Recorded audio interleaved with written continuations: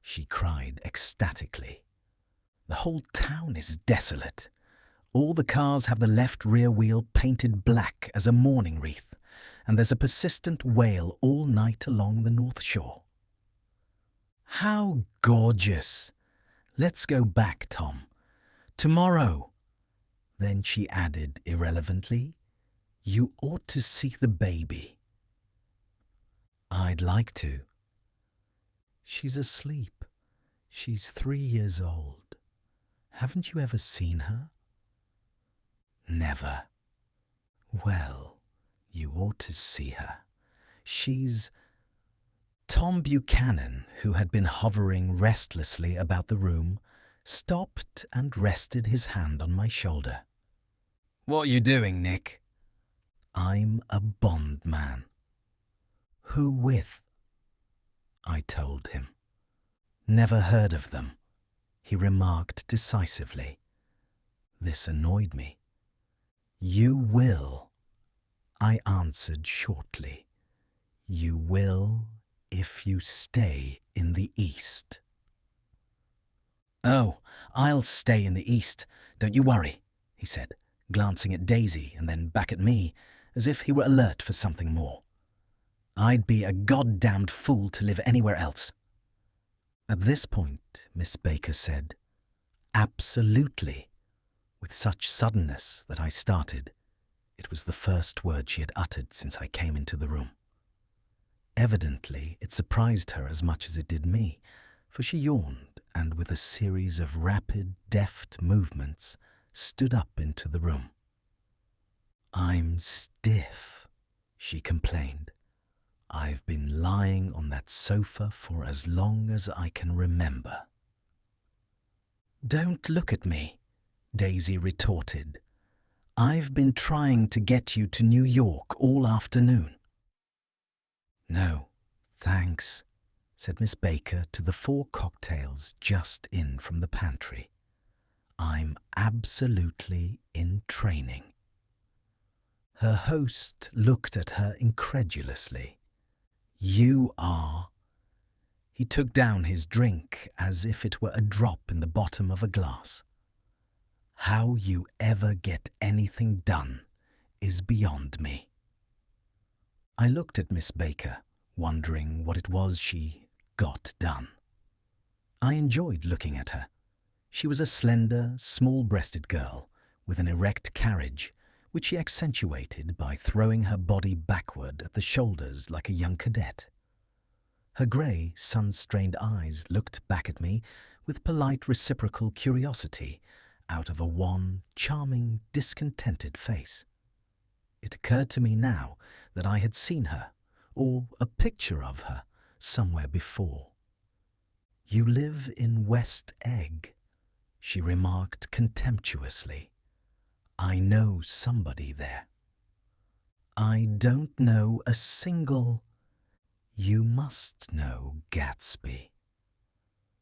"Gatsby?" demanded Daisy. "What Gatsby?"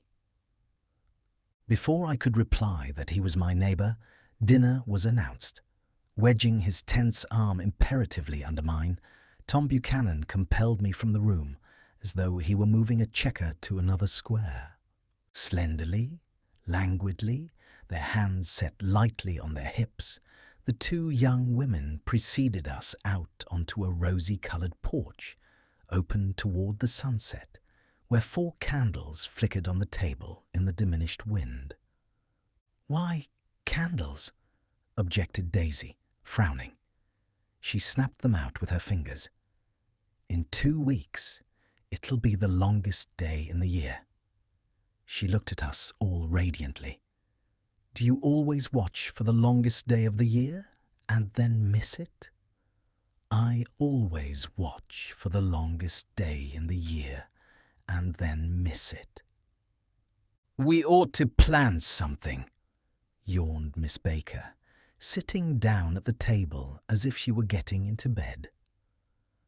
"All right," said Daisy. "What'll we plan?" She turned to me helplessly. "What do people plan?" Before I could answer, her eyes fastened with an awed expression on her little finger. "Look," she complained, "I hurt it." We all looked. The knuckle was black and blue. "You did it, Tom," she said accusingly. "I know you didn't mean to, but you did do it. That's what I get for marrying a brute of a man, a great, big, hulking physical specimen of a—" "I hate that word hulking," objected Tom crossly, "even in kidding." "Hulking," insisted Daisy. Sometimes she and Miss Baker talked at once, unobtrusively, and with a bantering inconsequence that was never quite chatter, that was as cool as their white dresses and their impersonal eyes in the absence of all desire. They were here, and they accepted Tom and me, making only a polite, pleasant effort to entertain or to be entertained. They knew that presently dinner would be over, and a little later the evening too would be over and casually put away.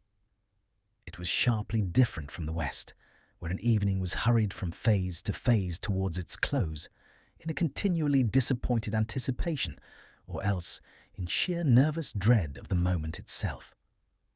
"You make me feel uncivilized, Daisy," I confessed on my second glass of corky but rather impressive claret. "Can't you talk about crops or something?" I meant nothing in particular by this remark, but it was taken up in an unexpected way. "Civilization's going to pieces," broke out Tom violently. "I've gotten to be a terrible pessimist about things. Have you read The Rise of the Coloured Empires by this man Goddard?" "Why, no," I answered, rather surprised by his tone. "Well, it's a fine book, and everybody ought to read it. The idea is, if we don't look out, the white race will be utterly submerged. It's all scientific stuff. It's been proved." "Tom's getting very profound," said Daisy, with an expression of unthoughtful sadness. "He reads deep books with long words in them. What was that word "Well, these books are all scientific," insisted Tom, glancing at her impatiently. "This fellow has worked out the whole thing. It's up to us, who are the dominant race, to watch out. All these other races will have control of things." "We've got to beat them down," whispered Daisy, winking ferociously toward the fervent sun. "You ought to live in California," began Miss Baker, but Tom interrupted her by shifting heavily in his chair. "This idea is that we're Nordics. I am, and you are, and you are, and—" After an infinitesimal hesitation, he included Daisy with a slight nod, and she winked at me again. "And we've produced all the things that go to make civilization. Oh, science and art and all that. Do you see?" There was something pathetic in his concentration, as if his complacency, more acute than of old, was not enough to him any more. When, almost immediately, the telephone rang inside, and the butler left the porch, Daisy seized upon the momentary interruption and leaned towards me. "I'll tell you a family secret," she whispered enthusiastically.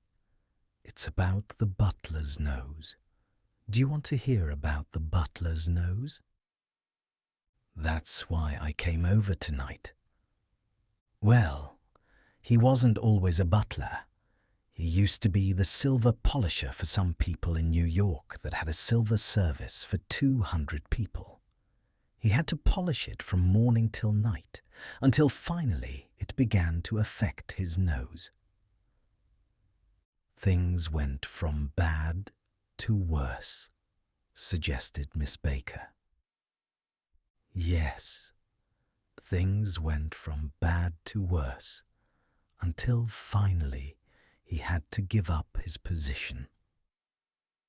For a moment, the last sunshine fell with romantic affection upon her glowing face. Her voice compelled me forward breathlessly as I listened. Then the glow faded, each light deserting her with lingering regret, like children leaving a pleasant street at dusk.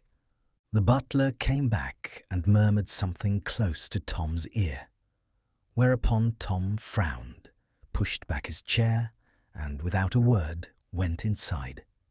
As if his absence quickened something within her, Daisy leaned forward again, her voice glowing and singing. "I love to see you at my table, Nick. You remind me of a rose, an absolute rose, doesn't he?" She turned to Miss Baker for confirmation. "An absolute rose?" This was untrue.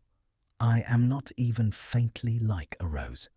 She was only extemporizing, but a stirring warmth flowed from her, as if her heart was trying to come out to you, concealed in one of those breathless, thrilling words.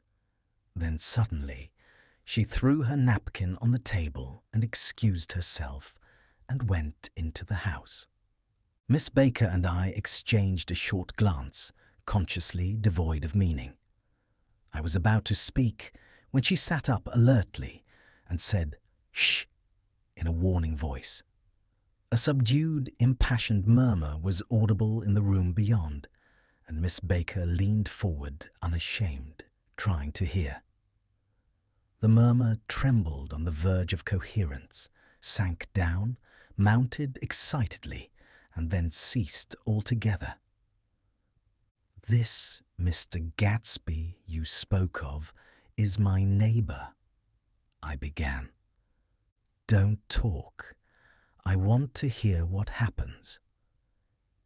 "Is something happening?" I inquired innocently. "You mean to say you don't know?" said Miss Baker, honestly surprised. "I thought everybody knew." "I don't." "Why?" she said hesitantly. "Tom's got some woman in New York." "Got some woman?" I repeated blankly. Miss Baker nodded. "She might have the decency not to telephone him at dinner time, don't you think?" Almost before I had grasped her meaning, there was the flutter of a dress and the crunch of leather boots, and Tom and Daisy were back at the table. "It couldn't be helped," cried Daisy with tense gaiety. Think must be a nightingale come over on the Cunard or White Star Line. He's singing away." Her voice sang. "It's romantic, isn't it, Tom?" "Very romantic," he said, and then miserably to me, "If it's light enough after dinner, I want to take you down to the stables." The telephone rang inside startlingly, and as Daisy shook her head decisively at Tom, the subject of the stables, in fact all subjects, vanished into air, among the broken fragments of the last 5 minutes at table. I remember the candles being lit again, pointlessly, and I was conscious of wanting to look squarely at everyone, and yet to avoid all eyes.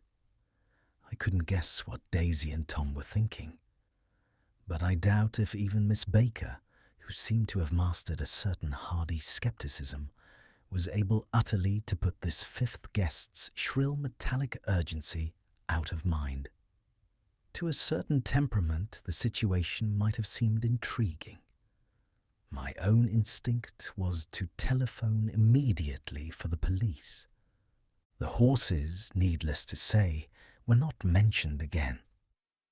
Tom and Miss Baker, with several feet of twilight between them, strolled back into the library, as if to a vigil beside a perfectly tangible body, while, trying to look pleasantly interested and a little deaf, I followed Daisy around a chain of connecting verandas to the porch in front.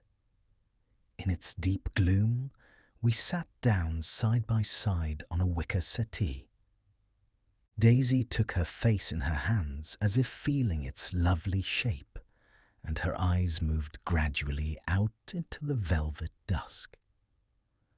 I saw that turbulent emotions possessed her, so I asked what I thought would be some sedative questions about her little girl. "We don't know each other very well, Nick," she said suddenly. "Even if we are cousins, you didn't come to my wedding." "I wasn't back from the war." "That's true." She hesitated. "Well, I've had a very bad time, Nick, and I'm pretty cynical about everything." Evidently, she had reason to be. I waited, but she didn't say any more, and after a moment I returned rather feebly to the subject of her daughter. "I suppose she talks and eats and everything." "Oh, yes." She looked at me absently. "Listen, Nick, let me tell you what I said when she was born. Would you like to hear?" "Very much. It'll show you how I've gotten to feel about things." Well, she was less than an hour old and Tom was God knows where. I woke up out of the ether with an utterly abandoned feeling and asked the nurse right away if it was a boy or a girl. She told me it was a girl, and so I turned my head away and wept. "All right," I said. "I'm glad it's a girl, and I hope she'll be a fool. That's the best thing a girl can be in this world, a beautiful little fool." "You see, I think everything's terrible anyhow," she went on in a convinced way. "Everybody thinks so, the most advanced people. And I know. I've been everywhere and seen everything and done everything." Her eyes flashed around her in a defiant way, rather like Tom's, and she laughed with thrilling scorn. "Sophisticated. God, I'm sophisticated."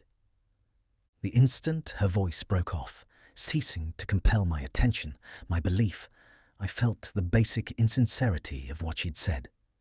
It made me uneasy, as though the whole evening had been a trick of some sort to exact a contributory emotion from me. I waited, and sure enough, in a moment, she looked at me with an absolute smirk on her lovely face, as if she had asserted her membership in a rather distinguished secret society to which she and Tom belonged.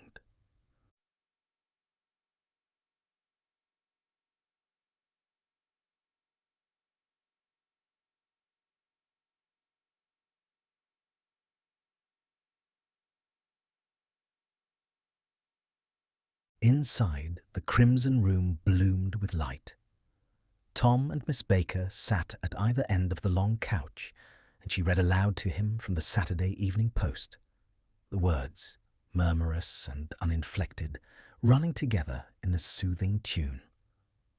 The lamplight, bright on his boots and dull on the autumn leaf yellow of her hair, glinted along the paper as she turned a page with a flutter of slender muscles in her arms.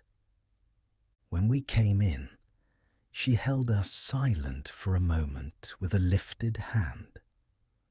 "To be continued," she said, tossing the magazine on the table, "in our very next issue." Her body asserted itself with a restless movement of her knee, and she stood up. "10 o'clock," she remarked, apparently finding the time on the ceiling. "Time for this good girl to go to bed." "Jordan's going to play in the tournament tomorrow," explained Daisy, "over at Westchester." "Oh, you're Jordan Baker." I knew now why her face was familiar.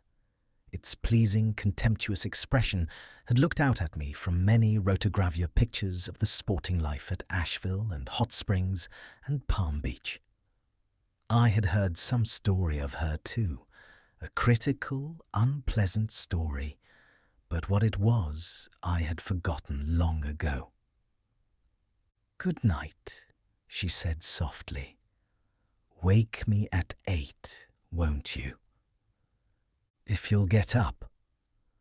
"I will. Good night, Mr. Carraway. See you anon."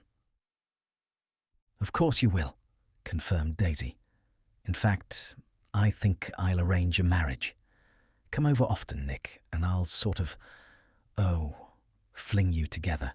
You know, lock you up accidentally in linen closets and push you out to sea in a boat and all that sort of thing." "Good night," called Miss Baker from the stairs.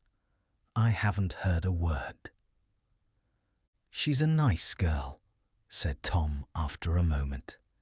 "They oughtn't to let her run around the country this way."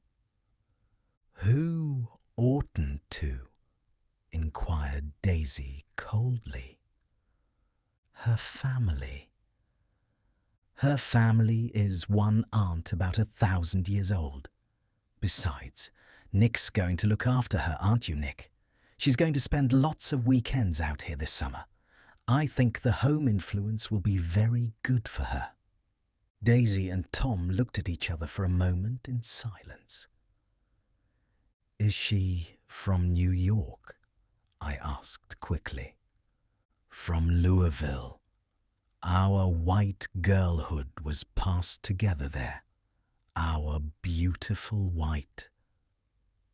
"Did you give Nick a little heart-to-heart talk on the veranda?" demanded Tom suddenly. "Did I?" She looked at me.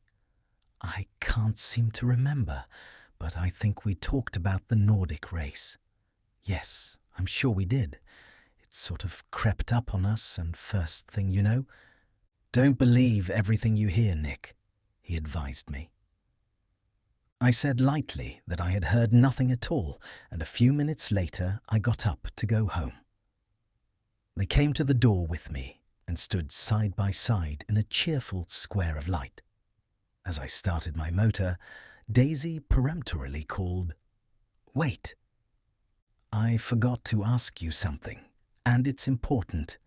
We heard you were engaged to a girl out west." "That's right," corroborated Tom kindly. "We heard that you were engaged." "It's a libel. I'm too poor." "But we heard it," insisted Daisy, surprising me by opening up again in a flower-like way. "We heard it from 3 people, so it must be true." Of course, I knew what they were referring to, but I wasn't even vaguely engaged. The fact that gossip had published the bans was one of the reasons I had come east. You can't stop going with an old friend on account of rumours. And on the other hand, I had no intention of being rumoured into marriage. That the thing for Daisy to do was to rush out of the house, child in arms. But apparently there were no such intentions in her head. As for Tom, the fact that he had some woman in New York was really less surprising than that he had been depressed by a book. Something was making him nibble at the edge of stale ideas, as if his sturdy physical egotism no longer nourished his peremptory heart. Already, it was deep summer on roadhouse roofs and in front of wayside garages, where new red petrol pumps sat out in pools of light, and when I reached my estate at West Egg, I ran the car under its shed and sat for a while on an abandoned grass roller in the yard.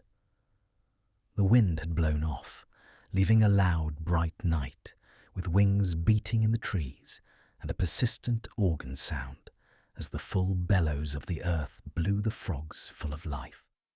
The silhouette of a moving cat wavered across the moonlight and, turning my head to watch it, I saw that I was not alone. 50 feet away, a figure had emerged from the shadow of my neighbour's mansion and was standing with his hands in his pockets, regarding the silver pepper of the stars. Something in his leisurely movements and the secure position of his feet upon the lawn suggested that it was Mr. Gatsby himself, come out to determine what share was his of our local heavens. I decided to call to him. Miss Baker had mentioned him at dinner, and that would do for an introduction. But I didn't call to him, for he gave a sudden intimation that he was content to be alone. He stretched out his arms toward the dark water in a curious way, and, far as I was from him, I could have sworn he was trembling. Involuntarily, I glanced seaward, and distinguished nothing except a single green light, minute and far away, that might have been the end of a dock. When I looked once more for Gatsby, he had vanished, and I was alone again in the unquiet darkness. 2. About halfway between West Egg and New York, the motor road hastily joins the railroad and runs beside it for a quarter of a mile, so as to shrink away from a certain desolate area of land. This is a valley of ashes, a fantastic farm where ashes grow like wheat into ridges and hills and grotesque gardens, where ashes take the forms of houses and chimneys and rising smoke, and, finally, with a transcendent effort, of ash-grey men who move dimly and already crumbling through the powdery air. Occasionally, a line of grey cars crawls along an invisible track, gives out a ghastly creak, and comes to rest, and immediately the ash-grey men swarm up with leaden spades and stir up an impenetrable cloud, which screens their obscure operations from your sight. But above the grey land and the spasms of bleak dust which drift endlessly over it, you perceive, after a moment, the eyes of Dr. T.J. Eckelberg. The eyes of Dr. T.J. Eckelberg are blue and gigantic. Their retinas are 1 yard high. They look out of no face, but instead from a pair of enormous yellow spectacles which pass over a non-existent nose. Evidently some wild wag of an oculist set them there to fatten his practice in the borough of Queens, and then sank down himself into eternal blindness, or forgot them and moved away. But his eyes, dimmed a little by many paintless days, under sun and rain, brood on over the solemn dumping ground. The valley of ashes is bounded on one side by a small foul river, and, when the drawbridge is up to let barges through, the passengers on waiting trains can stare at the dismal scene for as long as half an hour. There is always a halt there of at least a minute, and it was because of this that I first met Tom Buchanan's mistress. The fact that he had one was insisted upon wherever he was known. His acquaintances resented the fact that he turned up in popular cafes with her, and, leaving her at a table, sauntered about, chatting with whomsoever he knew.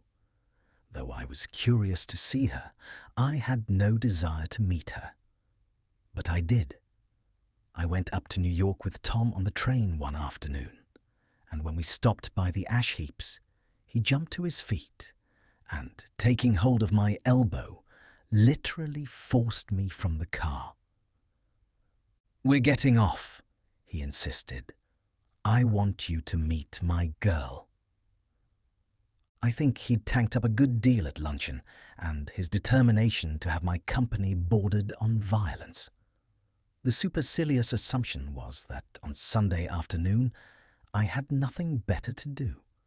I followed him over a low, whitewashed railroad fence, and we walked back 100 yards along the road, under Dr. Eckelberg's persistent stare. The only building in sight was a small block of yellow brick sitting on the edge of the wasteland, a sort of compact main street ministering to it, and contiguous to absolutely nothing. One of the 3 shops it contained was for rent, and another was an all-night restaurant approached by a trail of ashes. The third was a garage. Repairs. George B. Wilson. Cars bought and sold. And I followed Tom inside. The interior was unprosperous and bare. The only car visible was the dust-covered wreck of a Ford which crouched in a dim corner. It had occurred to me that this shadow of a garage must be a blind, and that sumptuous and romantic apartments were concealed overhead when the proprietor himself appeared in the door of an office, wiping his hands on a piece of waste. He was a blond, spiritless man, anemic and faintly handsome. When he saw us, a damp gleam of hope sprang into his light blue eyes. "Hello, Wilson, old man," said Tom, slapping him jovially on the shoulder. "How's business?" "I can't complain," answered Wilson unconvincingly. "When are you going to sell me that car?" "Next week. I've got my man working on it now." "Works pretty slow, don't he?" "No, he doesn't," said Tom coldly. "And if you feel that way about it, maybe I'd better sell it somewhere else after all." "I don't mean that," explained Wilson quickly. "I just meant—" His voice faded off, and Tom glanced impatiently around the garage. Then I heard footsteps on the stairs, and in a moment the thickish figure of a woman blocked out the light from the office door. She was in the middle 30s and faintly stout, but she carried her flesh sensuously as some women can. Her face, above a spotted dress of dark blue crêpe de chine, contained no facet or gleam of beauty, but there was an immediately perceptible vitality about her, as if the nerves of her body were continually smouldering. She smiled slowly, and, walking through her husband as if he were a ghost, shook hands with Tom, looking him flush in the eye. Then she wet her lips, and without turning around spoke to her husband in a soft, coarse voice. "Get some chairs, why don't you, so somebody can sit down?" "Oh, sure," agreed Wilson hurriedly, and went toward the little office, mingling immediately with the cement colour of the walls. A white, ashen dust veiled his dark suit, and his pale hair as it veiled everything in the vicinity, except his wife, who moved close to Tom. "I want to see you," said Tom intently. "Get on the next train." "All right. I'll meet you by the newsstand on the lower level." She nodded and moved away from him, just as George Wilson emerged with 2 chairs from his office door. We waited for her down the road and out of sight. It was a few days before the 4th of July, and a grey, scrawny Italian child was setting torpedoes in a row along the railroad track. "Terrible place, isn't it?" said Tom, exchanging a frown with Dr. Eckelberg. "Awful. It does her good to get away." "Doesn't her husband object?" "Wilson. He thinks she goes to see her sister in New York. He's so dumb he doesn't know he's alive." So Tom Buchanan and his girl and I went up together to New York, or not quite together, for Mrs. Wilson sat discreetly in another car. Tom deferred that much to the sensibilities of those East Eggers who might be on the train. She had changed her dress to a brown-figured muslin, which stretched tight over her rather wide hips as Tom helped her to the platform in New York. At the newsstand, she bought a copy of Town Tattle and a moving picture magazine, and in the station drugstore some cold cream and a small flask of perfume.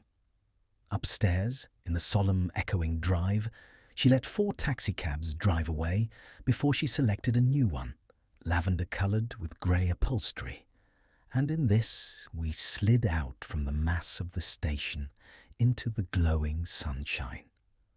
But immediately she turned sharply from the window and, leaning forward, tapped on the front glass. "I want to get one of those dogs," she said earnestly. "I want to get one for the apartment. They're nice to have. A dog." We backed up to a grey old man who bore an absurd resemblance to John D. Rockefeller. In a basket swung from his neck cowered a dozen very recent puppies of an indeterminate breed. "What kind are they?" asked Mrs. Wilson eagerly as he came to the taxi window. "All kinds. What kind do you want, lady?" "I'd like to get one of those police dogs. I don't suppose you got that kind." The man peered doubtfully into the basket, plunged in his hand and drew one up, wriggling by the back of the neck. "That's no police dog," said Tom.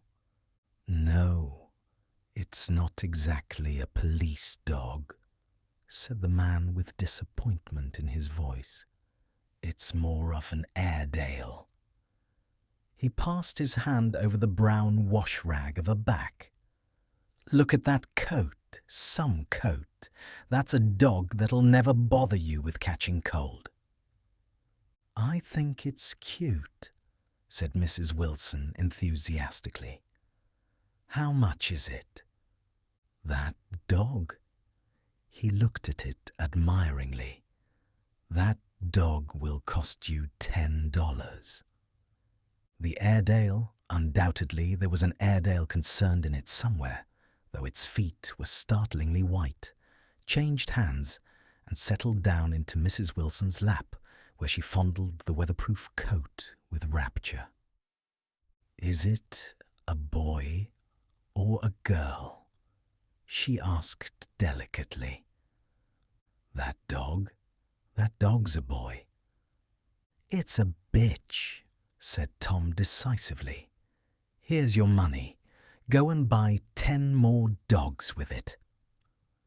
We drove over to Fifth Avenue, warm and soft, almost pastoral, on the summer Sunday afternoon. I wouldn't have been surprised to see a great flock of white sheep turn the corner.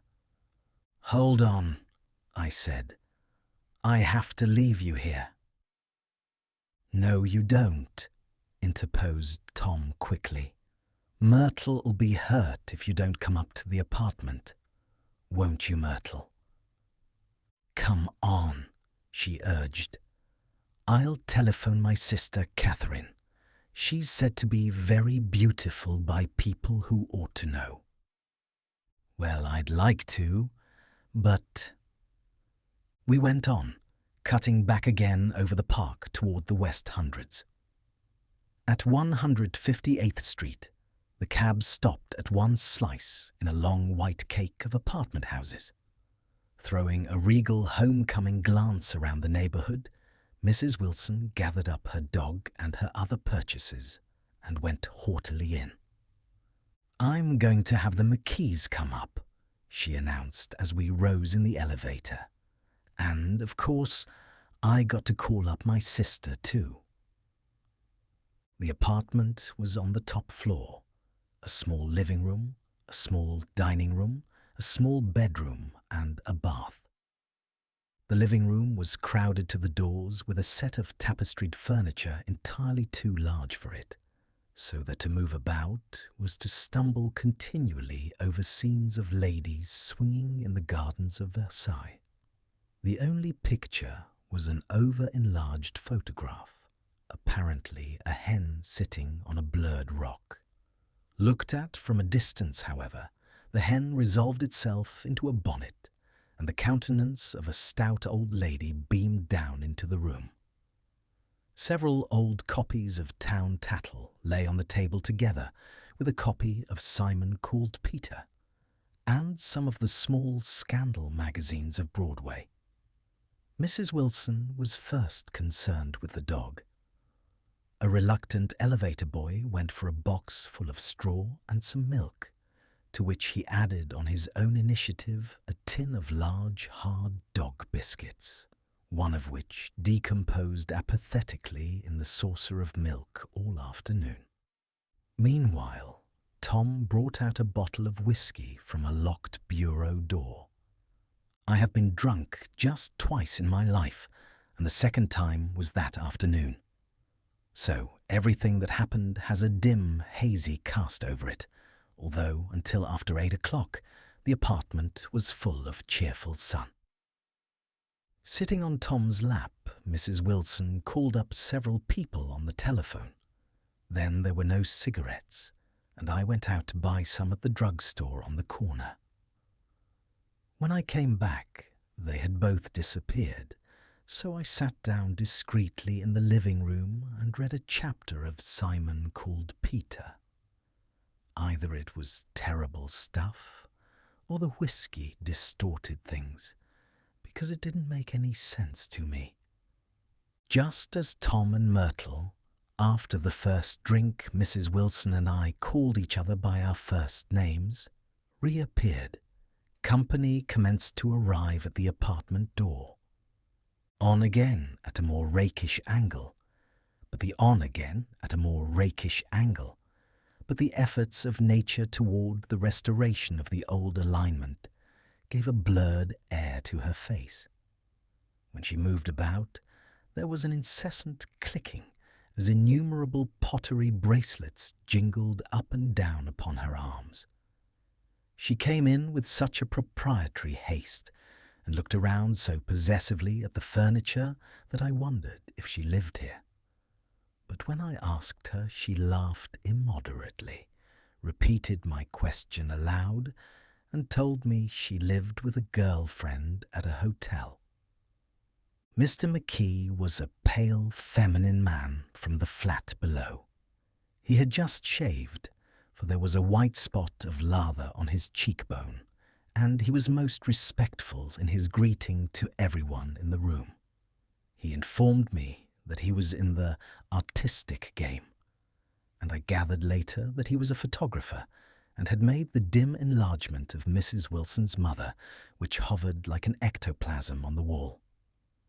His wife was shrill, languid, handsome, and horrible.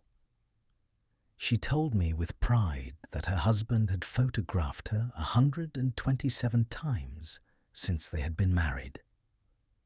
Mrs. Wilson had changed her costume some time before and was now attired in an elaborate afternoon dress of cream-coloured chiffon, which gave out a continual rustle as she swept about the room. With the influence of the dress, her personality had also undergone a change. The intense vitality that had been so remarkable in the garage was converted into impressive hauteur. Her laughter, her gestures, her assertions became more violently affected, moment by moment, and as she expanded, the room grew smaller around her until she seemed to be revolving on a noisy, creaking pivot through the smoky air. "My dear," she told her sister in a high, mincing shout, "most of these fellas will cheat you every time. All they think of is money. I had a woman up here last week to look at my feet, and when she gave me the bill, you'd have thought she had my appendicitis out."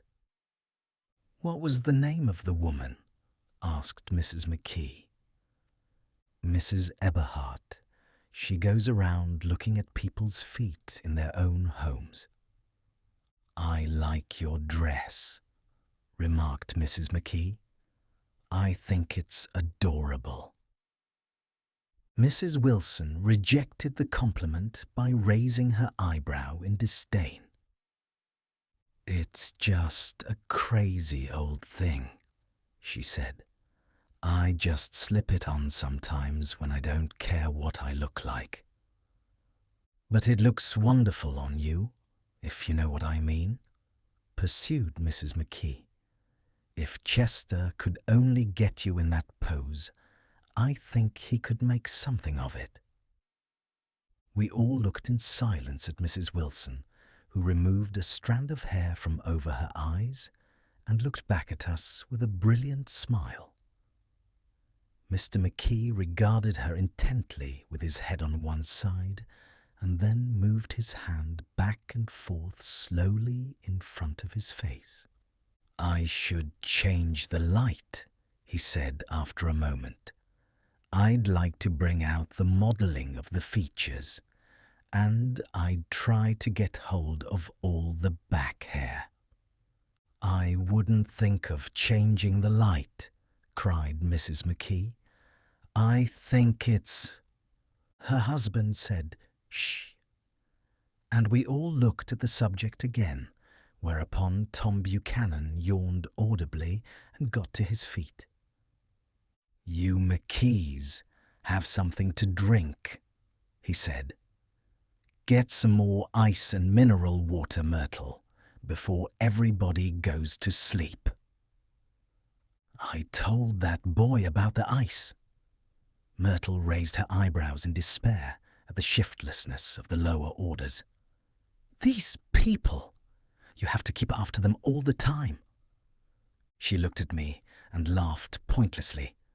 Then she flounced over to the dog, kissed it with ecstasy, and swept into the kitchen, implying that a dozen chefs awaited her orders there. I've done some nice things out on Long Island, asserted Mr. McKee. Tom looked at him blankly. 2 of them we have framed downstairs. 2 what? Demanded Tom. 2 studies. One of them I call Montauk Point, the gulls, and the other I call Montauk Point, the sea. The sister Catherine sat down beside me on the couch. Do you live down on Long Island too? She inquired. I live at West Egg. Really? I was down there at a party about a month ago, at a man named Gatsby's. Do you know him? I live next door to him. Well, they say he's a nephew or a cousin of Kaiser Wilhelm's. That's where all his money comes from. Really? She nodded. I'm scared of him. I'd hate to have him get anything on me. This absorbing information about my neighbour was interrupted by Mrs. McKee's pointing suddenly at Catherine. Chester, I think you could do something with her, she broke out. But Mr. McKee only nodded in a bored way and turned his attention to Tom. I'd like to do more work on Long Island, if I could get the entry. All I ask is that they should give me a start. Ask Myrtle, said Tom, breaking into a short shout of laughter as Mrs. Wilson entered with a tray. She'll give you a letter of introduction, won't you, Myrtle? Do what? She asked, startled. You'll give McKee a letter of introduction to your husband so he can do some studies of him. His lips moved silently for a moment as he invented George B. Wilson at the gasoline pump, or something like that. Catherine leaned close to me and whispered in my ear, Neither of them can stand the person they're married to. Can't they? Can't stand them. She looked at Myrtle and then at Tom. What I say is, why go on living with them if they can't stand them? If I was them, I'd get a divorce and get married to each other right away. Doesn't she like Wilson either? The answer to this was unexpected. It came from Myrtle, who had overheard the question, and it was violent and obscene. "You see," cried Catherine triumphantly. She lowered her voice again. "It's really his wife that's keeping them apart. She's a Catholic, and they don't believe in divorce." Daisy was not a Catholic, and I was a little shocked at the elaborateness of the lie.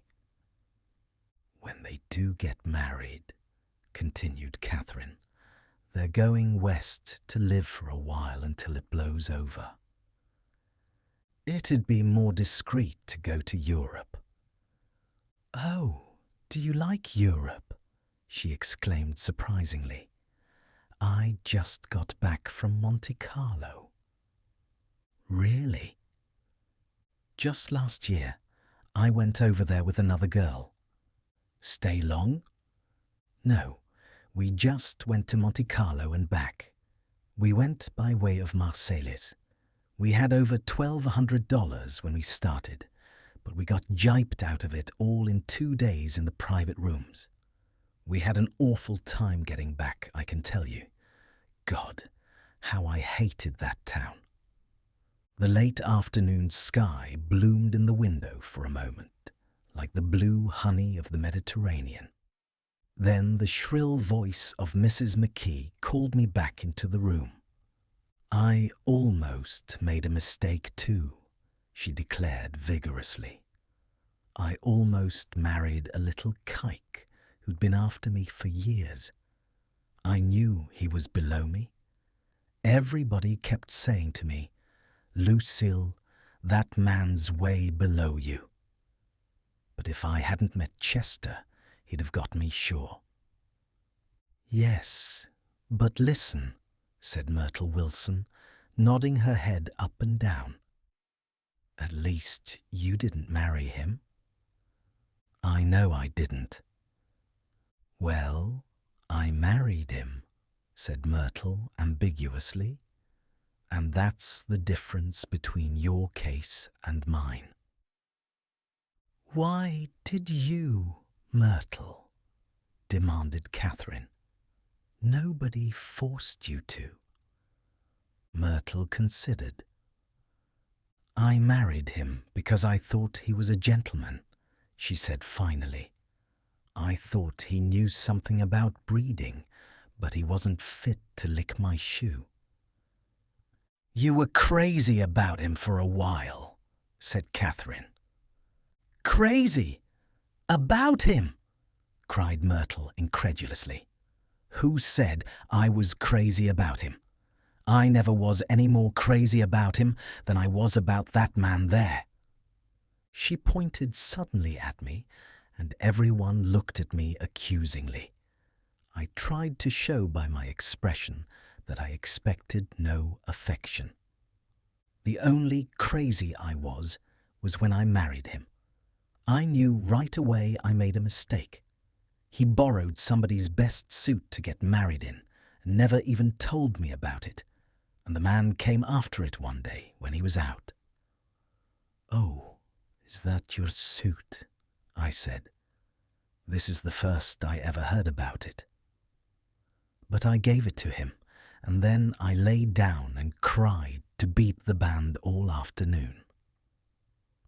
"She really ought to get away from him," resumed Catherine to me. "They've been living over that garage for 11 years, and Tom's the first sweetie she ever had." The bottle of whiskey, a second one, was now in constant demand by all present, excepting Catherine, who felt just as good on nothing at all. Tom rang for the janitor and sent him for some celebrated sandwiches, which were a complete supper in themselves. I wanted to get out and walk eastward toward the park through the soft twilight, but each time I tried to go, I became entangled in some wild, strident argument, which pulled me back, as if with ropes, into my chair. Yet, high over the city, our line of yellow windows must have contributed their share of human secrecy to the casual watcher in the darkening streets. And I saw him too, looking up and wondering. I was within and without, simultaneously enchanted and repelled by the inexhaustible variety of life. Myrtle pulled her chair close to mine, and suddenly her warm breath poured over me the story of her first meeting with Tom. It was on the two little seats facing each other that are always the last ones left on the train. I was going up to New York to see my sister and spend the night. He had on a dress suit and patent leather shoes, and I couldn't keep my eyes off him. But every time he looked at me, I had to pretend to be looking at the advertisement over his head. When we came into the station, he was next to me, and his white shirt front pressed against my arm, and so I told him I'd have to call a policeman, but he knew I lied. I was so excited that when I got into a taxi with him, I didn't hardly know I wasn't getting into a subway train. All I kept thinking about, over and over, was, "You can't live forever. You can't live forever." She turned to Mrs. McKee, and the room rang full of her artificial laughter. "My dear," she cried, "I'm going to give you this dress as soon as I'm through with it. I've got to get another one tomorrow. I'm going to make a list of all the things I've got to get. A massage and a wave, and a collar for the dog, and one of those cute little ashtrays where you touch a spring, and a wreath with a black silk bow for Mother's grave that'll last all summer. I got to write down a list so I won't forget all the things I got to do." It was 9 o'clock. Almost immediately afterward, I looked at my watch and found it was 10. Mr. McKee was asleep on a chair with his fists clenched in his lap, like a photograph of a man of action. Taking out my handkerchief, I wiped from his cheek the spot of dried lather that had worried me all the afternoon. The little dog was sitting on the table, looking with blind eyes through the smoke, and from time to time groaning faintly. People disappeared, reappeared, made plans to go somewhere, and then lost each other, searched for each other, found each other a few feet away. Sometime toward midnight, Tom Buchanan and Mrs. Wilson stood face to face discussing, in impassioned voices, whether Mrs. Wilson had any right to mention Daisy's name. "Daisy! Daisy! Daisy!" shouted Mrs. Wilson. "I'll say it whenever I want to. Daisy! Die!" Making a short, deft movement, Tom Buchanan broke her nose with his open hand. Then there were bloody towels upon the bathroom floor, and women's voices scolding, and high over the confusion, a long broken wail of pain. Mr. McKee awoke from his doze and started in a daze toward the door. When he had gone halfway, he turned around and stared at the scene. His wife and Catherine scolding and consoling as they stumbled here and there among the crowded furniture with articles of aid, and the despairing figure on the couch, bleeding fluently and trying to spread a copy of Town Tattle over the tapestry scenes of Versailles. Then Mr. McKee turned and continued on out the door. Taking my hat from the chandelier, I followed. "Come to lunch some day," he suggested as we groaned down in the elevator. "Where?" "Anywhere." "Keep your hands off the lever," snapped the elevator boy. "I beg your pardon," said Mr. McKee with dignity. "I didn't know I was touching it." "All right," I agreed. "I'll be glad to." I was standing beside his bed, and he was sitting up between the sheets, clad in his underwear, with a great portfolio in his hands. Beauty and the Beast, Loneliness, Old Grocery Horse, Brooklyn Bridge. Then I was lying half asleep in the cold lower level of the Pennsylvania station, staring at the Morning Tribune and waiting for the 4 o'clock train. 3. At high tide in the afternoon, I watched. At high tide in the afternoon, I watched his guests diving from the tower of his raft, or taking the sun on the hot sand of his beach, while his 2 motorboats slit the waters of the Sound, drawing aquaplanes over cataracts of foam. On weekends, his Rolls-Royce became an omnibus, bearing parties to and from the city between 9 in the morning and long past midnight, while his station wagon scampered like a brisk yellow bug to meet all trains. And on Mondays, 8 servants, including an extra gardener, toiled all day with mops and scrubbing brushes and hammers and garden shears, repairing the ravages of the night before. Every Friday, 5 crates of oranges and lemons arrived from a fruiterer in New York. Every Monday, these same oranges and lemons left his back door in a pyramid of pulpless halves. There was a machine in the kitchen which could extract the juice of 200 oranges in half an hour if a little button was pressed 200 times by a butler's thumb. At least once a fortnight, a corps of caterers came down with several 100 feet of canvas and enough coloured lights to make a Christmas tree of Gatsby's enormous garden. On buffet tables, garnished with glistening hors d'oeuvre, spiced baked hams crowded against salads of harlequin designs, and pastry pigs and turkeys bewitched to a dark gold. In the main hall, a bar with a real brass rail was set up, and stocked with gins and liquors, and with cordials so long forgotten that most of his female guests were too young to know one from another. By 7 o'clock, the orchestra has arrived, no thin 5-piece affair, but a whole pitful of oboes and trombones and saxophones and viols and cornets and piccolos and low and high drums. The last swimmers have come in from the beach now and are dressing upstairs. The cars from New York are parked 5 deep in the drive, and already the halls and salons and verandas are gaudy with primary colours and hair bobbed in strange new ways, and shawls beyond the dreams of Castile. The bar is in full swing, and floating rounds of cocktails permeate the garden outside until the air is alive with chatter and laughter and casual innuendo and introductions forgotten on the spot, and enthusiastic meetings between women who never knew each other's names.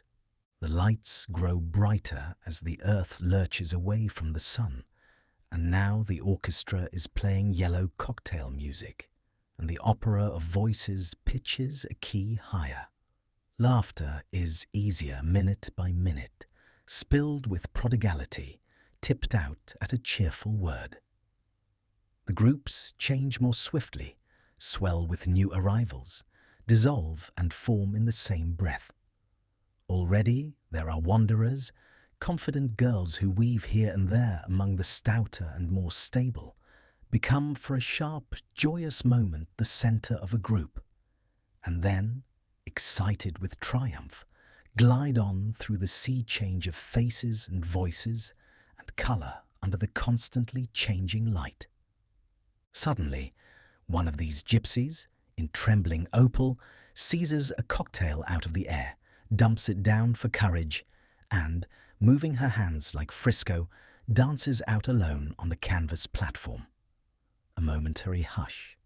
The orchestra leader varies his rhythm obligingly for her, and there is a burst of chatter as the erroneous news goes around that she is Gilda Gray's understudy from the Follies. The party has begun. Bore them out to Long Island, and somehow bore them out to Long Island, and somehow they ended up at Gatsby's door.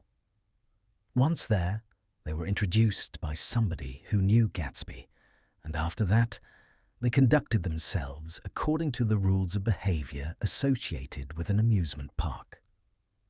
Sometimes they came and went without having met Gatsby at all, came for the party with a simplicity of heart that was its own ticket of admission.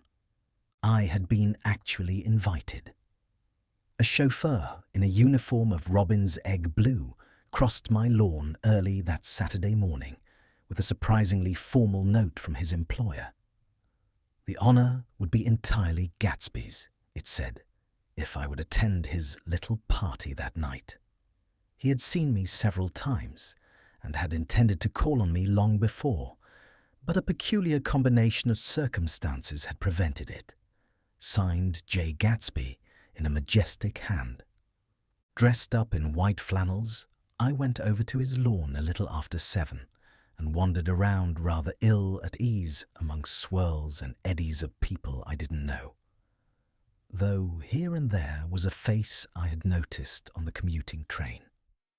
I was immediately struck by the number of young Englishmen dotted about, all well dressed, all looking a little hungry, and all talking in low, earnest voices to solid and prosperous Americans. I was sure that they were selling something, bonds or insurance or automobiles. They were at least agonizingly aware of the easy money in the vicinity and convinced that it was theirs for a few words in the right key. As soon as I arrived, I made an attempt to find my host, but the 2 or 3 people of whom I asked his whereabouts stared at me in such an amazed way and denied so vehemently any knowledge of his movements that I slunk off in the direction of the cocktail table, the only place in the garden where a single man could linger without looking purposeless and alone. I was on my way to get roaring drunk from sheer embarrassment when Jordan Baker came out of the house and stood at the head of the marble steps, leaning a little backward and looking with contemptuous interest down into the garden. Welcome or not, I found it necessary to attach myself to someone before I should begin to address cordial remarks to the passers-by. "Hello," I roared, advancing toward her. My voice seemed unnaturally loud across the garden. "I thought you might be here," she responded absently as I came up. "I remembered you lived next door to—" She held my hand impersonally as a promise that she'd take care of me in a minute and gave ear to 2 girls in twin yellow dresses who stopped at the foot of the steps. "Hello," they cried together. "Sorry you didn't win." That was for the golf tournament. She had lost in the finals the week before. "You don't know who we are," said one of the girls in yellow, "but we met you here about a month ago." "You've dyed your hair since then," remarked Jordan, and I started, but the girls had moved casually on, and her remark was addressed to the premature moon, produced like the supper, no doubt, out of a caterer's basket. With Jordan's slender golden arm resting in mine, we descended the steps and sauntered about the garden. A tray of cocktails floated at us through the twilight, and we sat down at a table with the 2 girls in yellow and 3 men, each one introduced to us as Mr. Mumble. "Do you come to these parties often?" inquired Jordan of the girl beside her. "The last one was the one I met you at," answered the girl in an alert, confident voice. She turned to her companion. "Wasn't it for you, Lucille?" "It was for Lucille, too." "I like to come," Lucille said. "I never care what I do, so I always have a good time. When I was here last, I tore my gown on a chair, and he asked me my name and address. Inside of a week, I got a package from Croirier's with a new evening gown in it." "Did you keep it?" asked Jordan. "Sure I did. I was going to wear it tonight, but it was too big in the bust and had to be altered. It was gas blue with lavender beads.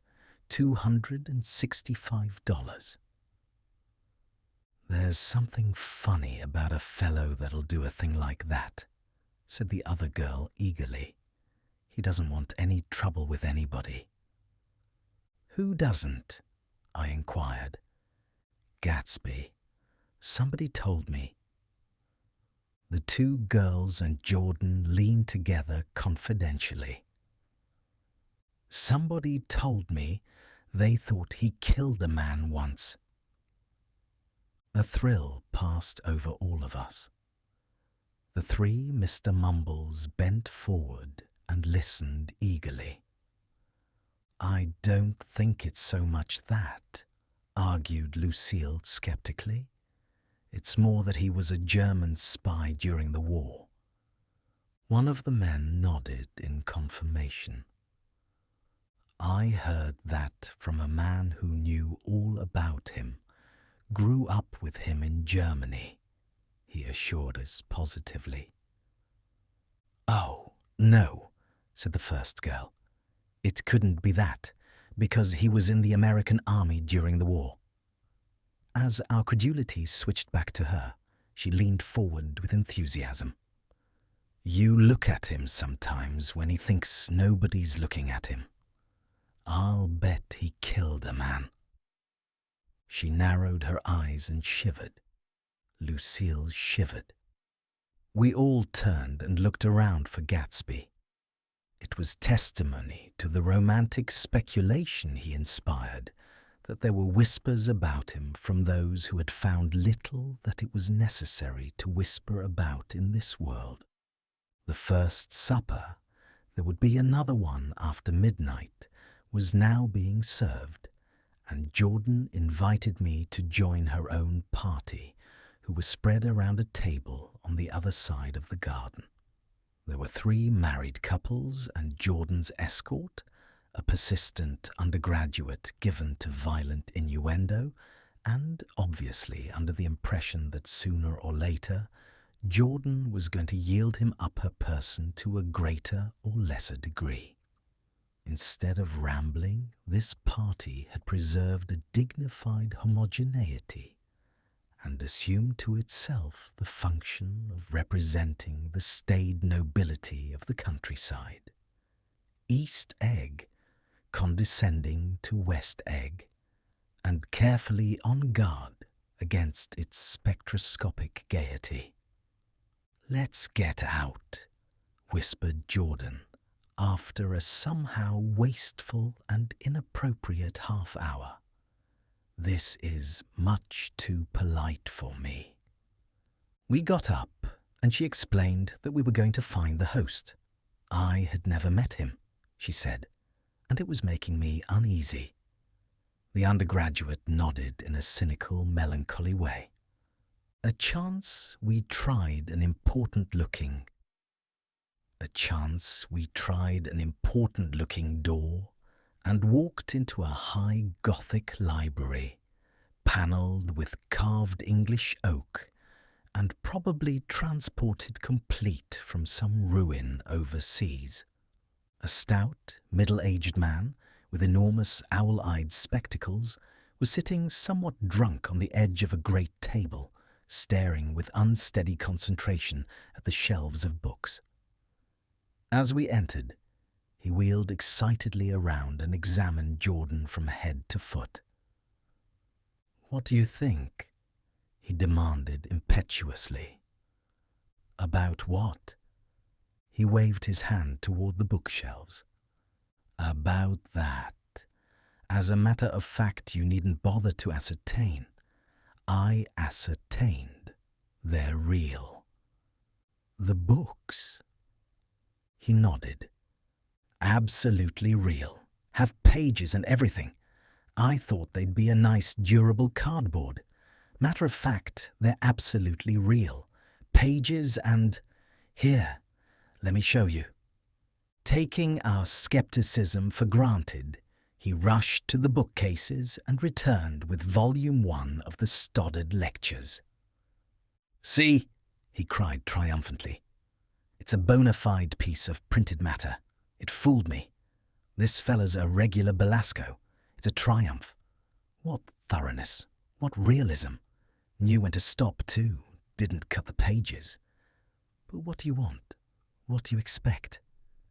He snatched the book from me and replaced it hastily on its shelf, muttering that if one brick was removed, the whole library was liable to collapse. Who brought you? He demanded. Or did you just come? I was brought. Most people were brought. Jordan looked at him alertly, cheerfully, without answering. I was brought by a woman named Roosevelt, he continued. Mrs. Claude Roosevelt. Do you know her? I met her somewhere last night. I've been drunk for about a week now, and I thought it might sober me up to sit in a library. Has it? A little bit, I think. I can't tell yet. I've only been here an hour.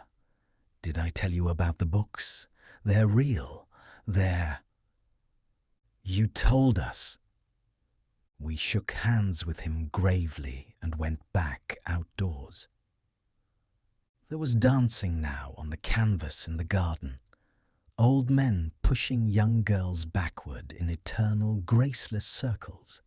Superior couples holding each other tortuously, fashionably, and keeping in the corners, and a great number of single girls dancing individually or relieving the orchestra for a moment of the burden of the banjo or the traps.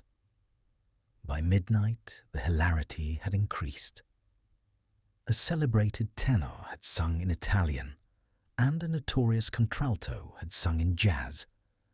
And between the numbers, people were doing stunts all over the garden, while happy, vacuous bursts of laughter rose toward the summer sky. A pair of stage twins, who turned out to be the girls in yellow, did a baby act in costume, and champagne was served in glasses bigger than finger bowls. The moon had risen higher, and floating in the sound was a triangle of silver scales, trembling a little to the stiff, tinny drip of the banjos on the lawn. I was still with Jordan Baker. We were sitting at a table with a man of about my age and a rowdy little girl who gave way upon the slightest provocation to uncontrollable laughter. I was enjoying myself now. I had taken 2 finger bowls of champagne, and the scene had changed before my eyes into something significant, elemental, and profound. At a lull in the entertainment, the man looked at me and smiled. "Your face is familiar," he said politely. "Weren't you in the 1st Division during the war?" "Why, yes. I was in the 28th Infantry. I was in the 16th until June 1918. I knew I'd seen you somewhere before." We talked for a moment about some wet, grey little villages in France. Evidently, he lived in this vicinity, for he told me that he had just bought a hydroplane and was going to try it out in the morning. "Want to go with me?" Old Sport, just near the shore along the Sound. What time? Any time that suits you best. It was on the tip of my tongue to ask his name when Jordan looked around and smiled. "Having a gay time now?" she inquired. "Much better." I turned again to my new acquaintance. "This is an unusual party for me. I haven't even seen the host. I live over there." I waved my hand at the invisible hedge in the distance. "And this man Gatsby sent over his chauffeur with an invitation." For a moment he looked at me as if he failed to understand. "I'm Gatsby," he said suddenly. "What?" I exclaimed. "Oh, I beg your pardon." "I thought you knew, Old Sport. I'm afraid I'm not a very good host." He smiled understandingly, much more than understandingly. It was one of those rare smiles with a quality of eternal reassurance in it that you may come across 4 or 5 times in life. It faced, or seemed to face, the whole eternal world for an instant, and then concentrated on you with an irresistible prejudice in your favour.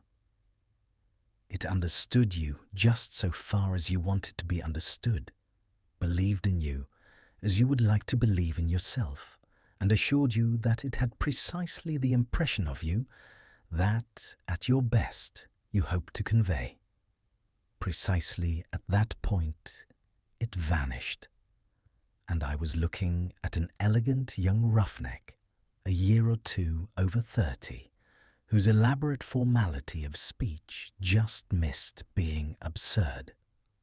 Some time before he introduced himself, I'd got a strong impression that he was picking his words with care. Almost at the moment when Mr. Gatsby identified himself, a butler hurried toward him with the information that Chicago was calling him on the wire. He excused himself with a small bow that included each of us in turn. "If you want anything, just ask for it, Old Sport," he urged me. "Excuse me, I will rejoin you later." When he was gone, I turned immediately to Jordan, constrained to assure her of my surprise. I had expected that Mr. Gatsby would be a florid and corpulent person in his middle years. "Who is he?" I demanded. "Do you know?" "He's just a man named Gatsby." "Where is he from, I mean? And what does he do?" "Now you're started on the subject," she answered with a wan smile. "Well, he told me once he was an Oxford man." A dim background started to take shape behind him, but at her next remark it faded away. However, I don't believe it." "Why not?" "I don't know," she insisted. "I just don't think he went there." Something in her tone reminded me of the other girls. I think he killed a man, and had the effect of stimulating my curiosity. I would have accepted without question the information that Gatsby sprang from the swamps of Louisiana or from the Lower East Side of New York. That was comprehensible. But young men didn't. At least in my provincial inexperience, I believed they didn't. Drift coolly out of nowhere and buy a palace on Long Island Sound.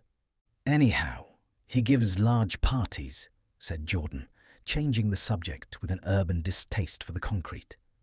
"And I like large parties. They're so intimate. At small parties there isn't any privacy." There was the boom of a bass drum, and the voice of the orchestra leader rang out suddenly above the echolalia of the garden. "Ladies and gentlemen," he cried. At the request of Mr. Gatsby, We are going to play for you Mr. Vladimir Tostov's latest work, which attracted so much attention at Carnegie Hall last May. If you read the papers, you know there was a big sensation."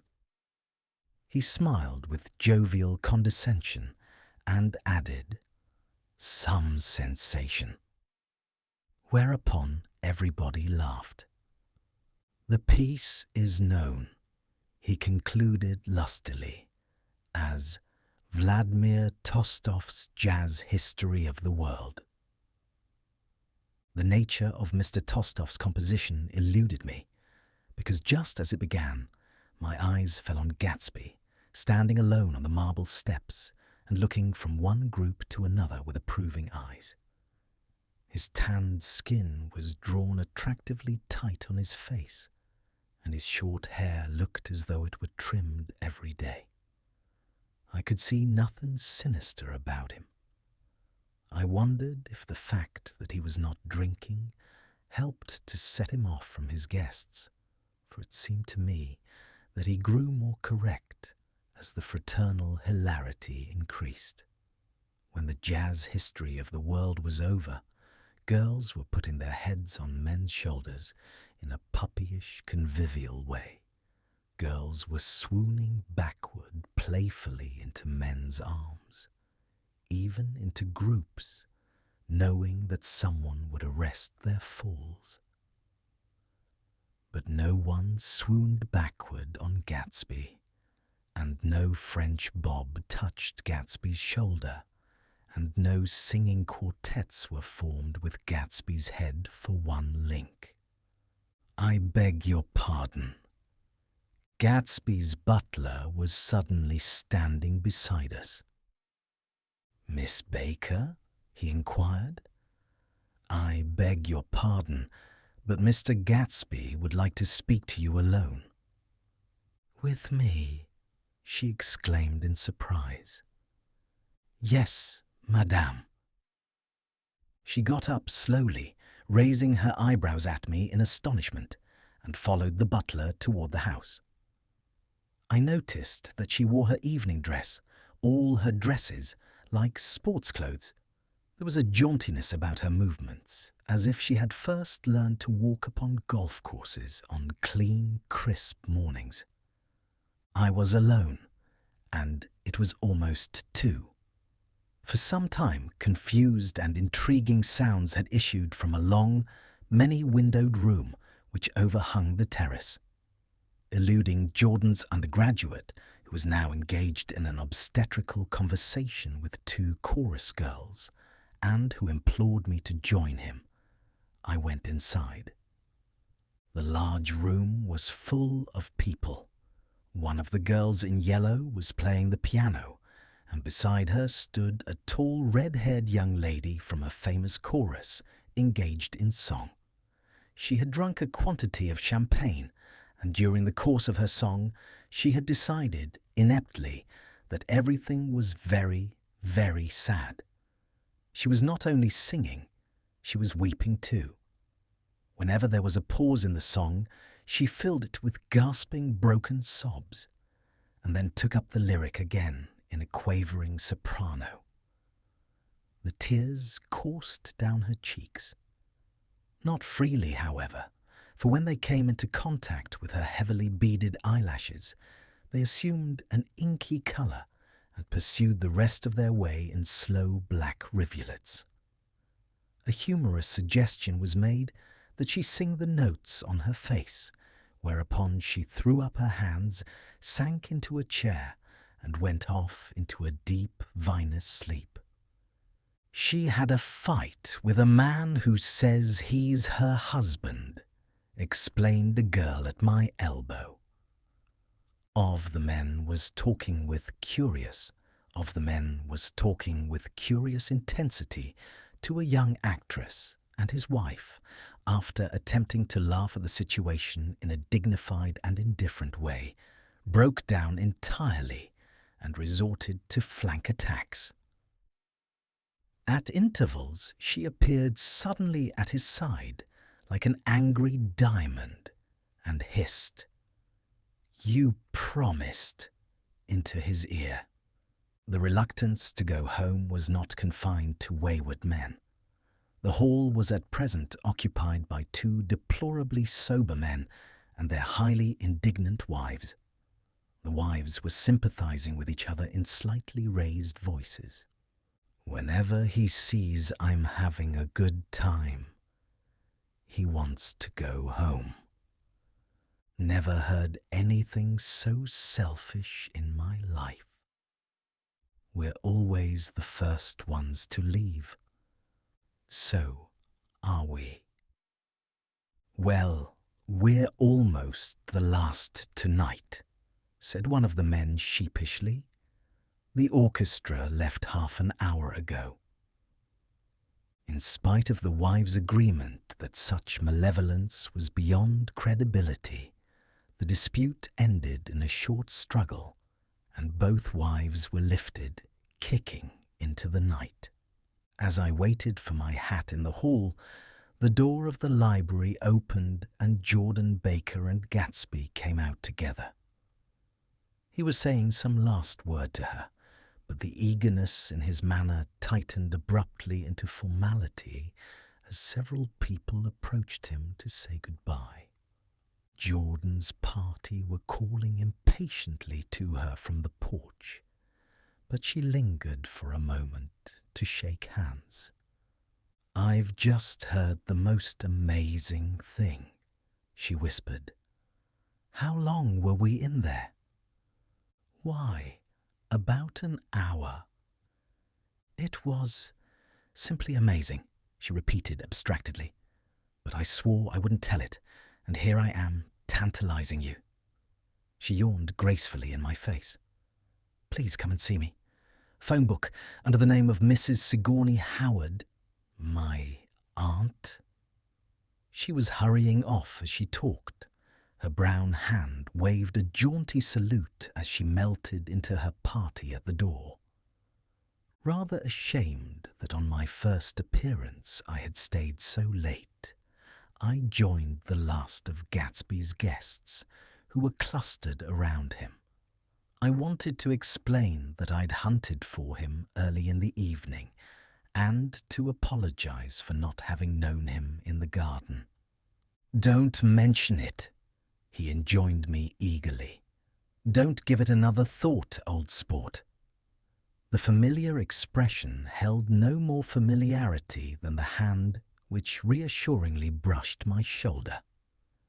"And don't forget, we're going up in the hydroplane tomorrow morning at 9 o'clock. Then the butler behind his shoulder, "Philadelphia wants you on the phone, sir." "All right, in a minute. Tell them I'll be right there. Good night." "Good night." "Good night." He smiled, and suddenly there seemed to be a pleasant significance in having been among the last to go, as if he had desired it all the time. "Good night, old sport. Good night." But as I walked down the steps, I saw that the evening was not quite over. 50 feet from the door, a dozen headlights illuminated a bizarre and tumultuous scene. In the ditch beside the road, right side up but violently shorn of one wheel, rested a new coupe which had left Gatsby's drive not 2 minutes before. The sharp jut of a wall accounted for the detachment of the wheel, which was now getting considerable attention from half a dozen curious chauffeurs. However, as they had left their cars blocking the road, a harsh, discordant din from those in the rear had been audible for some time, and added to the already violent confusion of the scene. A man in a long duster had dismounted from the wreck, and now stood in the middle of the road, looking from the car to the tyre, and from the tyre to the observers in a pleasant, puzzled way. "See?" he explained. "It went in the ditch." The fact was infinitely astonishing to him, and I recognized first the unusual quality of wonder, and then the man. It was the late patron of Gatsby's library. "How'd it happen?" He shrugged his shoulders. "I know nothing whatever about mechanics," he said decisively. "But how did it happen? Did you run into the wall?" "Don't ask me," said Owl Eyes, washing his hands of the whole matter. "I know very little about driving, next to nothing. It happened, and that's all I know." "Well, if you're a poor driver, you oughtn't to try driving at night." "But I wasn't even trying," he explained indignantly. "I wasn't even trying." An awed hush fell upon the bystanders. "Do you want to commit suicide?" "You're lucky it was just a wheel. A bad driver and not even trying." "You don't understand," explained the criminal. "I wasn't driving. There's another man in the car." The shock that followed this declaration found voice in a sustained "ah ha ha" as the door of the coupe swung slowly open. The crowd, it was now a crowd, stepped back involuntarily, and when the door had opened wide, there was a ghostly pause. Then, very gradually, part by part, a pale, dangling individual stepped out of the wreck, pawing tentatively at the ground with a large, uncertain dancing shoe. Blinded by the glare of the headlights and confused by the incessant groaning of the horns, the apparition stood swaying for a moment before he perceived the man in the duster. "What's matter?" he inquired calmly. "Did we run out of gas?" "Look." Half a dozen fingers pointed at the amputated wheel. He stared at it for a moment, and then looked upward as though he suspected that it had dropped from the sky. "It came off," someone explained. He nodded. "At first, I didn't notice we'd stopped." A pause. Then, taking a long breath and straightening his shoulders, he remarked in a determined voice, "Wonder if tell me where there's a gas line station?" At least a dozen men, some of them a little better off than he was, explained to him that wheel and car were no longer joined by any physical bond. "Back out," he suggested after a moment. "Put her in reverse." "But the wheel's off." He hesitated. "No harm in trying," he said. The caterwauling horns had reached a crescendo, and I turned away and cut across the lawn toward home. I glanced back once. A wafer of a moon was shining over Gatsby's house, making the night fine as before and surviving the laughter and the sound of his still glowing garden. A sudden emptiness seemed to flow now from the windows and the great doors, endowing with complete isolation the figure of the host, who stood on the porch, his hand up in a formal gesture of farewell. Reading over what I have written so far, I see I have given the impression that the events of 3 nights several weeks apart were all that absorbed me. On the contrary, they were merely casual events in a crowded summer, and, until much later, they absorbed me infinitely less than my personal affairs. Most of the time, I worked. In the early morning, the sun threw my shadow westward as I hurried down the white chasms of lower New York to the Probity Trust. I knew the other clerks and young bond salesmen by their first names, and lunched with them in dark, crowded restaurants on little pig sausages and mashed potatoes and coffee. I even had a short affair with a girl who lived in Jersey City and worked in the accounting department, but her brother began throwing mean looks in my direction. So when she went on her vacation in July, I let it blow quietly away. I took dinner, usually at the Yale Club. For some reason, it was the gloomiest event of my day. And then I went upstairs to the library and studied investments and securities for a conscientious hour. There were generally a few rioters around, but they never came into the library, so it was a good place to work. After that, if the night was mellow, I strolled down Madison Avenue past the old Murray Hill Hotel and over 33rd Street to the Pennsylvania Station. I began to like New York, the racy, adventurous feel of it at night, and the satisfaction that the constant flicker of men and women and machines gives to the restless eye. I liked to walk up Fifth Avenue and pick out romantic women from the crowd, and imagine that in a few minutes I was going to enter into their lives, and no one would ever know or disapprove. Sometimes, in my mind, I followed them to their apartments on the corners of hidden streets, and they turned and smiled back at me before they faded through a door into warm darkness. At the enchanted metropolitan twilight, I felt a haunting loneliness sometimes, and felt it in others, poor young clerks who loitered in front of windows, waiting until it was time for a solitary restaurant dinner. Young clerks in the dusk, wasting the most poignant moments of night and life. Again, at 8 o'clock, when the dark lanes of the 40s were lined 5 deep with throbbing taxicabs bound for the theatre district, I felt a sinking in my heart. Forms leaned together in the taxis as they waited, and voices sang, and there was laughter from unheard jokes, and lighted cigarettes made unintelligible circles inside. Imagining that I, too, was hurrying towards gaiety and sharing their intimate excitement, I wished them well. For a while, I lost sight of Jordan Baker, and then, in midsummer, I found her again. At first, I was flattered to go places with her, because she was a golf champion, and everyone knew her name. Then it was something more. I wasn't actually in love, but I felt a sort of tender curiosity. The bored, haughty face that she turned to the world concealed something.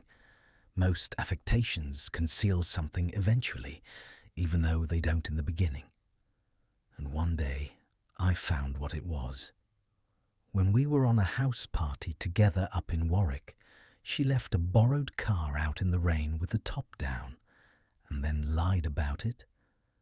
And suddenly, I remembered the story about her that had eluded me that night at Daisy's.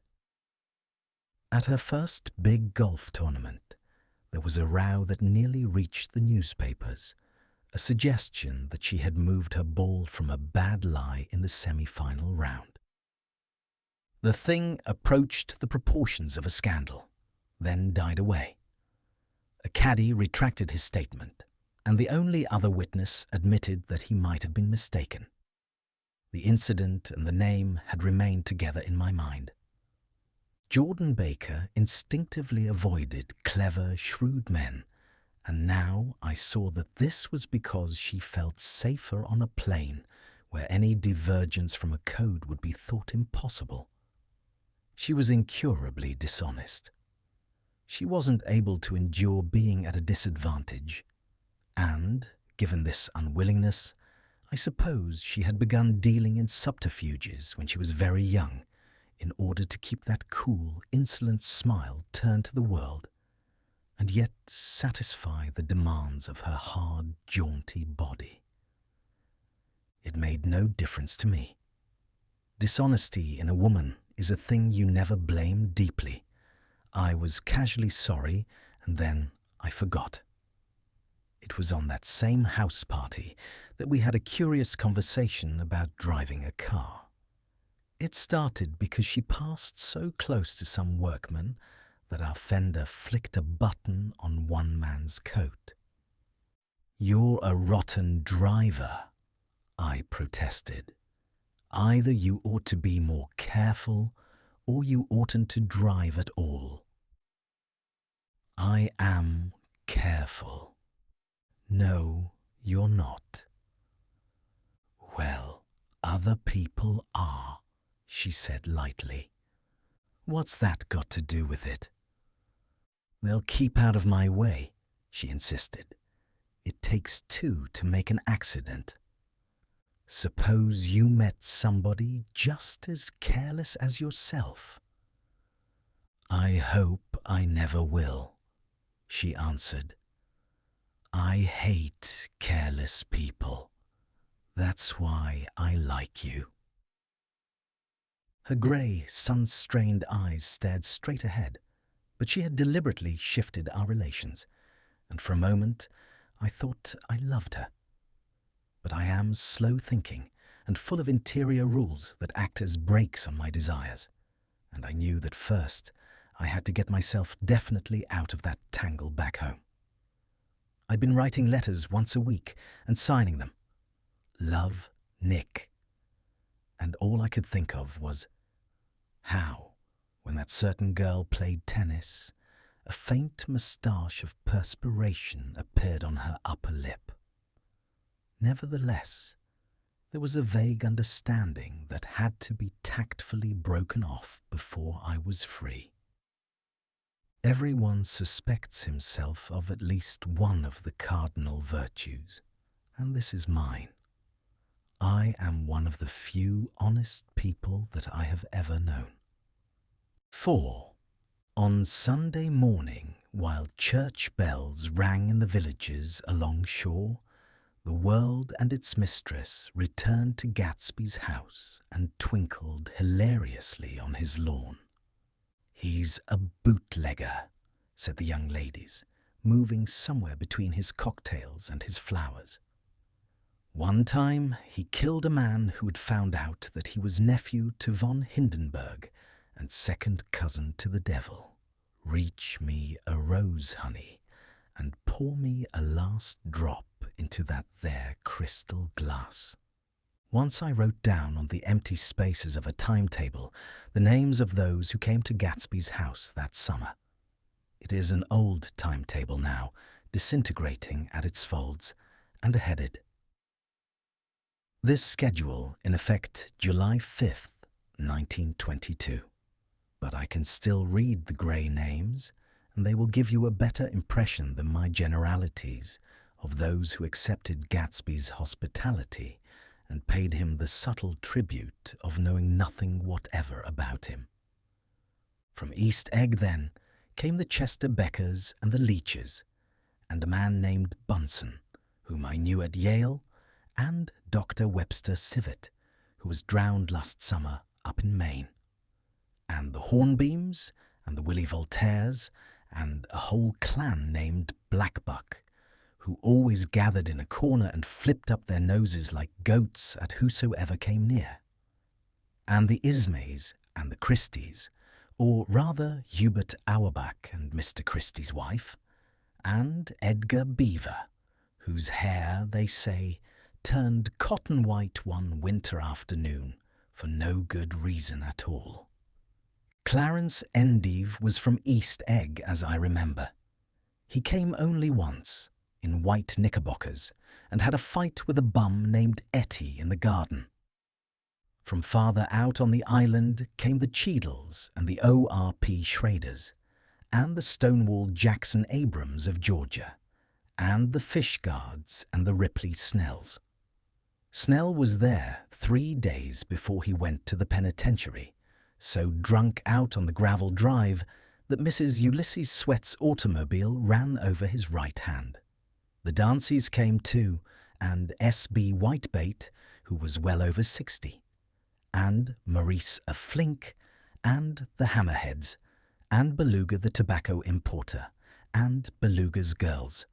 From West Egg came the Poles, and the Mulreadys, and Cecil Roebuck, and Cecil Shoon, and Gulick, the state senator, and Newton Orchid, who controlled films par excellence, and Eckhoust and Clyde Cohen, and Don S. Schwartz, the son, and Arthur McCarty, all connected with the movies in one way or another. And the Catlips and the Bembergs and G. Earl Muldoon, brother to that Muldoon who afterward strangled his wife. Da Fontano, the promoter, came there, and Ed Legros and James B. Rotgut, Ferret and the De Jongs, and Ernest Lilly. They came to gamble, and when Ferret wandered into the garden, it meant he was cleaned out, and Associated Traction would have to fluctuate profitably next day. A man named Klipspringer was there so often that he became known as the Boarder. I doubt if he had any other home. Of theatrical people, there were Gus Ways and Horace O'Donovan and Lester Meyer and George Duckweed and Francis Bull. Also from New York were the Cromes and the Backhissons and the Denekers and Russell Betty and the Corrigans and the Kellehers and the Dewars and the Scullys and S.W. Belcher and the Smirks and the young Quinns, divorced now, and Henry L. Palmetto, who killed himself by jumping in front of a subway train in Times Square. Benny McClenahan arrived always with 4 girls.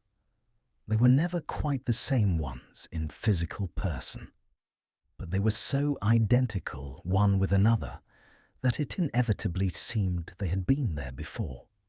I have forgotten their names. Jacqueline, I think, or else Consuela, or Gloria, or Judy, or June. And their last names were either the melodious names of flowers and months, or the sterner ones of the great American capitalists whose cousins, if pressed, they would confess themselves to be. In addition to all these, I can remember that Faustina O'Brien came there at least once, and the Baedeker girls and young Brewer, who had his nose shot off in the war, and Mr. Albrucksberger, and Miss Haag, his fiancée, and Ardita Fitzpeters, and Mr. P. Jewett, once head of the American Legion, and Miss Claudia Hipp, with a man reputed to be her chauffeur, and a prince of something, whom we called Duke, and whose name, if I ever knew it, I have forgotten. All these people came to Gatsby's house in the summer. At 9 o'clock one morning late in July, Gatsby's gorgeous car lurched up the rocky drive to my door and gave out a burst of melody from its 3-noted horn. It was the first time he had called on me, though I had gone to 2 of his parties, mounted in his hydroplane, and, at his urgent invitation, made frequent use of his beach. "Good morning, old sport. You're having lunch with me today, and I thought we'd ride up together." He was balancing himself on the dashboard of his car with that resourcefulness of movement that is so peculiarly American. That comes, I suppose, with the absence of lifting work in youth, and, even more, with the formless grace of our nervous, sporadic games. This quality was continually breaking through his punctilious manner in the shape of restlessness. He was never quite still. There was always a tapping foot somewhere, or the impatient opening and closing of a hand. He saw me looking with admiration at his car. "It's pretty, isn't it, old sport?" He jumped off to give me a better view. "Haven't you ever seen it before?" I'd seen it. Everybody had seen it. It was a rich cream colour, bright with nickel, swollen here and there in its monstrous length, with triumphant hat boxes and supper boxes and tool boxes, and terraced with a labyrinth of windshields that mirrored a dozen suns. Sitting down behind many layers of glass in a sort of green leather conservatory, we started to town. I had talked with him perhaps half a dozen times in the past month, and found, to my disappointment, that he had little to say. So my first impression that he was a person of some undefined consequence had gradually faded, and he had become simply the proprietor of an elaborate roadhouse next door. And then came that disconcerting ride. We hadn't reached West Egg Village before Gatsby began leaving his elegant sentences unfinished and slapping himself indecisively on the knee of his caramel-coloured suit. "Look here, old sport," he broke out surprisingly. "What's your opinion of me, anyhow?" A little overwhelmed, I began the generalized evasions which that question deserves. "Well, I'm going to tell you something about my life," he interrupted. "I don't want you to get a wrong idea of me from all these stories you hear." So he was aware of the bizarre accusations that flavored conversation in his halls. "I'll tell you God's truth." His right hand suddenly ordered divine retribution to stand by. "I am the son of some wealthy people in the Middle West, all dead now. I was brought up in America but educated at Oxford, because all my ancestors have been educated there for many years. It is a family tradition." He looked at me sideways, and I knew why Jordan Baker had believed he was lying. He hurried the phrase, "educated at Oxford," or swallowed it, or choked on it, as though it had bothered him before. And with this doubt, his whole statement fell to pieces, and I wondered if there wasn't something a little sinister about him, after all. "What part of the Middle West?"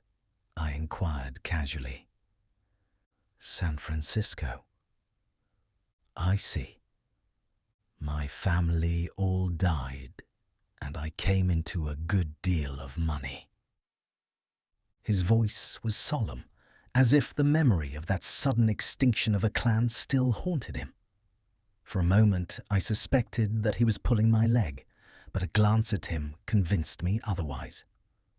After that, I lived like a young Raja in all the capitals of Europe, Paris, Venice, Rome, collecting jewels, chiefly rubies, hunting big game, painting a little, things for myself only, and trying to forget something very sad that had happened to me long ago. With an effort, I managed to restrain my incredulous laughter. The very phrases were worn so threadbare that they evoked no image except that of a turbaned character leaking sawdust at every pore as he pursued a tiger through the Bois de Boulogne. Then came the war, old sport. It was a great relief, and I tried very hard to die, but I seemed to bear an enchanted life. I accepted a commission as first lieutenant when it began. In the Argonne forest, I took the remains of my machine gun battalion so far forward that there was a half-mile gap on either side of us where the infantry couldn't advance. We stayed there 2 days and 2 nights, 130 men with 16 Lewis guns, and when the infantry came up at last, they found the insignia of 3 German divisions among the piles of dead. I was promoted to be a major, and every Allied government gave me a decoration, even Montenegro, little Montenegro down on the Adriatic Sea. Little Montenegro. He lifted up the words and nodded at them with his smile. The smile comprehended Montenegro's troubled history and sympathized with the brave struggles of the Montenegrin people. It appreciated fully the chain of national circumstances which had elicited this tribute from Montenegro's warm little heart. My incredulity was submerged in fascination now. It was like skimming hastily through a dozen magazines. He reached in his pocket and a piece of metal slung on a ribbon fell into my palm. That's the one from Montenegro. To my astonishment, the thing had an authentic look. Orderi di Danilo, ran the circular legend. Montenegro, Nicholas Rex. Turn it. Major J. Gatsby, I read, for valor extraordinary.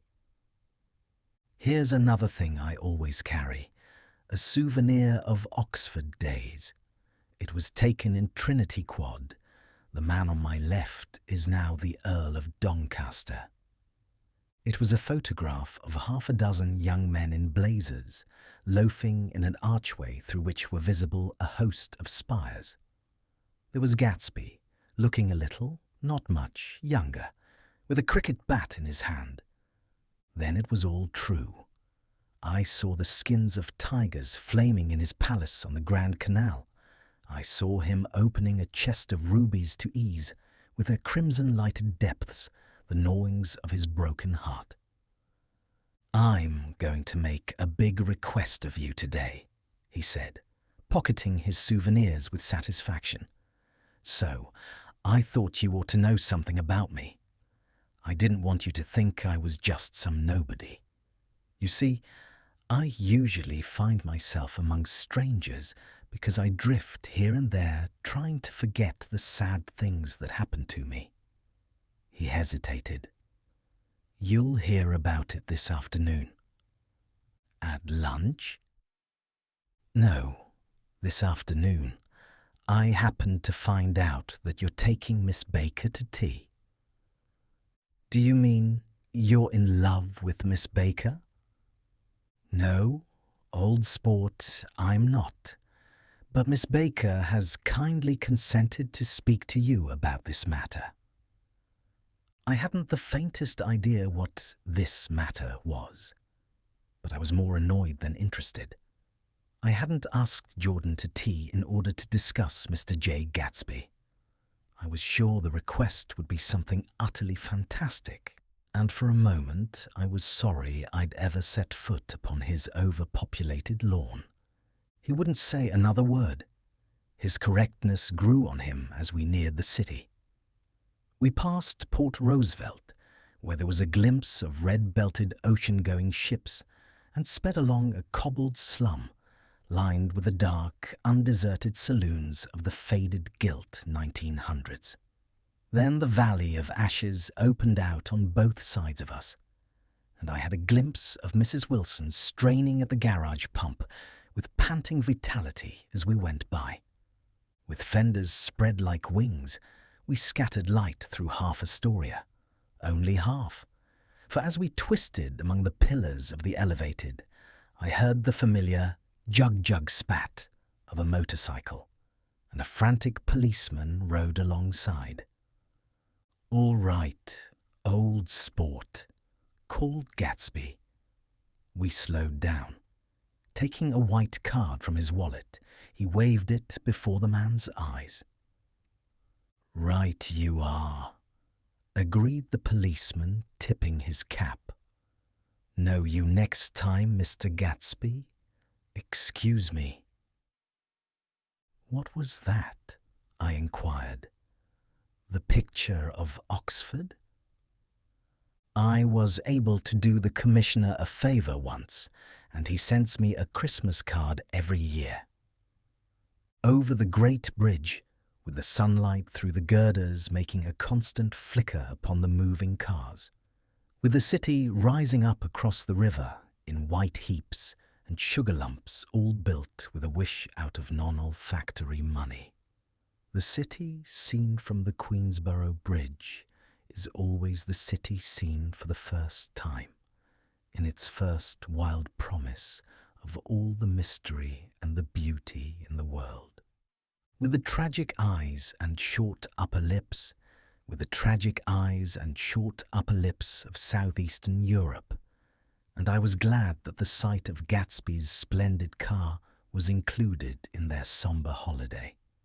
As we crossed Blackwell's Island, a limousine passed us, driven by a white chauffeur, in which sat 3 modish Negroes, 2 bucks and a girl. I laughed aloud as the yolks of their eyeballs rolled toward us in haughty rivalry. Anything can happen now that we have slid over this bridge, I thought. Anything at all. Even Gatsby could happen without any particular wonder. Roaring noon. In a well-fanned 42nd Street cellar, I met Gatsby for lunch. Blinking away the brightness of the street outside, my eyes picked him out obscurely in the anteroom, talking to another man. "Mr. Carraway, this is my friend Mr. Wolfsheim." A small, flat-nosed Jew raised his large head and regarded me with 2 fine growths of hair, which luxuriated in either nostril. After a moment, I discovered his tiny eyes in the half-darkness. "So I took one look at him," said Mr. Wolfsheim, shaking my hand earnestly. "And what do you think I did?" "What?" I inquired politely. But evidently he was not addressing me, for he dropped my hand and covered Gatsby with his expressive nose. I handed the money to Catspaw, and I said, "All right, Catspaw, don't pay him a penny till he shuts his mouth." He shut it then and there.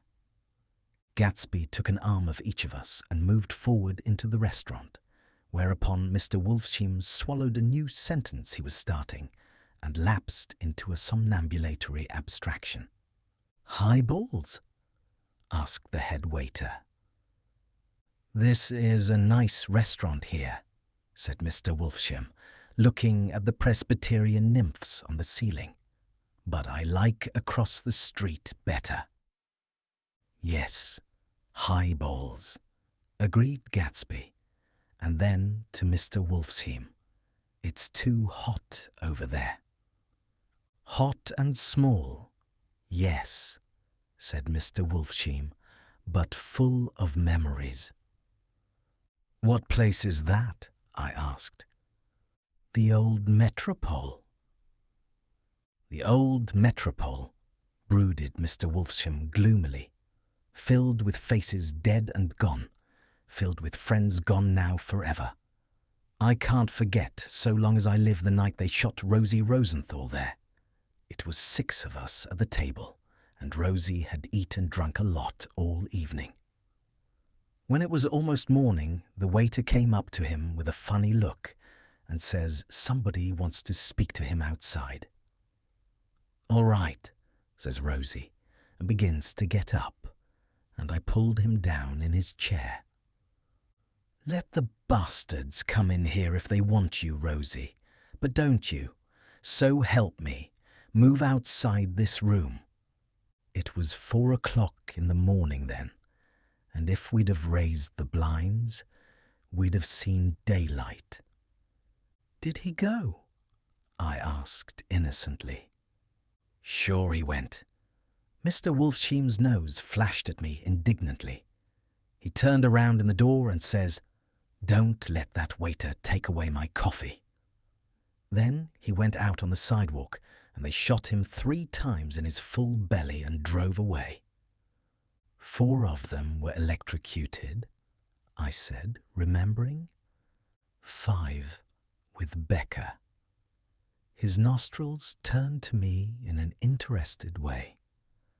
"I understand you're looking for a business connection." The juxtaposition of these 2 remarks was startling. Gatsby answered for me. "Oh no," he exclaimed, "this isn't the man." "No?" Mr. Wolfsheim seemed disappointed. "This is just a friend. I told you we'd talk about that some other time." "I beg your pardon," said Mr. Wolfsheim. "I had a wrong man." A succulent hash arrived, and Mr. Wolfsham, forgetting the more sentimental atmosphere of the old metropole, began to eat with ferocious delicacy.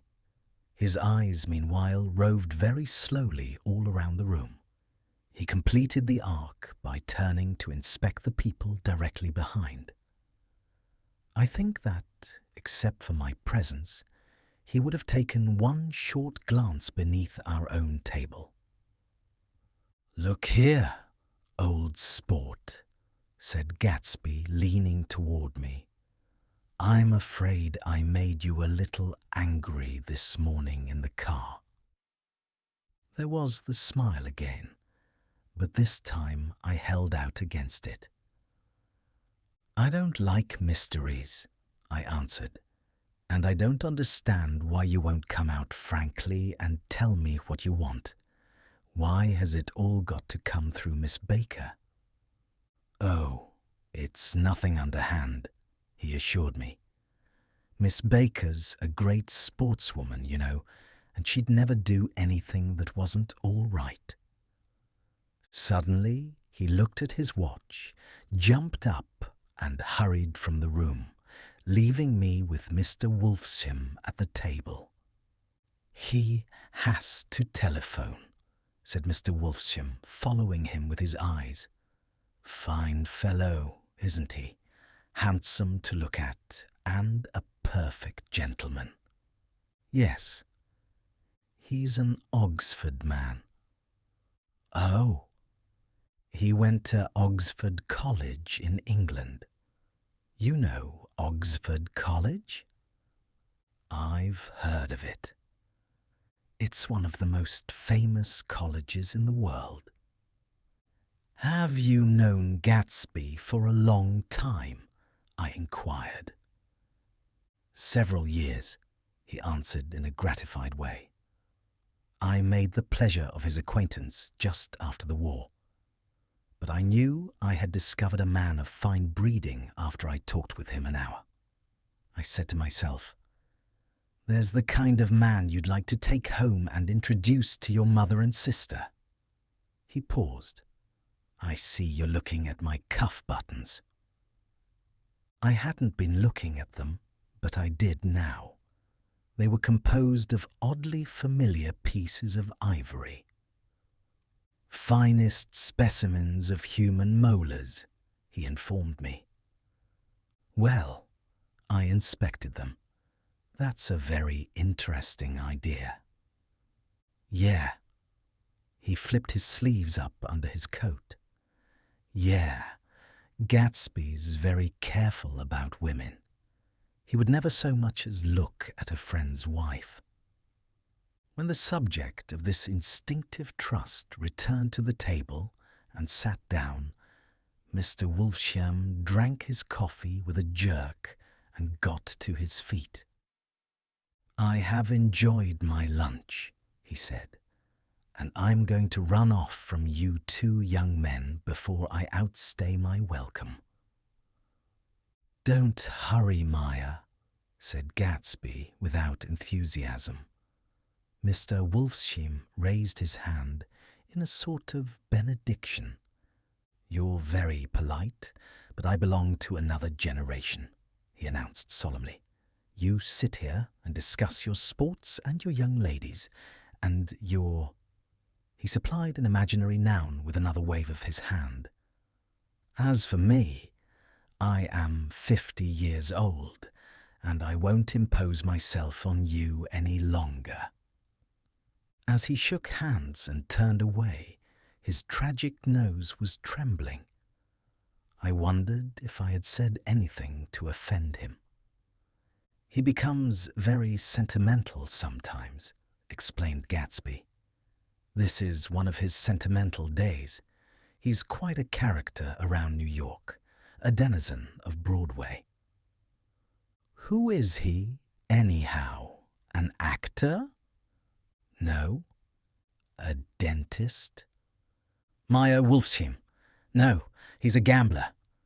Gatsby hesitated, then added coolly, "He's the man who fixed the World Series back in 1919. "Fixed the World Series?" I repeated. The idea staggered me. I remembered, of course, that the World Series had been fixed in 1919, but if I had thought of it at all, I would have thought of it as a thing that merely happened, the end of some inevitable chain. It never occurred to me that one man could start to play with the faith of 50 million people, with the single-mindedness of a burglar blowing a safe. How did he happen to do that? I asked after a minute. He just saw the opportunity. Why isn't he in jail? They can't get him, old sport. He's a smart man. I insisted on paying the check. As the waiter brought my change, I caught sight of Tom Buchanan across the crowded room. "Come along with me for a minute," I said. "I've got to say hello to someone." When he saw us, Tom jumped up and took half a dozen steps in our direction. "Where have you been?" he demanded eagerly. "Daisy's furious because you haven't called up." "This is Mr. Gatsby, Mr. Buchanan." They shook hands briefly, and a strained, unfamiliar look of embarrassment came over Gatsby's face. "How have you been, anyhow?" demanded Tom of me. "How do you happen to come up this far to eat?" "I've been having lunch with Mr. Gatsby." I turned toward Mr. Gatsby, but he was no longer there. One October day in 1917, said Jordan Baker that afternoon, sitting up very straight on a straight chair in the tea garden at the Plaza Hotel. I was walking along from one place to another, half on the sidewalks and half on the lawns. I was happier on the lawns because I had on shoes from England with rubber knobs on the soles that bit into the soft ground. I had on a new plaid skirt also that blew a little in the wind, and whenever this happened, the red, white and blue banners in front of all the houses stretched out stiff and said "tut, tut, tut, tut" in a disapproving way. The largest of the banners and the largest of the lawns belonged to Daisy Fay's house. She was just 18, 2 years older than me, and by far the most popular of all the young girls in Louisville. She dressed in white and had a little white roadster, and all day long the telephone rang in her house, and excited young officers from Camp Taylor demanded the privilege of monopolizing her that night. Anyways, for an hour.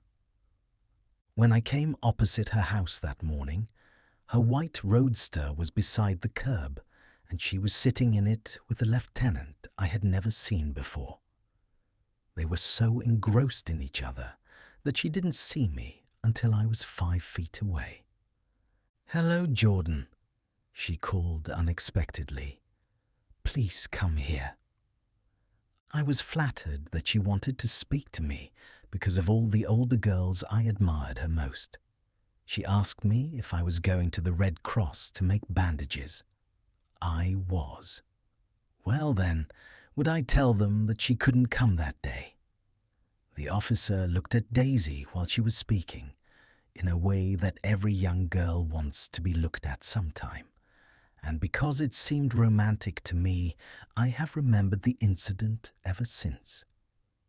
His name was J. Gatsby, and I didn't lay eyes on him again for over 4 years.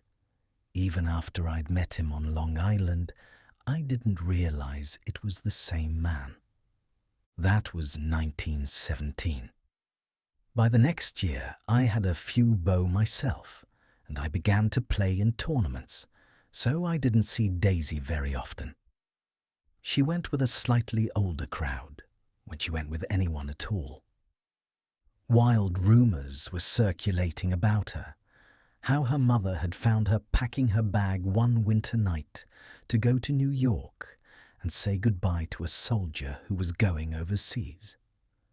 She was effectually prevented, but she wasn't on speaking terms with her family for several weeks.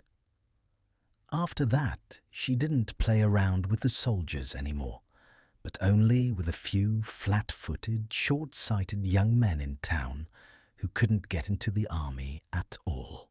Of Chicago, with more pomp, and of Chicago, with more pomp and circumstance than Louisville ever knew before.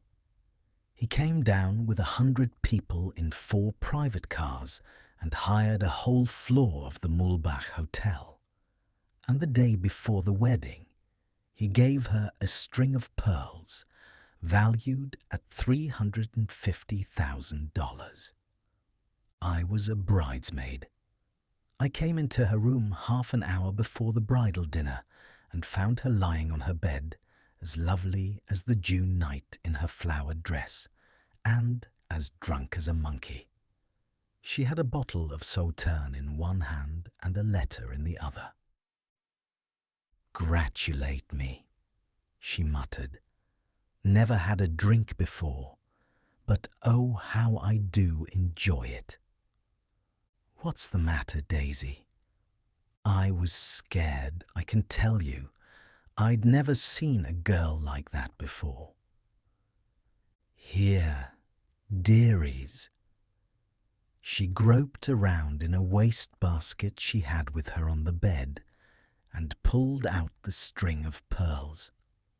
"Take 'em downstairs and give 'em back to whoever they belong to.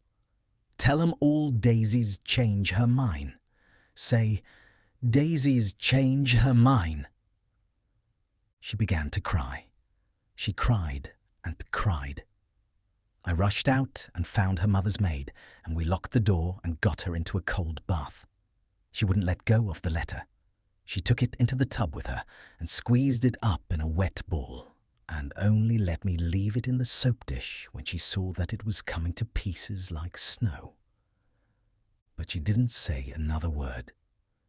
We gave her spirits of ammonia and put ice on her forehead and hooked her back into her dress, and half an hour later, when we walked out of the room, the pearls were around her neck, and the incident was over.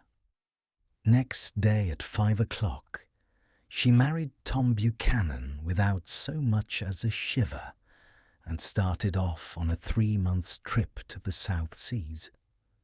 I saw them in Santa Barbara when they came back, and I thought I'd never seen a girl so mad about her husband. If he left the room for a minute, she'd look around uneasily and say, "Where's Tom gone?" and wear the most abstracted expression until she saw him coming in the door. She used to sit on the sand with his head in her lap by the hour, rubbing her fingers over his eyes and looking at him with unfathomable delight. It was touching to see them together. It made you laugh in a hushed, fascinated way. That was in August. A week after I left Santa Barbara, Tom ran into a wagon on the Ventura Road one night and ripped a front wheel off his car. The girl who was with him got into the papers too, because her arm was broken. She was one of the chambermaids in the Santa Barbara Hotel.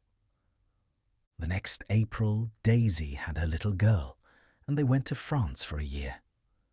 I saw them one spring in Cannes, and later in Deauville, and then they came back to Chicago to settle down. Daisy was popular in Chicago, as you know. They moved with a fast crowd, all of them young and rich and wild, but she came out with an absolutely perfect reputation. Perhaps because she doesn't drink. It's a great advantage not to drink among hard-drinking people. You can hold your tongue, and, moreover, you can time any little irregularity of your own, so that everybody else is so blind that they don't see or care. Perhaps Daisy never went in for amour at all, and yet there's something in that voice of hers. Well, about 6 weeks ago, she heard the name Gatsby for the first time in years. It was when I asked you, do you remember, if you knew Gatsby in West Egg. After you had gone home, she came into my room and woke me up and said, "What Gatsby?" And when I described him, I was half asleep. She said in the strangest voice that it must be the man she used to know. It wasn't until then that I connected this Gatsby with the officer in her white car. When Jordan Baker had finished telling all this, we had left the plaza for half an hour and were driving in a Victoria through Central Park. The sun had gone down behind the tall apartments of the movie stars in the West 50s, and the clear voices of children, already gathered like crickets on the grass, rose through the hot twilight. I'm the Sheikh of Araby. Your love belongs to me. At night, when you're asleep, into your tent I'll creep. It was a strange coincidence, I said, but it wasn't a coincidence at all. Why not? Gatsby bought that house so that Daisy would be just across the bay. Then it had not been merely the stars to which he had aspired on that June night. He came alive to me, delivered suddenly from the womb of his purposeless splendor.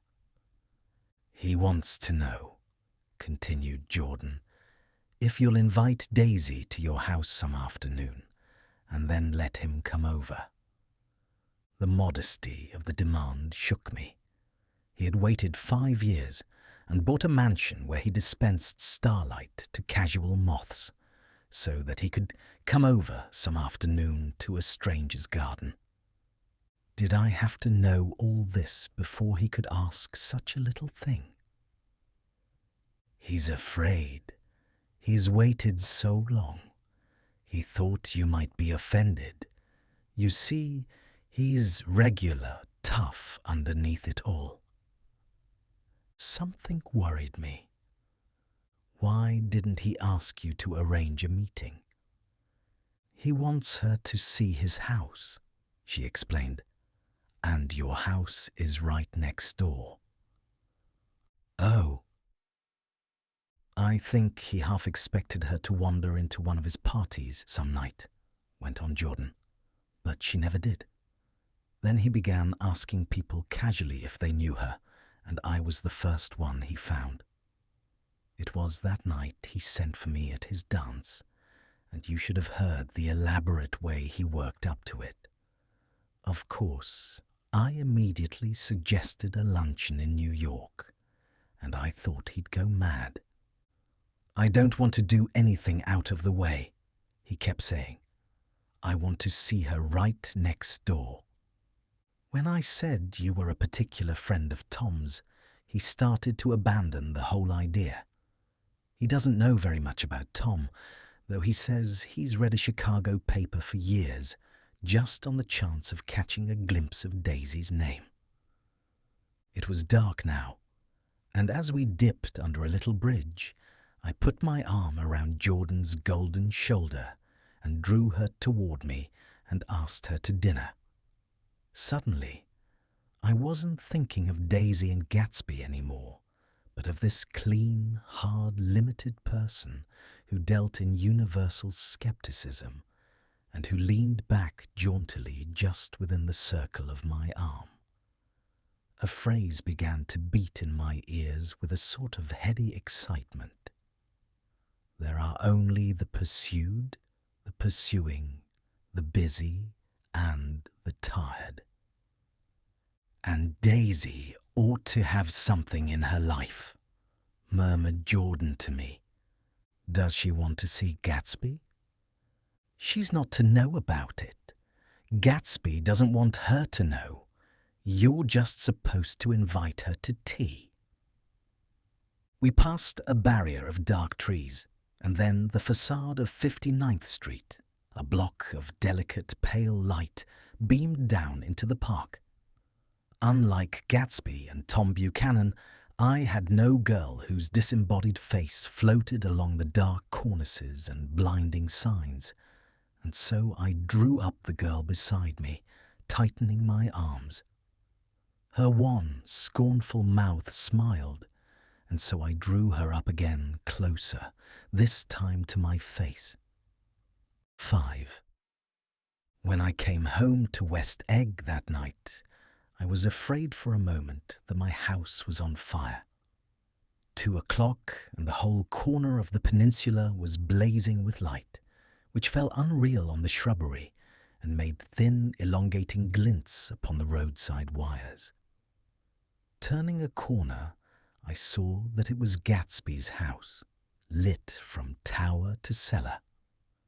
At first, I thought it was another party, a wild rout that had resolved itself into hide-and-go-seek or sardines in the box, with all the house thrown open to the game. But there wasn't a sound, only wind in the trees, which blew the wires and made the lights go off and on again, as if the house had winked into the darkness. As my taxi groaned away, I saw Gatsby walking toward me across his lawn. "Your place looks like the World's Fair," I said. "Does it?" He turned his eyes toward it absently. "I have been glancing into some of the rooms. Let's go to Coney Island, Old Sport, in my car." "It's too late." "Well, suppose we take a plunge in the swimming pool. I haven't made use of it all summer." "I've got to go to bed." "All right." He waited, looking at me with suppressed eagerness. "I talked with Miss Baker," I said after a moment. "I'm going to call up Daisy tomorrow and invite her over here to tea." "Oh, that's all right," he said carelessly. "I don't want to put you to any trouble." "What day would suit you?" "What day would suit you?" He corrected me quickly. "I don't want to put you to any trouble, you see." "How about the day after tomorrow?" He considered for a moment. Then, with reluctance, "I want to get the grass cut," he said. We both looked down at the grass. There was a sharp line where my ragged lawn ended, and the darker, well-kept expanse of his began. I suspected that he meant my grass. "There's another little thing," he said uncertainly, and hesitated. "Would you rather put it off for a few days?" I asked. "Oh, it isn't about that. At least—" He fumbled with a series of beginnings. "Why, I thought... Why, look here, old sport, you don't make much money, do you?" "Not very much." This seemed to reassure him, and he continued more confidently. "I thought you didn't, if you'll pardon my... You see, I carry on a little business on the side, a sort of sideline, you understand. And I thought that if you don't make very much, you're selling bonds, aren't you, old sport?"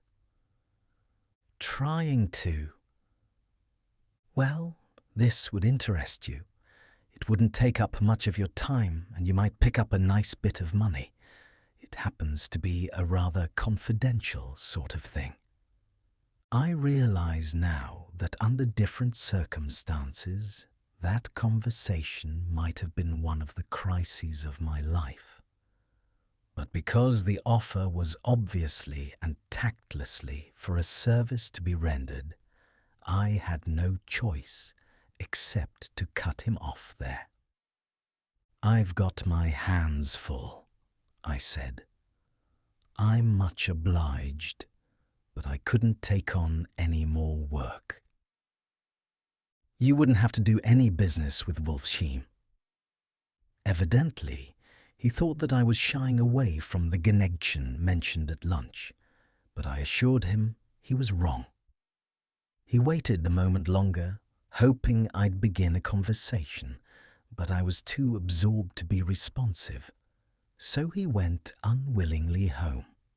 The evening had made me light-headed and happy. I think I walked into a deep sleep as I entered my front door.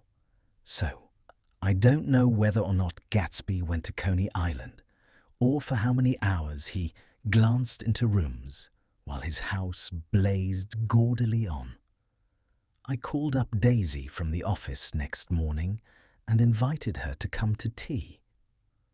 "Don't bring Tom," I warned her. "What?" "Don't bring Tom."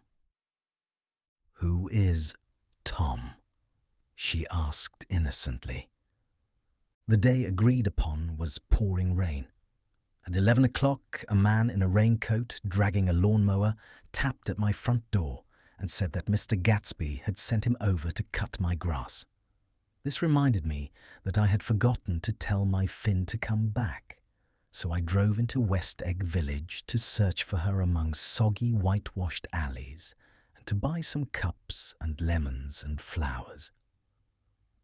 The flowers were unnecessary, for at 2 o'clock a greenhouse arrived from Gatsby's with innumerable receptacles to contain it.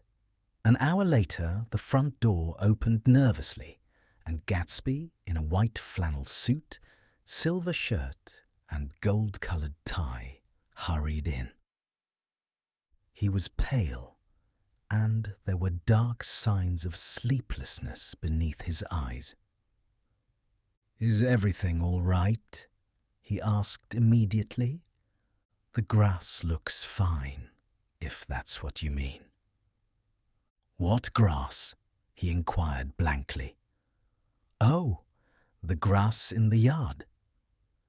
He looked out the window at it, but judging from his expression, I don't believe he saw a thing. "Looks very good," he remarked vaguely.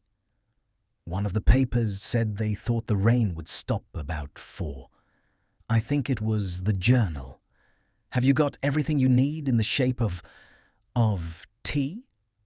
I took him into the pantry, where he looked a little reproachfully at the Finn. Together we scrutinized the 12 lemon cakes from the delicatessen shop. "Will they do?" I asked. Of course. They're fine." And he added hollowly, "Old sport." The rain cooled about 3:30 to a damp mist, through which occasional thin drops swam like dew. Gatsby looked with vacant eyes through a copy of Clay's Economics, starting at the finished tread that shook the kitchen floor, and peering towards the bleared windows from time to time, as if a series of invisible but alarming happenings were taking place outside. Finally, he got up and informed me, in an uncertain voice, that he was going home. "Why is that?" "Nobody's coming to tea. It's too late." He looked at his watch as if there was some pressing demand on his time elsewhere. "I can't wait all day." "Don't be silly. It's just 2 minutes to 4. He sat down miserably, as if I had pushed him, and simultaneously there was the sound of a motor turning into my lane. We both jumped up, and, a little harrowed myself, I went out into the yard. Under the dripping bare lilac trees, a large open car was coming up the drive. It stopped. Daisy's face, tipped sideways beneath a 3-cornered lavender hat, looked out at me with a bright, ecstatic smile. "Is this absolutely where you live, my dearest one?"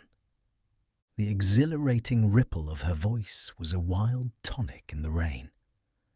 I had to follow the sound of it for a moment, up and down, with my ear alone, before any words came through. A damp streak of hair lay like a dash of blue paint across her cheek, and her hand was wet with glistening drops as I took it to help her from the car. "Are you in love with me?" she said low in my ear. "Or why did I have to come alone?" That's the secret of Castle Rackrent. Tell your chauffeur to go far away and spend an hour. Come back in an hour, Ferdy. Then, in a grave murmur, his name is Ferdy. Does the gasoline affect his nose? I don't think so, she said innocently. Why? We went in. To my overwhelming surprise, the living room was deserted. "Well, that's funny," I exclaimed. "What's funny?" She turned her head as there was a light, dignified knocking at the front door. I went out and opened it. Gatsby, pale as death, with his hands plunged like weights in his coat pockets, was standing in a puddle of water, glaring tragically into my eyes. With his hands still in his coat pockets, he stalked by me into the hall, turned sharply as if he were on a wire, and disappeared into the living room. It wasn't a bit funny. Aware of the loud beating of my own heart, I pulled the door to against the increasing rain. For half a minute, there wasn't a sound. Then, from the living room, I heard a sort of choking murmur and part of a laugh, followed by Daisy's voice on a clear artificial note. "I certainly am awfully glad to see you again." A pause. It endured horribly. I had nothing to do in the hall, so I went into the room. Gatsby, his hands still in his pockets, was reclining against the mantelpiece in a strained counterfeit of perfect ease, even of boredom. His head leaned back so far that it rested against the face of a defunct mantelpiece clock, and from this position his distraught eyes stared down at Daisy, who was sitting, frightened but graceful, on the edge of a stiff chair. "We've met before," muttered Gatsby. His eyes glanced momentarily at me, and his lips parted with an abortive attempt at a laugh. Luckily, the clock took this moment to tilt dangerously at the pressure of his head, whereupon he turned and caught it with trembling fingers and set it back in place. Then he sat down, rigidly, his elbow on the arm of the sofa and his chin in his hand. "I'm sorry about the clock," he said. My own face had now assumed a deep tropical burn. I couldn't muster up a single commonplace out of the 1,000 in my head. "It's an old clock," I told them idiotically. I think we all believed for a moment that it had smashed in pieces on the floor. "We haven't met for many years," said Daisy, her voice as matter-of-fact as it could ever be. 5 years next November. The automatic quality of Gatsby's answer set us all back at least another minute. I had them both on their feet with the desperate suggestion that they help me make tea in the kitchen when the demoniac Finn brought it in on a tray. And I talked, looked conscientiously from, and I talked, looked conscientiously from one to the other of us with tense, unhappy eyes. However, as calmness wasn't an end in itself, I made an excuse at the first possible moment and got to my feet. "Where are you going?" demanded Gatsby in immediate alarm. "I'll be back." I've got to speak to you about something before you go." He followed me wildly into the kitchen, closed the door, and whispered, "Oh, God," in a miserable way. "What's the matter?" "This is a terrible mistake," he said, shaking his head from side to side. "A terrible, terrible mistake. You're just embarrassed, that's all. And luckily," I added, "Daisy's embarrassed too." "She's embarrassed," he repeated incredulously. "Just as much as you are." "Don't talk so loud." "You're acting like a little boy," I broke out impatiently. "Not only that, but you're rude. Daisy's sitting in there all alone." He raised his hand to stop my words, looked at me with unforgettable reproach, and, opening the door cautiously, went back into the other room. I walked out the back way, just as Gatsby had when he had made his nervous circuit of the house half an hour before, and ran for a huge black knotted tree whose massed leaves made a fabric against the rain. Once more it was pouring, and my irregular lawn, well shaved by Gatsby's gardener, abounded in small muddy swamps and prehistoric marshes. There was nothing to look at from under the tree except Gatsby's enormous house, so I stared at it like Kant at his church steeple for half an hour. A brewer had built it early in the period craze, a decade before, and there was a story that he'd agreed to pay 5 years' taxes on all the neighbouring cottages if the owners would have their roofs thatched with straw. Perhaps their refusal took the heart out of his plan to found a family. He went into an immediate decline. His children sold his house with the black wreath still on the door. Americans, while willing, even eager to be serfs, have always been obstinate about being peasantry. After half an hour, the sun shone again, and the grocer's automobile rounded Gatsby's drive with the raw material for his servants' dinner. I felt sure he wouldn't eat a spoonful. A maid began opening the upper windows of his house, appeared momentarily in each, and, leaning from the large central bay, spat meditatively into the garden. It was time I went back.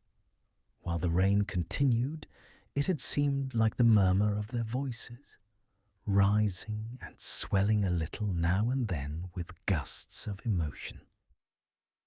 But in the new silence, I felt that silence had fallen within the house too. I went in, after making every possible noise in the kitchen, short of pushing over the stove. But I don't believe they heard a sound. They were sitting at either end of the couch, looking at each other as if some question had been asked or was in the air, and every vestige of embarrassment was gone. Daisy's face was smeared with tears, and when I came in, she jumped up and began wiping at it with her handkerchief before a mirror. But there was a change in Gatsby that was simply confounding. He literally glowed. Without a word or a gesture of exultation, a new well-being radiated from him and filled the little room. "Oh, hello, old sport," he said, as if he hadn't seen me for years. I thought for a moment he was going to shake hands. "It stopped raining." "Has it?" When he realized what I was talking about, that there were twinkle bells of sunshine in the room, he smiled like a weatherman, like an ecstatic patron of recurrent light, and repeated the news to Daisy. "What do you think of that? It stopped raining." "I'm glad," J.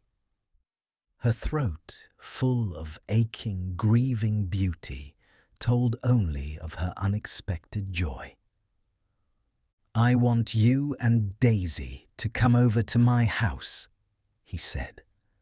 "I'd like to show her around." "You're sure you want me to come?"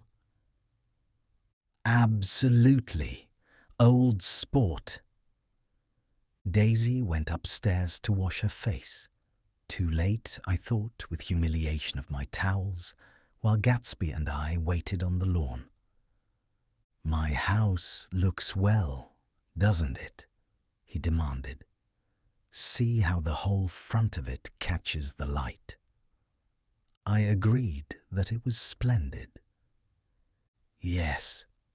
His eyes went over it, every arched door and square tower. "It took me just 3 years to earn the money that bought it." "I thought you inherited your money." "I did, old sport," he said automatically, "but I lost most of it in the big panic, the panic of the war." I think he hardly knew what he was saying, for when I asked him what business he was in, he answered, "That's my affair," before he realized that it wasn't an appropriate reply. "Oh, I've been in several things," he corrected himself. "I was in the drug business, and then I was in the oil business, but I'm not in either one now." He looked at me with more attention. "Do you mean you've been thinking over what I proposed the other night?" Before I could answer, Daisy came out of the house, and 2 rows of brass buttons on her dress gleamed in the sunlight. "That huge place there," she cried, pointing. "Do you like it?" "I love it, but I don't see how you live there all alone." "I keep it always full of interesting people, night and day. People who do interesting things. Celebrated people." Instead of taking the shortcut along the Sound, we went down to the road and entered by the big postern. With enchanting murmurs, Daisy admired this aspect or that of the feudal silhouette against the sky, admired the gardens, the sparkling odour of jonquils, and the frothy odour of hawthorn and plum blossoms, and the pale gold odour of Kiss Me at the Gate. It was strange to reach the marble steps and find no stir of bright dresses in and out the door, and hear no sound but bird voices in the trees. And inside, as we wandered through Marie Antoinette music rooms and restoration salons, I felt that there were guests concealed behind every couch and table, under orders to be breathlessly silent until we had passed through. As Gatsby closed the door of the Merton College Library, I could have sworn I heard the owl-eyed man break into ghostly laughter. We went upstairs, through period bedrooms swathed in rose and lavender silk and vivid with new flowers, through dressing rooms and pool rooms, and bathrooms with sunken baths, intruding into one chamber where a dishevelled man in pyjamas was doing liver exercises on the floor. It was Mr. Klipspringer, the boarder. I had seen him wandering hungrily about the beach that morning. Finally, we came to Gatsby's own apartment, a bedroom and a bath and an Adam's study, where we sat down and drank a glass of some chartreuse he took from a cupboard in the wall. He hadn't once ceased looking at Daisy, and I think he revalued everything in his house, according to the measure of response it drew from her well-loved eyes. Sometimes, too, he stared around at his possessions in a dazed way, as though in her actual and astounding presence none of it was any longer real. Once he nearly toppled down a flight of stairs. His bedroom was the simplest room of all, except where the dresser was garnished with a toilet set of pure dull gold. Daisy took the brush with delight and smoothed her hair, whereupon Gatsby sat down and shaded his eyes and began to laugh. "It's the funniest thing. Old sport," he said hilariously. "I can't, when I try to." He had passed visibly through 2 states and was entering upon a third. After his embarrassment and his unreasoning joy, he was consumed with wonder at her presence. He had been full of the idea so long, dreamed it right through to the end, waited with his teeth set, so to speak, at an inconceivable pitch of intensity. Now, in the reaction, he was running down like an overwound clock. Recovering himself in a minute, he opened for us 2 hulking patent cabinets, which held his massed suits and dressing gowns and ties, and his shirts, piled like bricks in stacks a dozen high. "I've got a man in England who buys me clothes. He sends over a selection of things at the beginning of each season, spring and fall." He took out a pile of shirts and began throwing them, one by one, before us, shirts of sheer linen and thick silk and fine flannel, which lost their folds as they fell and covered the table in many-coloured disarray. While we admired, he brought more, and the soft, rich heap mounted higher. Shirts with stripes and scrolls, and plaids in coral and apple green and lavender and faint orange, with monograms of Indian blue. Suddenly, with a strained sound, Daisy bent her head into the shirts and began to cry stormily. "They're such beautiful shirts," she sobbed, her voice muffled in the thick folds. "It makes me sad, because I've never seen such beautiful shirts before." After the house, we were to see the grounds and the swimming pool and the hydroplane and the midsummer flowers.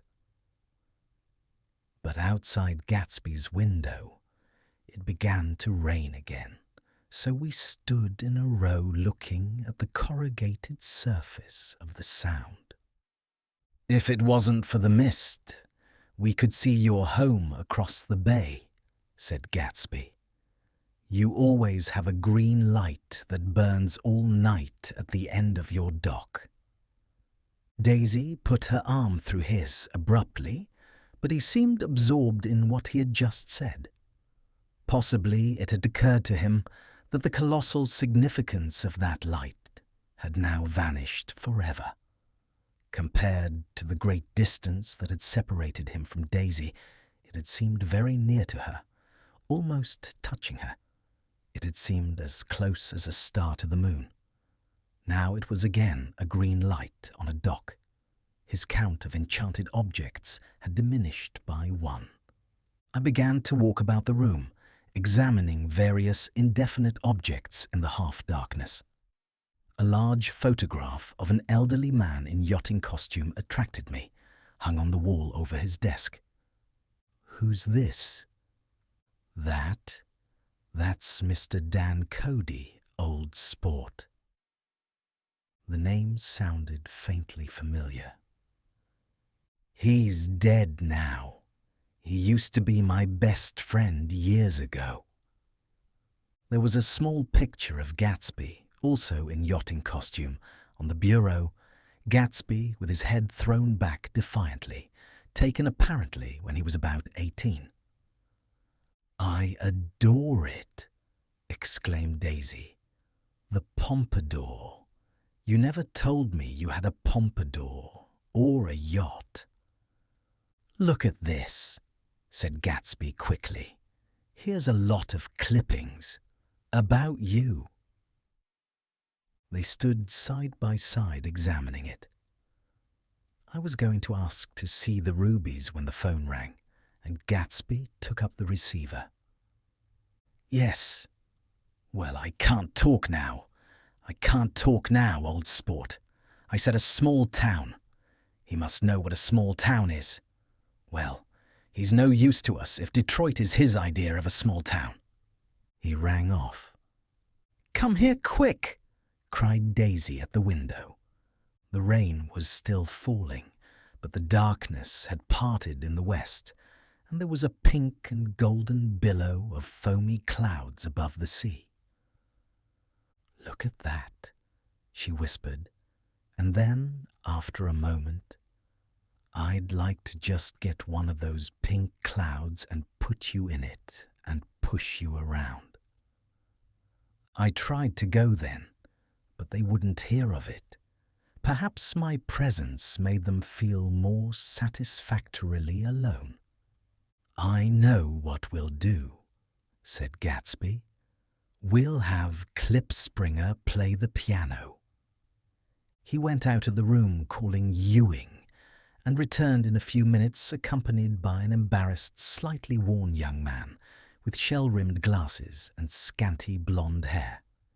He was now decently clothed in a sport shirt, open at the neck, sneakers and duck trousers of a nebulous hue. "Did we interrupt your exercise?" inquired Daisy politely. "I was asleep," cried Mr. Klipspringer in a spasm of embarrassment. "That is, I'd been asleep, then I got up." "Klipspringer plays the piano," said Gatsby, cutting him off. "Don't you, Ewing, old sport?" "I don't play well. I don't hardly play at all. I'm all out of prac." "We'll go downstairs," interrupted Gatsby. He flipped a switch. The grey windows disappeared as the house glowed full of light. In the music room, Gatsby turned on a solitary lamp beside the piano. He lit Daisy's cigarette from a trembling match and sat down with her on a couch far across the room, where there was no light save what the gleaming floor bounced in from the hall. When Klipspringer had played The Love Nest, he turned around on the bench and searched unhappily for Gatsby in the gloom. "I'm all out of practice, you see. I told you I couldn't play. I'm all out of pracs." "Don't talk so much, old sport," commanded Gatsby. "Play. In the morning, in the evening. Ain't we got fun?" Outside, the wind was loud, and there was a faint flow of thunder along the sound. All the lights were going on in West Egg now. The electric trains men carrying were plunging home through the rain from New York. It was the hour of a profound human change, and excitement was generating on the air. One thing's sure, and nothing's surer. The rich get richer, and the poor get children. In the meantime, in between time. As I went over to say goodbye, I saw that the expression of bewilderment had come back into Gatsby's face, as though a faint doubt had occurred to him as to the quality of his present happiness. Almost 5 years. There must have been moments even that afternoon when Daisy tumbled short of his dreams, not through her own fault, but because of the colossal vitality of his illusion. It had gone beyond her, beyond everything. He had thrown himself into it with a creative passion, adding to it all the time, decking it out with every bright feather that drifted his way. No amount of fire or freshness can challenge what a man can store up in his ghostly heart. As I watched him, he adjusted himself a little, visibly. His hand took hold of hers, and as she said something low in his ear, he turned toward her with a rush of emotion. I think that voice held him most, with its fluctuating, feverish warmth, because it couldn't be overdreamed. That voice was a deathless song. They had forgotten me, but Daisy glanced up and held out her hand. Gatsby didn't know me now at all. I looked once more at them, and they looked back at me, remotely, possessed by intense life. Then I went out of the room and down the marble steps into the rain, leaving them there together. 6. About this time, an ambitious young reporter from New York arrived one morning at Gatsby's door and asked him if he had anything to say. "Anything to say about what?" inquired Gatsby politely. "Why, any statement to give out." It transpired after a confused 5 minutes that the man had heard Gatsby's name around his office in a connection which he either wouldn't reveal or didn't fully understand. This was his day off, and with laudable initiative he had hurried out to see. It was a random shot, and yet the reporter's instinct was right. Gatsby's notoriety, spread about by the hundreds who had accepted his hospitality and so become authorities upon his past, had increased all summer until he fell just short of being news. Contemporary legends such as the underground pipeline to Canada attached themselves to him, and there was one persistent story that he didn't live in a house at all, but in a boat that looked like a house and was moved secretly up and down the Long Island shore. Just why these inventions were a source of satisfaction to James Gatz of North Dakota isn't easy to say. James Gatz, that was really, or at least legally, his name. He had changed it at the age of 17, and at the specific moment that witnessed the beginning of his career, when he saw Dan Cody's yacht drop anchor over the most insidious flat on Lake Superior. It was James Gatz who had been loafing along the beach that afternoon in a torn green jersey and a pair of canvas pants. But it was already Jay Gatsby who borrowed a rowboat, pulled out to the Tuolumne, and informed Cody that a wind might catch him and break him up in half an hour. I suppose he'd had the name ready for a long time, even then.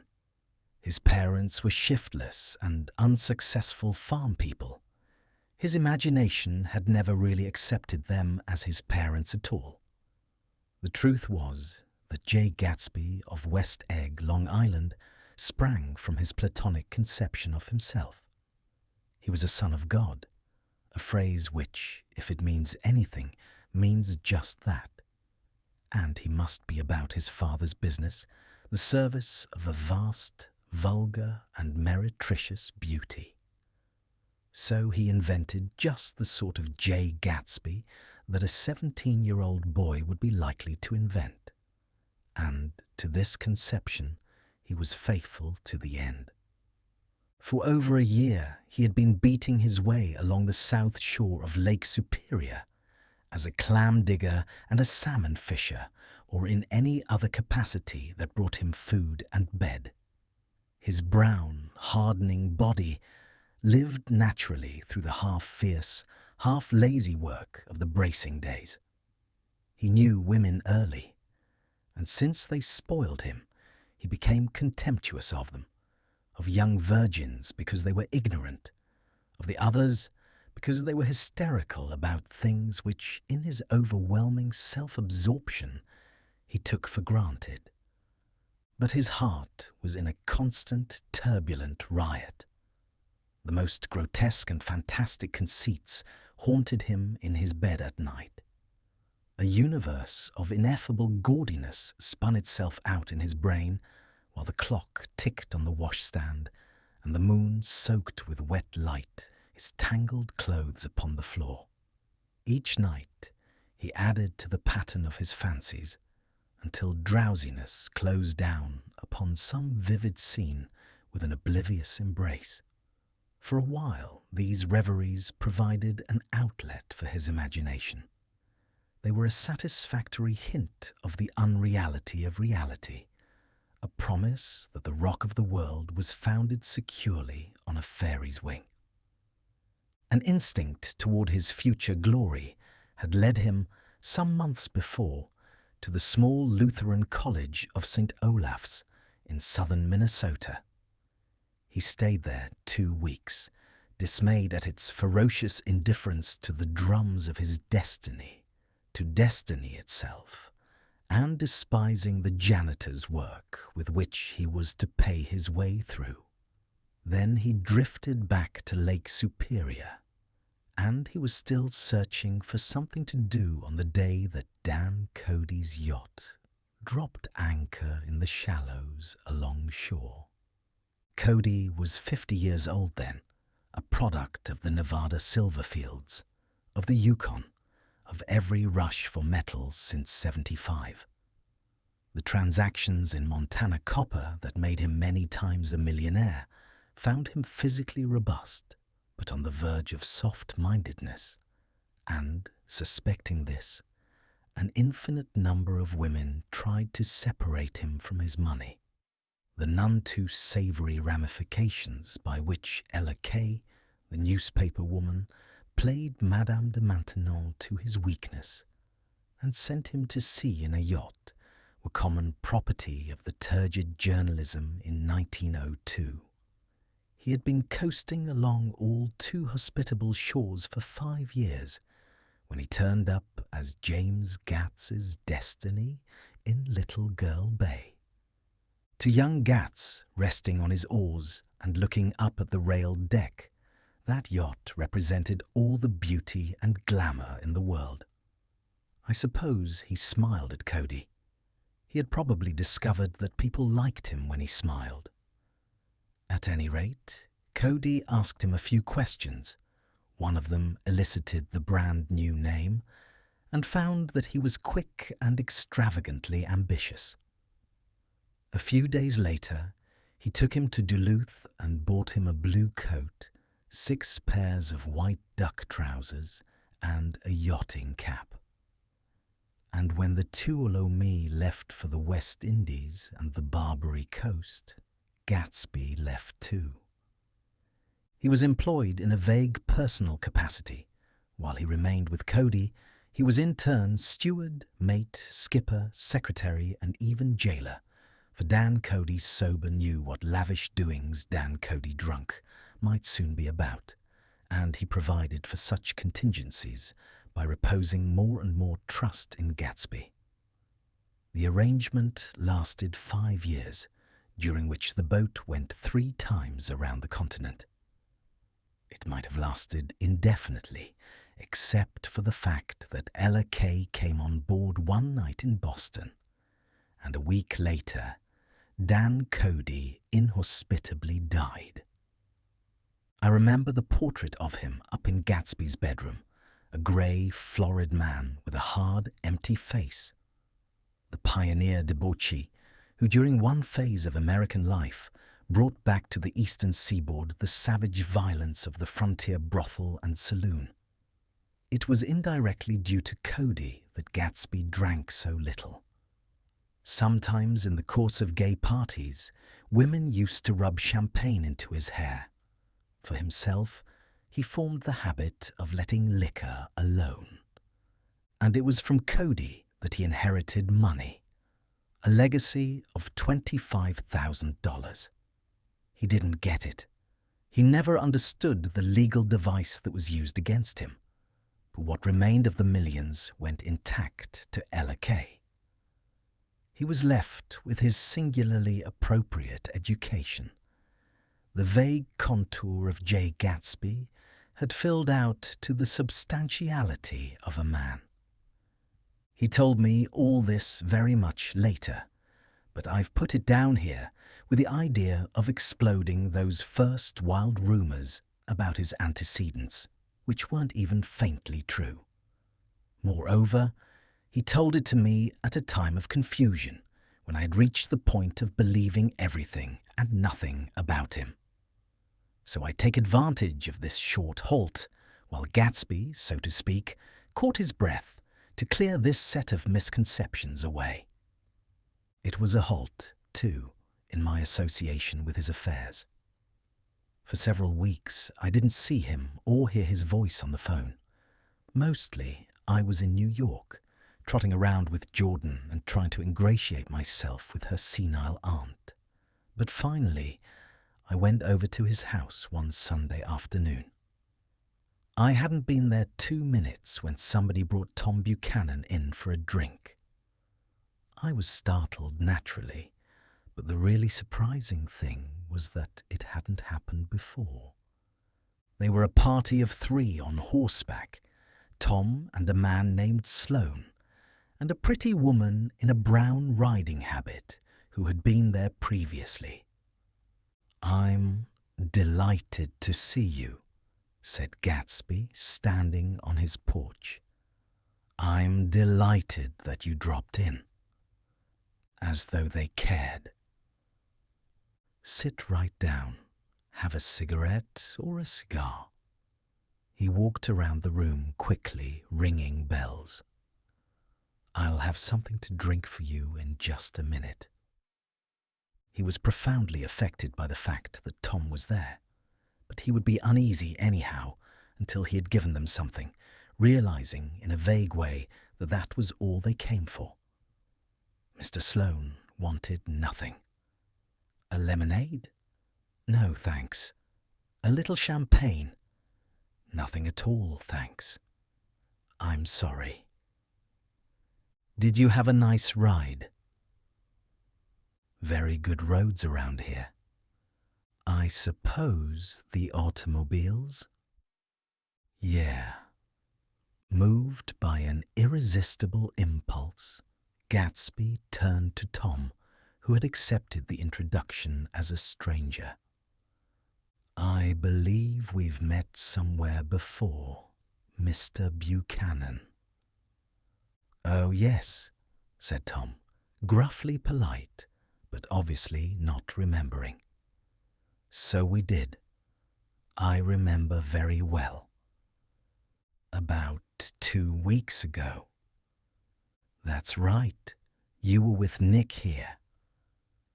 "I know your wife," continued Gatsby almost aggressively. "That's so." Tom turned to me. "You live near here, Nick. Next door." "That's so?" Mr. Sloane didn't enter into the conversation, but lounged back haughtily in his chair. The woman said nothing either, until unexpectedly, after 2 highballs, she became cordial. "We'll all come over to your next party, Mr. Gatsby," she suggested. "What do you say?" "Certainly. I'd be delighted to have you." "Be ver nice," said Mr. Sloane without gratitude. "Well, think ought to be starting home." "Please don't hurry," Gatsby urged them. He had control of himself now, and he wanted to see more of Tom. Why don't you stay for supper? I wouldn't be surprised if some other people dropped in from New York." "You come to supper with me," said the lady enthusiastically. "Both of you." This included me. Mr. Sloane got to his feet. "Come along," he said, but to her only. "I mean it," she insisted. "I'd love to have you. Lots of room." Gatsby looked at me questioningly. He wanted to go, and he didn't see that Mr. Sloane had determined he shouldn't. "I'm afraid I won't be able to," I said. "Well, you come," she urged, concentrating on Gatsby. Mr. Sloane murmured something close to her ear. "We won't be late if we start now," she insisted aloud. "I haven't got a horse," said Gatsby. "I used to ride in the army, but I've never bought a horse. I'll have to follow you in my car. excuse me for just a minute?" The rest of us walked out on the porch, where Sloane and the lady began an impassioned conversation aside. "My God, I believe the man's coming," said Tom. "Doesn't he know she doesn't want him?" "She says she does want him. She has a big dinner party, and he won't know a soul there." He frowned. "I wonder where in the devil he met Daisy. By God, I may be old-fashioned in my ideas, but women run around too much these days to suit me. They meet all kinds of crazy fish." Suddenly, Mr. Sloane and the lady walked down the steps and mounted their horses. "Come on," said Mr. Sloane to Tom. "We're late. We've got to go." And then to me, "Tell him we couldn't wait, will you?" Tom and I shook hands. The rest of us exchanged a cool nod, and they trotted quickly down the drive, disappearing under the August foliage, just as Gatsby, with hat and light overcoat in hand, came out the front door. Tom was evidently perturbed at Daisy's running around alone, for on the following Saturday night he came with her to Gatsby's party. Perhaps his presence gave the evening its peculiar quality of oppressiveness. It stands out in my memory from Gatsby's other parties that summer. There were the same people, or at least the same sort of people, the same profusion of champagne, the same many-coloured, many-keyed commotion. But I felt an unpleasantness in the air, a pervading harshness that hadn't been there before. Or perhaps I had merely grown used to it, grown to accept West Egg as a world complete in itself, with its own standards and its own great figures, second to nothing, because it had no consciousness of being so. And now I was looking at it again, through Daisy's eyes. It is invariably saddening to look through new eyes at things upon which you have expended your own powers of adjustment. They arrived at twilight, and as we strolled out among the sparkling hundreds, Daisy's voice was playing murmurous tricks in her throat.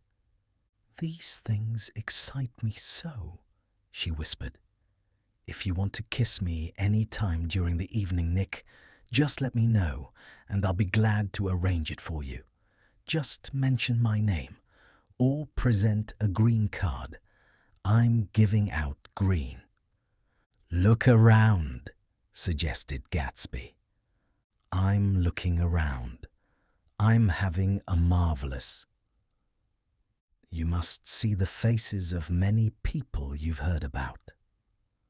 Tom's arrogant eyes roamed the crowd. "We don't go around very much," he said. "In fact, I was just thinking I don't know a soul here." "Perhaps you know that lady." Gatsby indicated a gorgeous, scarcely human orchid of a woman who sat in state under a white plum tree. Tom and Daisy stared with that peculiarly unreal feeling that accompanies the recognition of a hitherto ghostly celebrity of the movies. "She's lovely," said Daisy. "The man bending over her is her director." He took them ceremoniously from group to group. Mrs. Buchanan and Mr. Buchanan. After an instant's hesitation, he added, "The polo player." "Oh no," objected Tom quickly, "not me." But evidently the sound of it pleased Gatsby, for Tom remained the polo player for the rest of the evening. "I've never met so many celebrities," Daisy exclaimed. "I liked that man. What was his name? With the sort of blue nose." Gatsby identified him, adding that he was a small producer. Well, I liked him anyhow. "I'd a little rather not be the polo player," said Tom pleasantly. "I'd rather look at all these famous people in oblivion." Daisy and Gatsby danced. I remember being surprised by his graceful, conservative foxtrot. I had never seen him dance before. Then they sauntered over to my house and sat on the steps for half an hour, while at her request I remained watchfully in the garden. "In case there's a fire or a flood," she explained, "or any act of God." Tom appeared from his oblivion as we were sitting down to supper together. "Do you mind if I eat with some people over here?" he said. "A fellow's getting off some funny stuff." "Go ahead," answered Daisy genially. "And if you want to take down any addresses, here's my little gold pencil." She looked around after a moment and told me the girl was common but pretty, and I knew that, except for the half hour she'd been alone with Gatsby, she wasn't having a good time. We were at a particularly tipsy table. That was my fault. Gatsby had been called to the phone, and I'd enjoyed these same people only 2 weeks before. But what had amused me then turned septic on the air now. "How do you feel, Miss Baedeker?" The girl addressed was trying, unsuccessfully, to slump against my shoulder. At this inquiry, she sat up and opened her eyes. "What?" A massive and lethargic woman who had been urging Daisy to play golf with her at the local club tomorrow spoke in Miss Baedeker's defence. "Oh, she's all right now. When she's had 5 or 6 cocktails, she always starts screaming like that. I tell her she ought to leave it alone." "I do leave it alone," affirmed the accused hollowly. "We heard you yelling, so I said to Doc Civet here, 'There's somebody that needs your help, Doc.'" "She's much obliged, I'm sure," said another friend without gratitude. "But you got her dress all wet when you stuck her head in the pool." "Anything I hate is to get my head stuck in a pool," mumbled Miss Baedeker. "They almost drowned me once over in New Jersey." "Then you ought to leave it alone," countered Dr. Civet. "Speak for yourself," cried Miss Baedeker violently. "Your hand shakes. I wouldn't let you operate on me." It was like that. Almost the last thing I remember was standing with Daisy and watching the moving picture director and his star. They were still under the white plum tree, and their faces were touching except for a pale, thin ray of moonlight between. It occurred to me that he had been very slowly bending toward her all evening to attain this proximity, and even while I watched, I saw him stoop one ultimate degree and kiss at her cheek. "I like her," said Daisy. "I think she's lovely." But the rest offended her, and inarguably because it wasn't a gesture but an emotion. She was appalled by West Egg, this unprecedented place that Broadway had begotten upon a Long Island fishing village. Appalled by its raw vigour that chafed under the old euphemisms, and by the too obtrusive fate that herded its inhabitants along a shortcut from nothing to nothing. She saw something awful in the very simplicity she failed to understand. I sat on the front steps with them while they waited for their car. It was dark here in front. Only the bright doors sent 10 square feet of light volleying out into the soft black morning. Sometimes a shadow moved against a dressing room blind above, gave way to another shadow, an indefinite procession of shadows who rouged and powdered in an invisible glass. "Who is this Gatsby, anyhow?" demanded Tom suddenly. "Some big bootlegger." "Where'd you hear that?" I inquired. "I didn't hear it. I imagined it. A lot of these newly rich people are just big bootleggers, you know." "Not Gatsby," I said shortly. He was silent for a moment. The pebbles of the drive crunched under his feet. Well, he certainly must have strained himself to get this menagerie together. A breeze stirred the grey haze of Daisy's fur collar. "At least they are more interesting than the people we know," she said with an effort. "You didn't look so interested." "Well, I was." Tom laughed and turned to me. "Did you notice Daisy's face when that girl asked her to put her under a cold shower?" Daisy began to sing with the music in a husky, rhythmic whisper, bringing out a meaning in each word that it had never had before and would never have again. When the melody rose, her voice broke up sweetly, following it in a way contralto voices have, and each change tipped out a little of her warm human magic upon the air. "Lots of people come who haven't been invited," she said suddenly. "That girl hadn't been invited. They simply force their way in, and he's too polite to object." "I'd like to know who he is and what he does," insisted Tom. "And I think I'll make a point of finding out."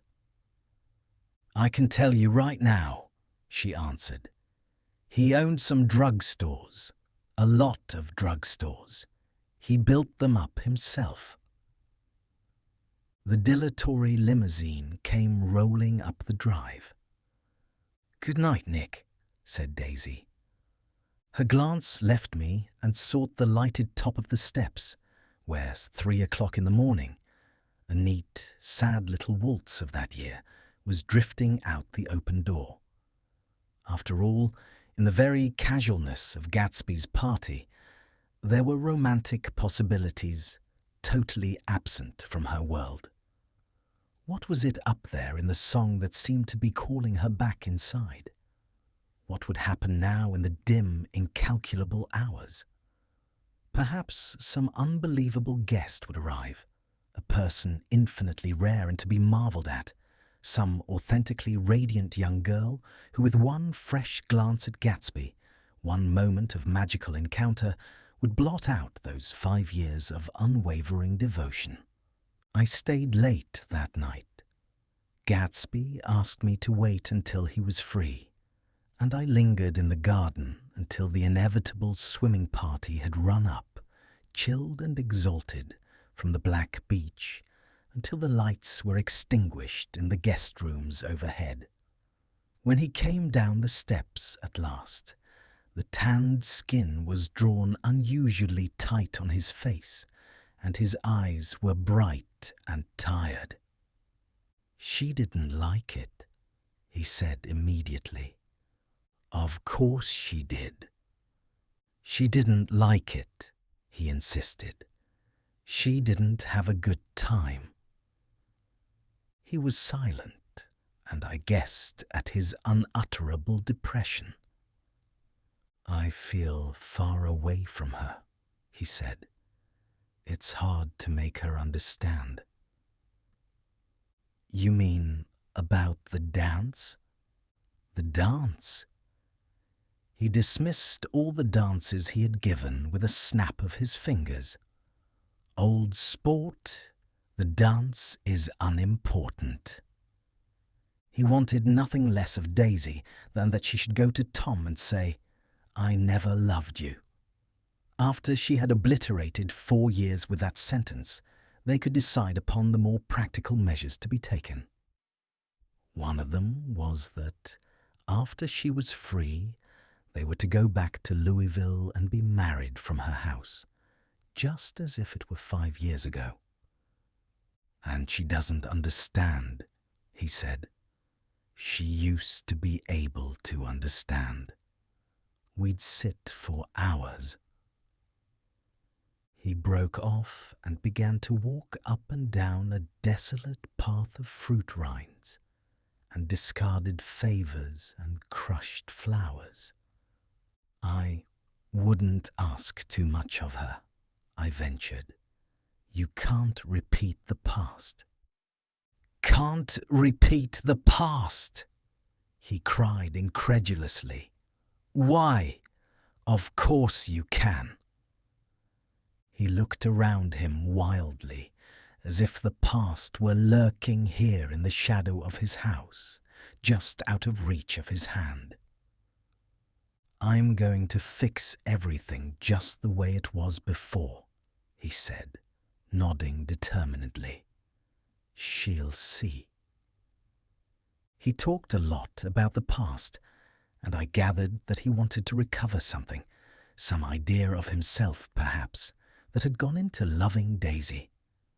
His life had been confused and disordered since then, but if he could once return to a certain starting place and go over it all slowly, he could find out what that thing was.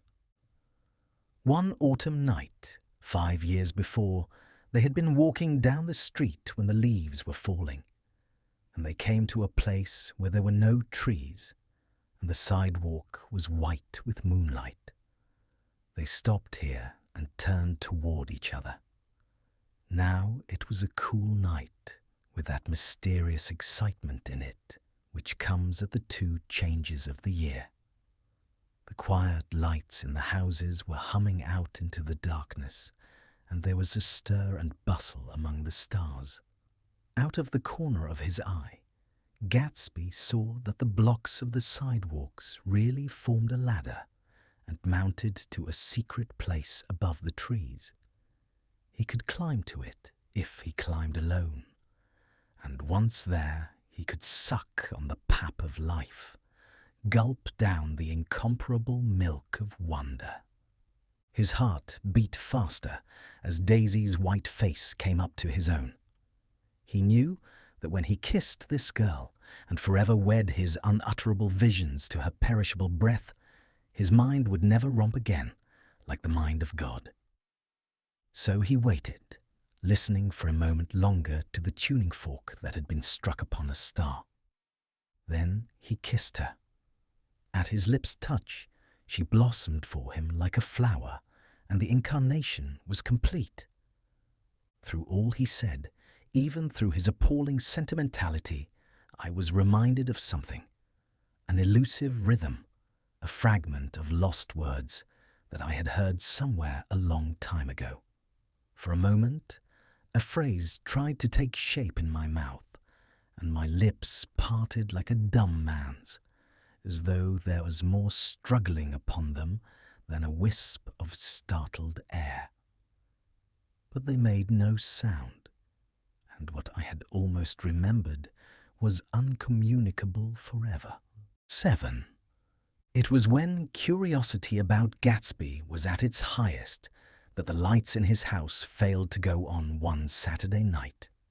And, as obscurely as it had begun, his career as Trimalchio was over.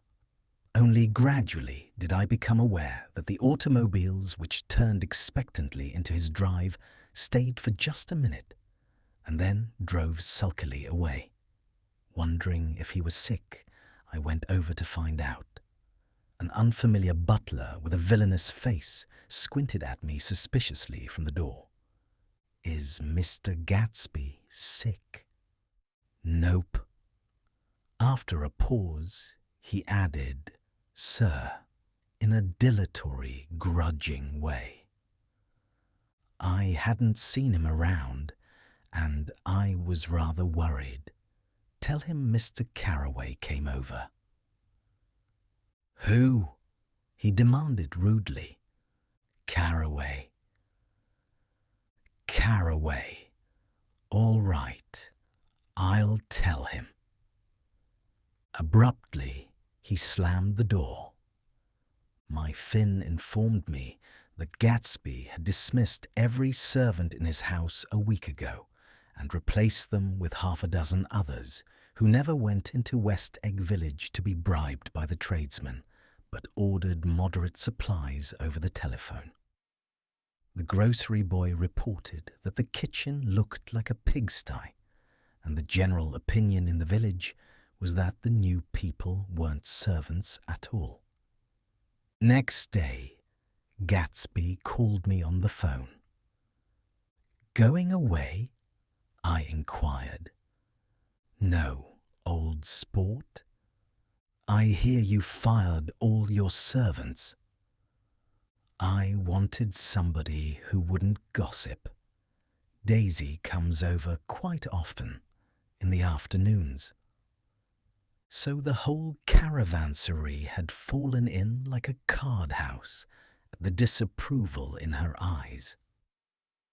"There's some people Wolfsheim wanted to do something for. They're all brothers and sisters. They used to run a small hotel." "I see." He was calling up at Daisy's request. Would I come to lunch at her house tomorrow? Miss Baker would be there.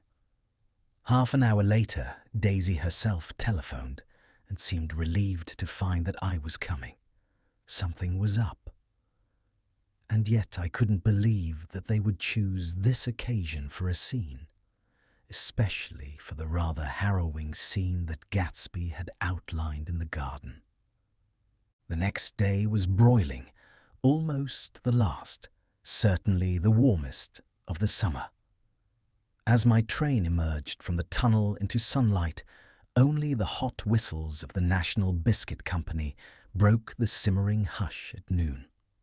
The straw seats of the car hovered on the edge of combustion.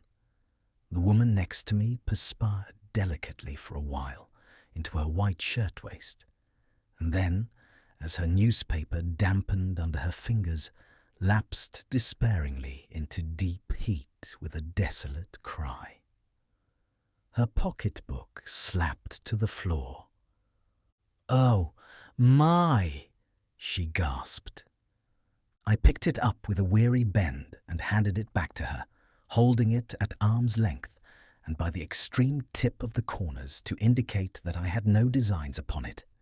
But everyone nearby, including the woman, suspected me just the same. "Hot," said the conductor to familiar faces. "Some weather.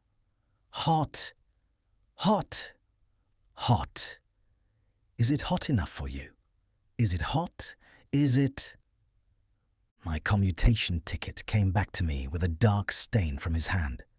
That anyone should care in this heat whose flushed lips he kissed, whose head made damp the pyjama pocket over his heart.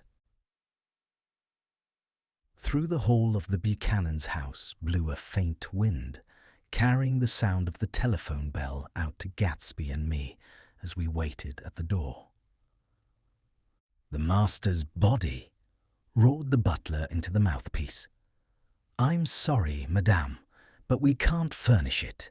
It's far too hot to touch this noon." What he really said was, "Yes, yes, I'll see."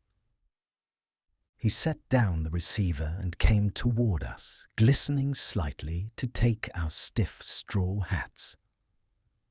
"Madame expects you in the salon," he cried, needlessly indicating the direction. In this heat, every extra gesture was an affront to the common store of life. The room, shadowed well with awnings, was dark and cool. Daisy and Jordan lay upon an enormous couch, like silver idols weighing down their own white dresses against the singing breeze of the fans. "We can't move," they said together. Jordan's fingers, powdered white over their tan, rested for a moment in mine. "And Mr. Thomas Buchanan, the athlete?" I inquired. Simultaneously, I heard his voice, gruff, muffled, husky, at the hall telephone. Gatsby stood in the center of the crimson carpet and gazed around with fascinated eyes. Daisy watched him and laughed, her sweet, exciting laugh. A tiny gust of powder rose from her bosom into the air. "The rumor is," whispered Jordan, "that that's Tom's girl on the telephone." We were silent. The voice in the hall rose high with annoyance. "Very well then, I won't sell you the car at all. I'm under no obligations to you at all. And as for your bothering me about it at lunchtime, I won't stand that at all." "Holding down the receiver," said Daisy cynically. "No, he's not," I assured her. "It's a bona fide deal. I happen to know about it." Tom flung open the door, blocked out its space for a moment with his thick body, and hurried into the room. "Mr. Gatsby." He put out his broad, flat hand with well-concealed dislike. "I'm glad to see you, sir. Nick." "Make us a cold drink," cried Daisy. As he left the room again, she got up and went over to Gatsby and pulled his face down, kissing him on the mouth. "You know I love you," she murmured. "You forget there's a lady present," said Jordan. Daisy looked around doubtfully. "You kiss Nick too." What a low, vulgar girl. "I don't care," cried Daisy, and began to clog on the brick fireplace. Then she remembered the heat and sat down guiltily on the couch, just as a freshly laundered nurse leading a little girl came into the room. "Bless said, precious," she crooned, holding out her arms. "Come to your own mother that loves you." The child, relinquished by the nurse, rushed across the room and rooted shyly into her mother's dress. "The blessed precious! Did mother get powder on your old yellowy hair? Stand up now and say, 'How de do?'" Gatsby and I in turn leaned down and took the small, reluctant hand. Afterward, he kept looking at the child with surprise. I don't think he had ever really believed in its existence before. "I got dressed before luncheon," said the child, turning eagerly to Daisy. "That's because your mother wanted to show you off." Her face bent into the single wrinkle of the small white neck. "You dream, you. You absolute little dream." "Yes," admitted the child calmly. "Aunt Jordan's got on a white dress, too." "How do you like Mother's friends?" Daisy turned her around so that she faced Gatsby. "Do you think they're pretty?" "Where's Daddy?" "She doesn't look like her father," explained Daisy. "She looks like me. She's got my hair and shape of the face." Daisy sat back upon the couch. The nurse took a step forward and held out her hand. "Come, Pammy. Goodbye, sweetheart." With a reluctant backward glance, the well-disciplined child held to her nurse's hand and was pulled out the door just as Tom came back, preceding 4 gin rickeys that clicked full of ice. Gatsby took up his drink. "They certainly look cool," he said, with visible tension. We drank in long, greedy swallows. I read somewhere that the sun's getting hotter every year, said Tom genially. It seems that pretty soon the Earth's going to fall into the sun. Or wait a minute, it's just the opposite. The sun's getting colder every year. Come outside, he suggested to Gatsby. I'd like you to have a look at the place. I went with him out to the veranda. On the green sound, stagnant in the heat, one small sail crawled slowly toward the fresher sea. Gatsby's eyes followed it momentarily. He raised his hand and pointed across the bay. I'm right across from you.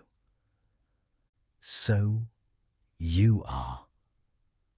Our eyes lifted over the rosebeds and the hot lawn and the weedy refuse of the dog days along shore.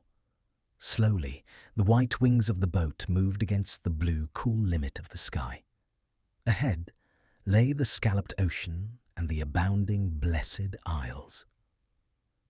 There's sport for you, said Tom, nodding. I'd like to be out there with him for about an hour. We had luncheon in the dining room, darkened too against the heat, and drank down nervous gaiety with the cold ale. What'll we do with ourselves this afternoon? Cried Daisy, and the day after that, and the next 30 years. Don't be morbid, Jordan said. Life starts all over again when it gets crisp in the fall. But it's so hot, insisted Daisy on the verge of tears. And everything's so confused. Let's all go to town. Her voice struggled on through the heat, beating against it, moulding its senselessness into forms. I've heard of making a garage out of a stable, Tom was saying to Gatsby, but I'm the first man who ever made a stable out of a garage. Who wants to go to town? Demanded Daisy insistently. Gatsby's eyes floated toward her. Ah, she cried. You look so cool. Their eyes met, and they stared together at each other, alone in space. With an effort, she glanced down at the table. You always look so cool, she repeated. She had told him that she loved him, and Tom Buchanan saw. He was astounded. His mouth opened a little, and he looked at Gatsby and then back at Daisy, as if he had just recognized her as someone he knew a long time ago. You resemble the advertisement of the man, she went on innocently. You know the advertisement of the man.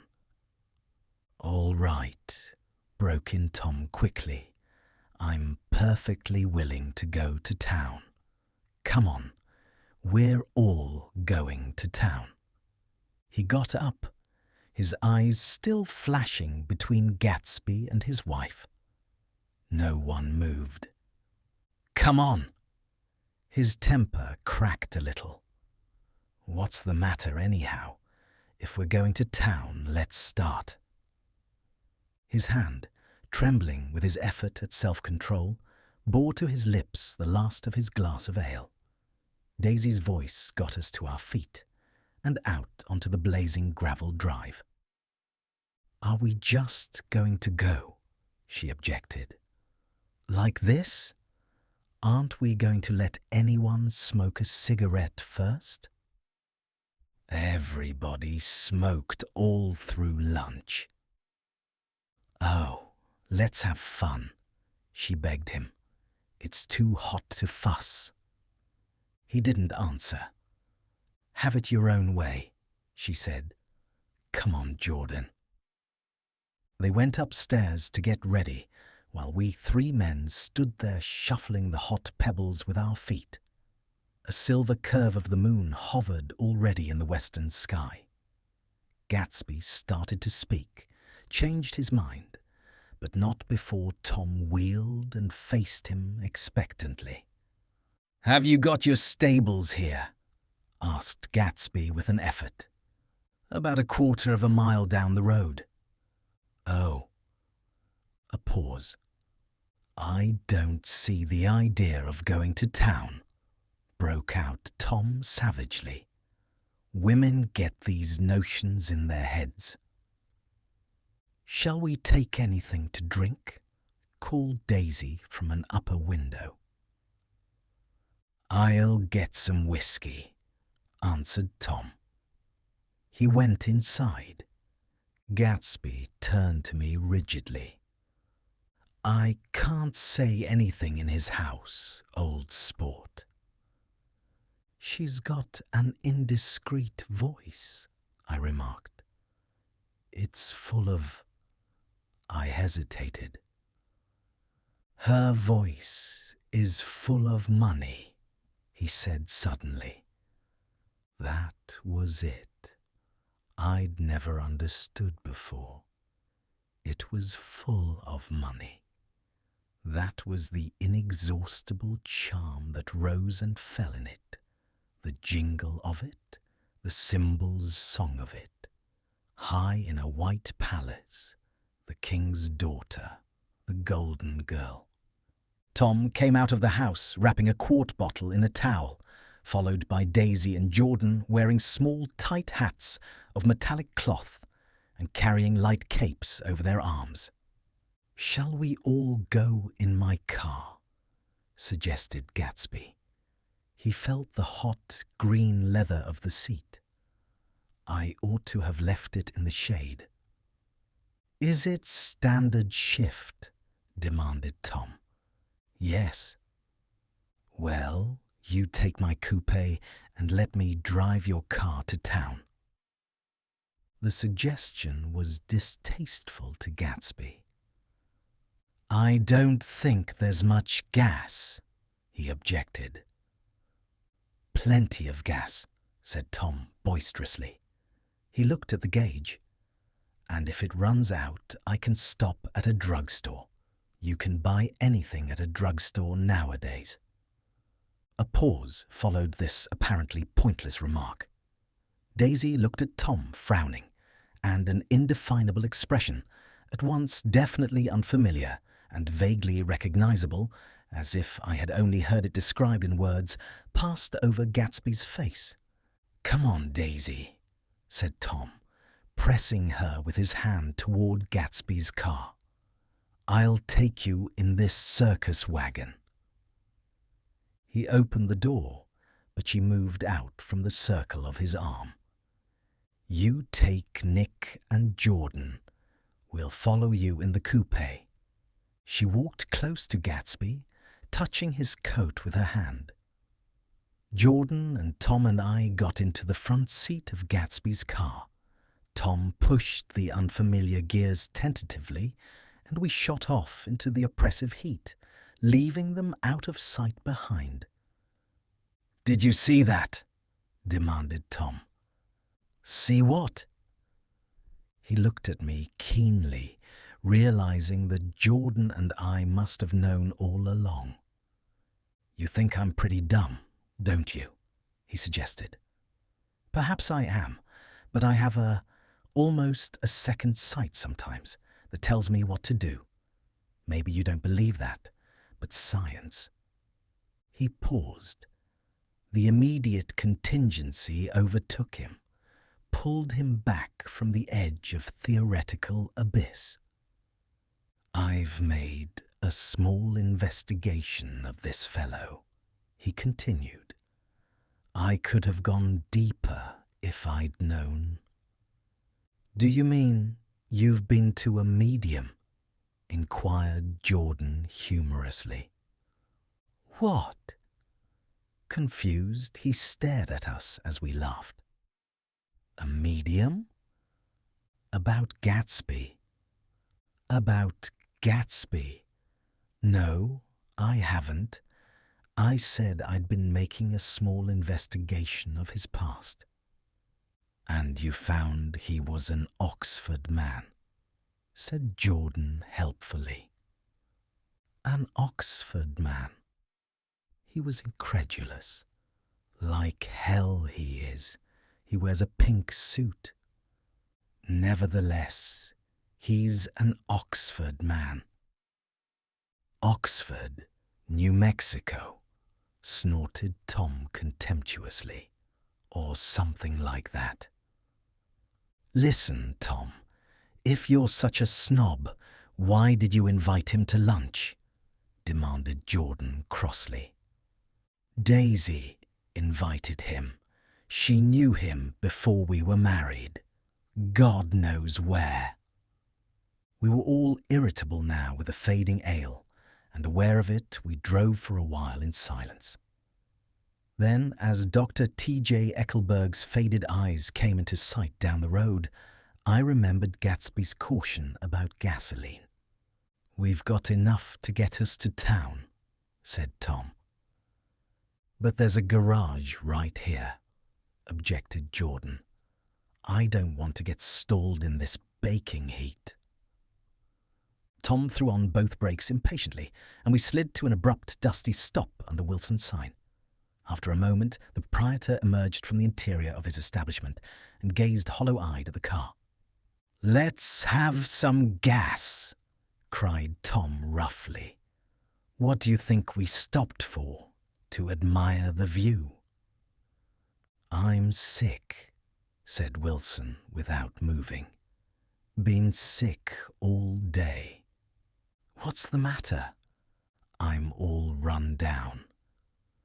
"Well, shall I help myself?" Tom demanded. "You sounded well enough on the phone." With an effort, Wilson left the shade and support of the doorway and, breathing hard, unscrewed the cap of the tank. In the sunlight, his face was green.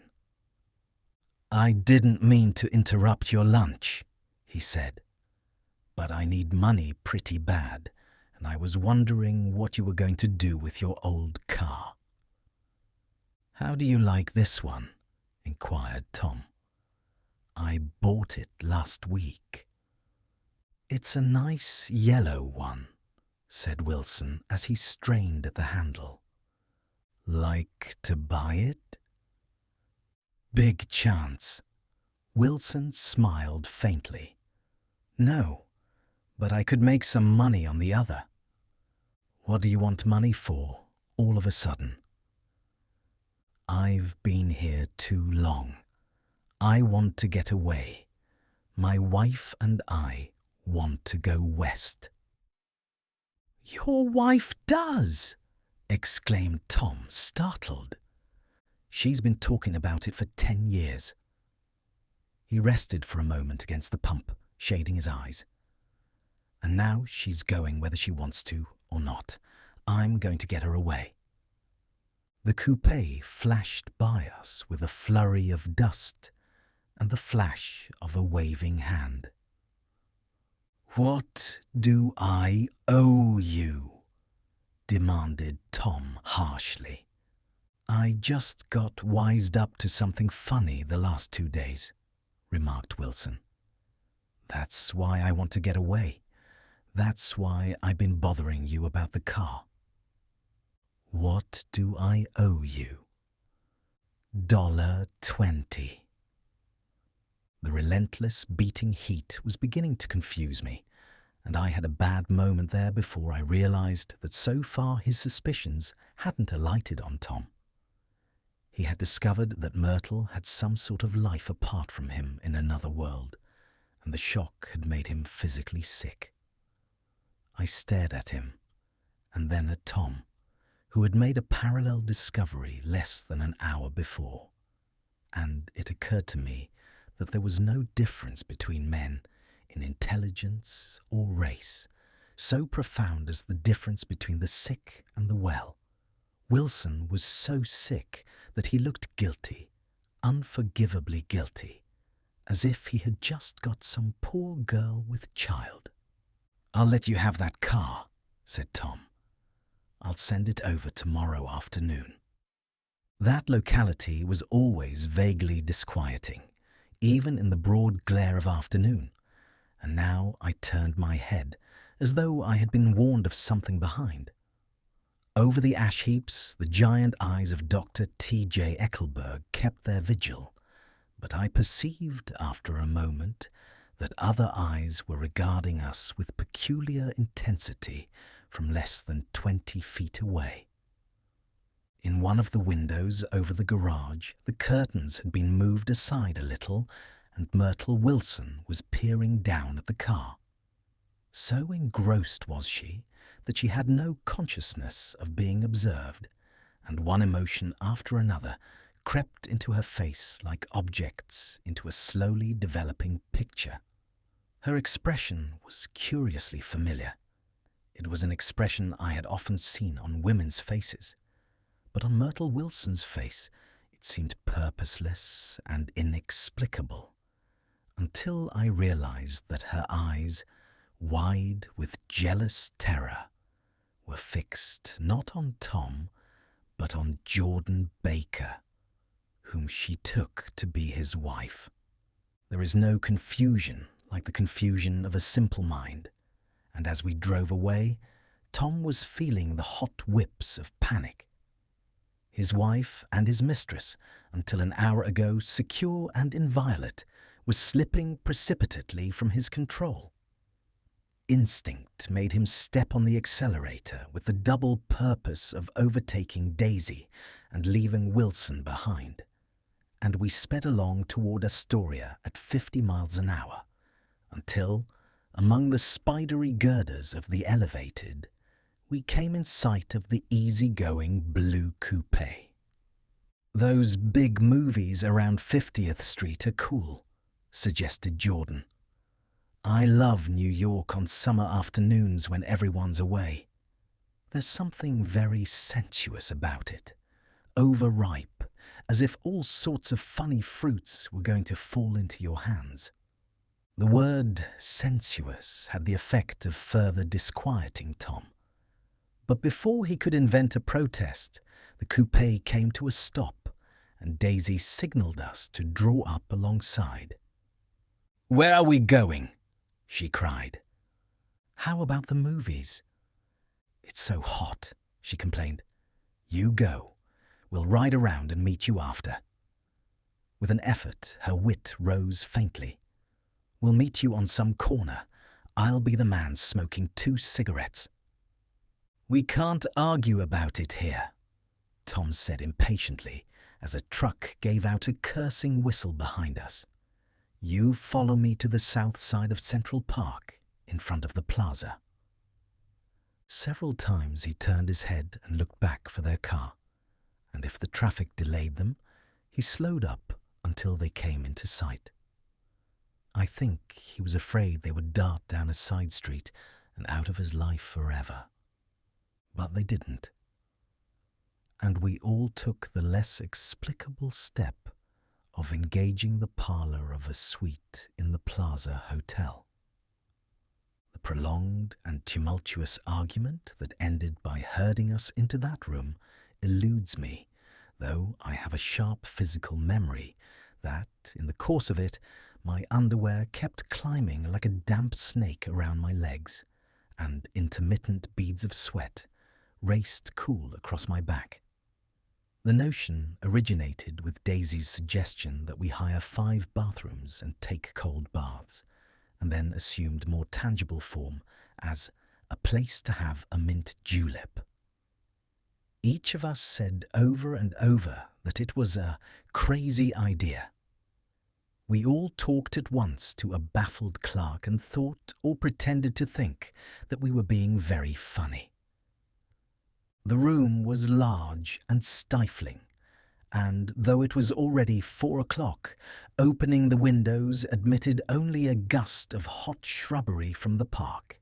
Daisy went to the mirror and stood with her back to us, fixing her hair.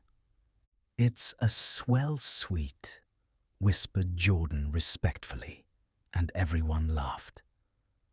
"Open another window," commanded Daisy, without turning around. "There aren't any more." "Well, we'd better telephone for an axe." The thing to do is to forget about the heat, said Tom impatiently. You make it 10 times worse by crabbing about it.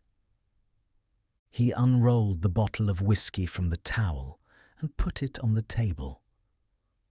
Why not let her alone, old sport, remarked Gatsby. You're the one that wanted to come to town. There was a moment of silence. The telephone book slipped from its nail and splashed to the floor, whereupon Jordan whispered, "Excuse me," but this time no one laughed. "I'll pick it up," I offered. "I've got it." Gatsby examined the parted string, muttered, "Hum," in an interested way, and tossed the book on a chair. "That's a great expression of yours, isn't it?" said Tom sharply. "What is?" "All this old sport business. Where'd you pick that up?"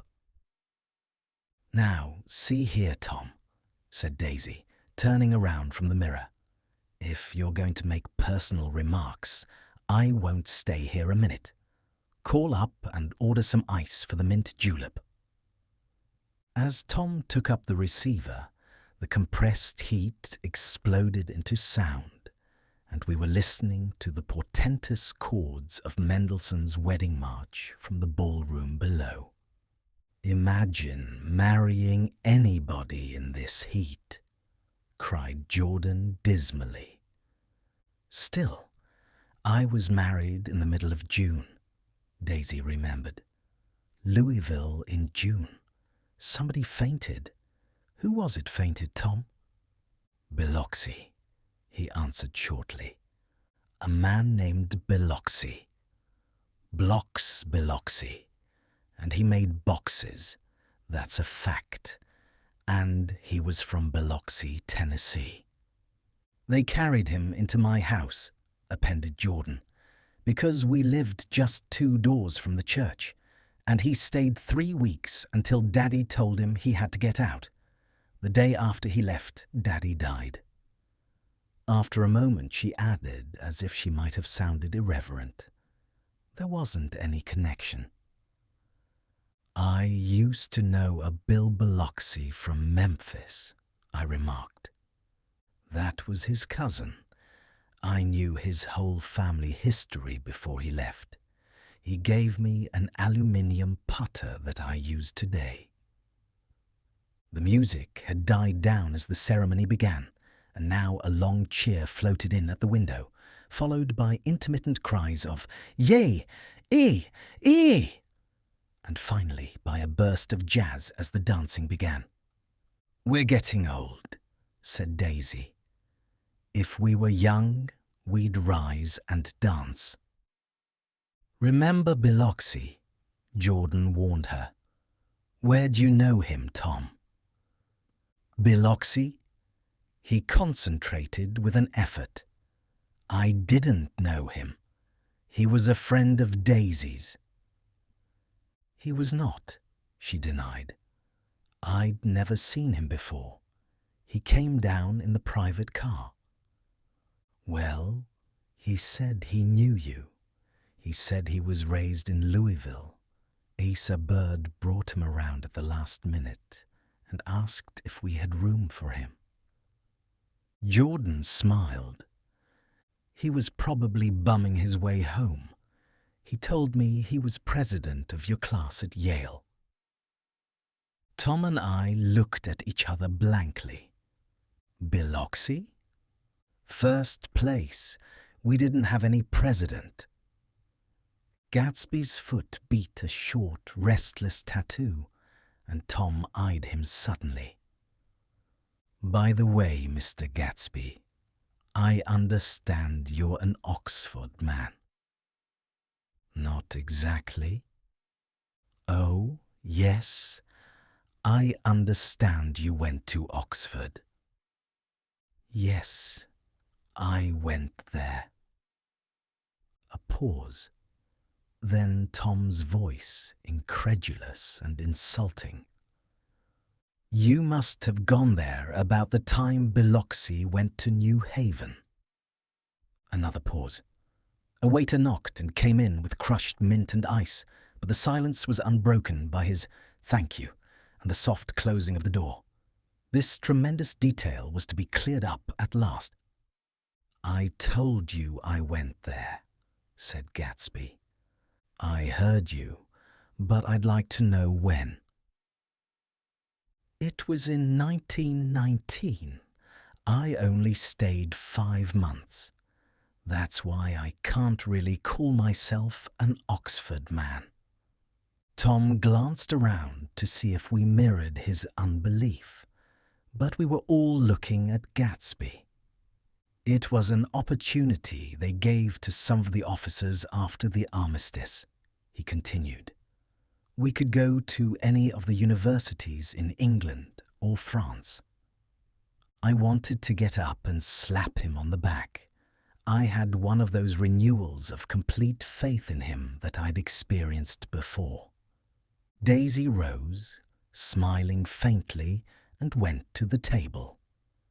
"Open the whiskey, Tom," she ordered, "and I'll make you a mint julep. Then you won't seem so stupid to yourself. Look at the mint." "Wait a minute," snapped Tom. "I want to ask Mr. Gatsby one more question." "Go on," Gatsby said politely. "What kind of a row are you trying to cause in my house anyhow?" They were out in the open at last, and Gatsby was content. "He isn't causing a row." Daisy looked desperately from one to the other. "You're causing a row. Please, have a little self-control." "Self-control," repeated Tom incredulously. "I suppose the latest thing is to sit back and let Mr. Nobody from Nowhere make love to your wife. Well, if that's the idea, you can count me out. Nowadays, people begin by sneering at family life and family institutions. And next, they'll throw everything overboard and have intermarriage between black and white." Flushed with his impassioned gibberish, he saw himself standing alone on the last barrier of civilization.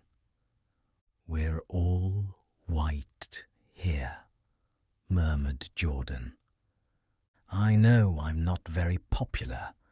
I don't give big parties. I suppose you've got to make your house into a pigsty in order to have any friends in the modern world." Angry as I was, as we all were, I was tempted to laugh whenever he opened his mouth. The transition from libertine to prig was so complete. "I've got something to tell you, old sport," began Gatsby, but Daisy guessed at his intention. "Please don't," she interrupted helplessly. "Please, let's all go home. Why don't we all go home?" "That's a good idea." I got up. "Come on, Tom. Nobody wants a drink." "I want to know what Mr. Gatsby has to tell me." "Your wife doesn't love you," said Gatsby. "She's never loved you. She loves me." "You must be crazy," exclaimed Tom automatically. Gatsby sprang to his feet, vivid with excitement. "She never loved you. Do you hear?" he cried. "She only married you because I was poor and she was tired of waiting for me. It was a terrible mistake, but in her heart she never loved anyone except me." At this point, Jordan and I tried to go, but Tom and Gatsby insisted with competitive firmness that we remain, as though neither of them had anything to conceal, and it would be a privilege to partake vicariously of their emotions. "Sit down, Daisy." Tom's voice groped unsuccessfully for the paternal note. "What's been going on? I want to hear all about it." I told you what's been going on, said Gatsby. Going on for 5 years, and you didn't know. Tom turned to Daisy sharply. You've been seeing this fellow for 5 years? Not seeing, said Gatsby. No, we couldn't meet, but both of us loved each other all that time. Old sport, and you didn't know. I used to laugh sometimes, but there was no laughter in his eyes. To think that you didn't know. Oh, that's all. Tom tapped his thick fingers together like a clergyman and leaned back in his chair. You're crazy, he exploded. I can't speak about what happened 5 years ago because I didn't know Daisy then. And I'll be damned if I see how you got within a mile of her unless you brought the groceries to the back door. But all the rest of that's a goddamned lie. Daisy loved me when she married me, and she loves me now. No, said Gatsby, shaking his head. She does, though. The trouble is that sometimes she gets foolish ideas in her head and doesn't know what she's doing. He nodded sagely. And what's more, I love Daisy too. Once in a while I go off on a spree and make a fool of myself, but I always come back, and in my heart I love her all the time. You're revolting, said Daisy. She turned to me, and her voice, dropping an octave lower, filled the room with thrilling scorn. Do you know why we left Chicago? I'm surprised that they didn't treat you to the story of that little spree. Gatsby walked over and stood beside her. Daisy, that's all over now, he said earnestly. It doesn't matter anymore. Just tell him the truth, that you never loved him, and it's all wiped out forever. She looked at him blindly. Why? How could I love him? Possibly. You never loved him. She hesitated. Her eyes fell on Jordan and me with a sort of appeal, as though she realized at last what she was doing, and as though she had never, all along, intended doing anything at all. But it was done now. It was too late. I never loved him, she said, with perceptible reluctance. Not at Kapiolani, demanded Tom suddenly. No. From the ballroom beneath, muffled and suffocating chords were drifting up on hot waves of air. Not that day I carried you down from the punch bowl to keep your shoes dry. There was a husky tenderness in his tone. Daisy? Please don't. Her voice was cold, but the rancour was gone from it. She looked at Gatsby. There, Jay, she said, but her hand as she tried to light a cigarette was trembling. Suddenly, she threw the cigarette and the burning match on the carpet. Oh, you want too much, she cried to Gatsby. I love you now. Isn't that enough? I can't help what's past. She began to sob helplessly. I did love him once, but I loved you too. Gatsby's eyes opened and closed. You loved me too, he repeated. Even that's a lie, said Tom savagely. She didn't know you were alive. Why, there's things between Daisy and me that you'll never know, things that neither of us can ever forget. The words seemed to bite physically into Gatsby. I want to speak to Daisy, alone, he insisted. She's all excited now. Even alone, I can't say I never loved Tom, she admitted in a pitiful voice. It wouldn't be true. Of course it wouldn't, agreed Tom. She turned to her husband. As if it mattered to you, she said. Of course it matters. I'm going to take better care of you from now on. You don't understand, said Gatsby with a touch of panic. You're not going to take care of her anymore. I'm not? Tom opened his eyes wide and laughed. He could afford to control himself now. Why's that? Daisy's leaving you. Nonsense. I am, though, she said with a visible effort. She's not leaving me. Tom's words suddenly leaned down over Gatsby. Certainly not for a common swindler who'd have to steal the ring he put on her finger. I won't stand this, cried Daisy. Oh, please, let's get out. Who are you, anyhow? Broke out Tom. You're one of that bunch that hangs around with Maya Wolfsheim. That much I happen to know. I've made a little investigation into your affairs, and I'll carry it further tomorrow. You can suit yourself about that, old sport, said Gatsby steadily. I found out what your drugstores were.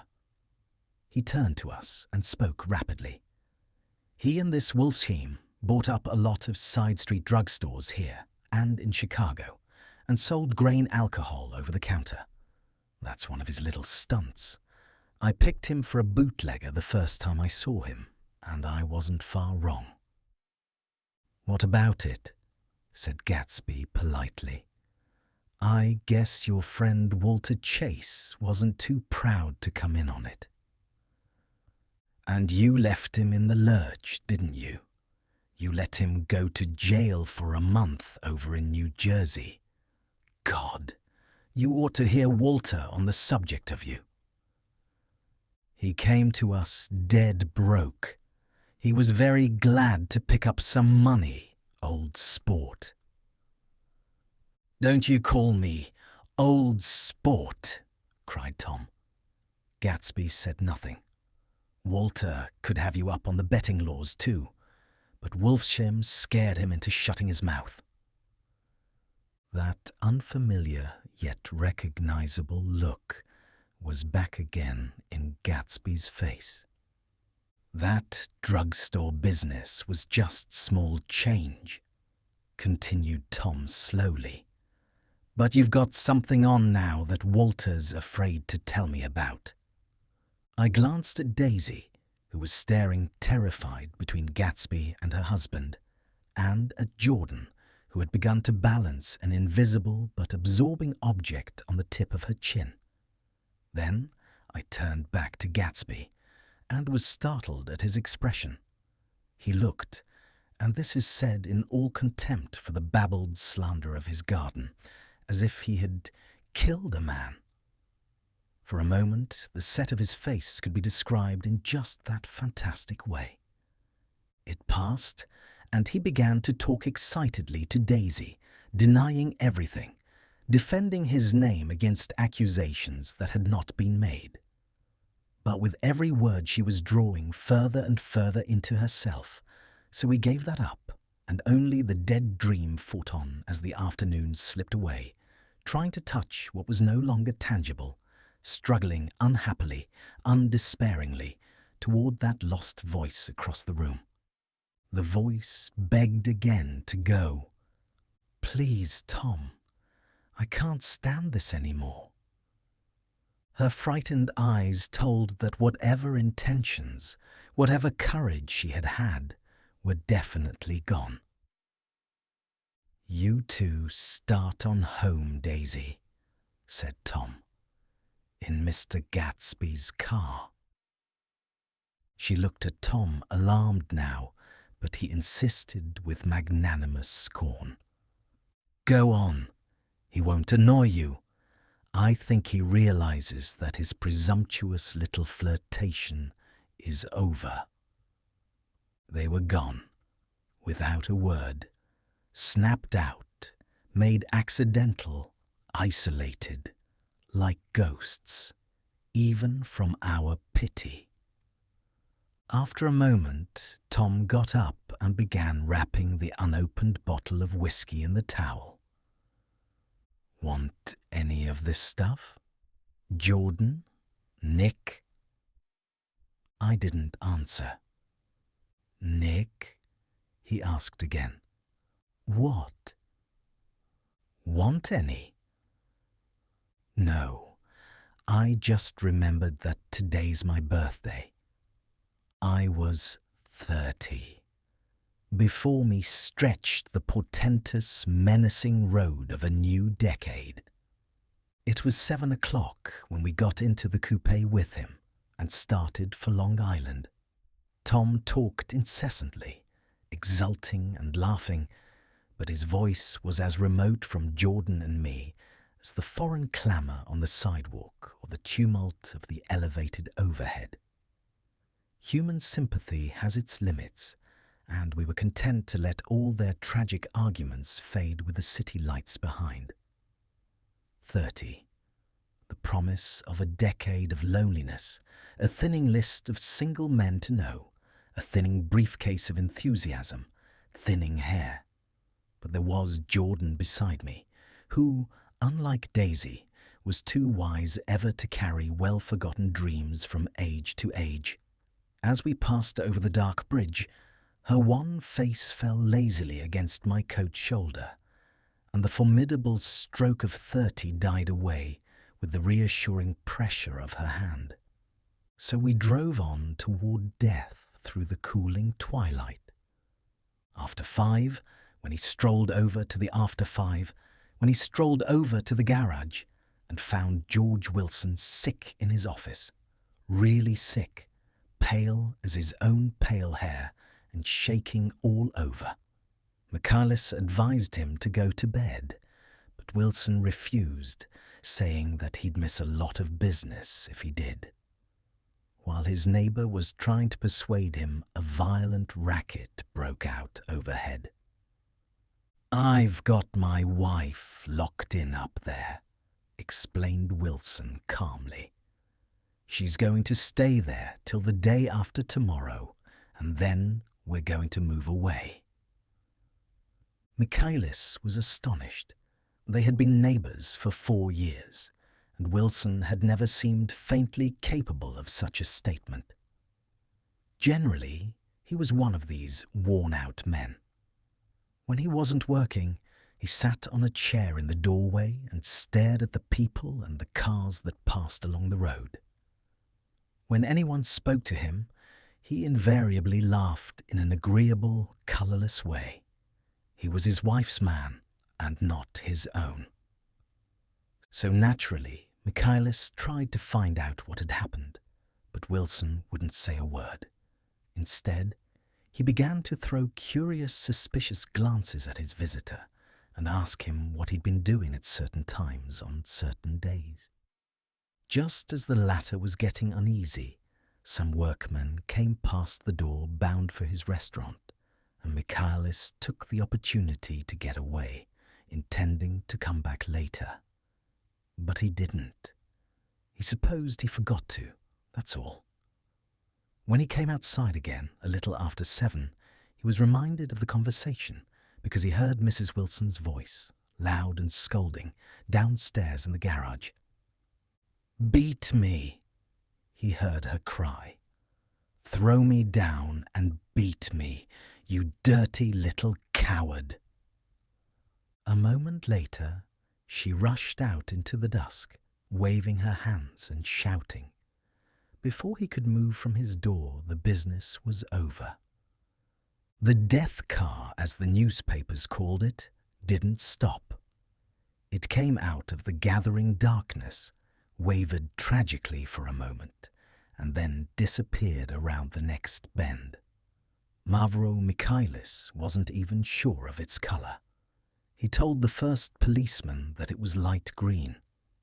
The other car, the one going toward New York, came to rest 100 yards beyond, and its driver hurried back to where Myrtle Wilson, her life violently extinguished, knelt in the road and mingled her thick, dark blood with the dust.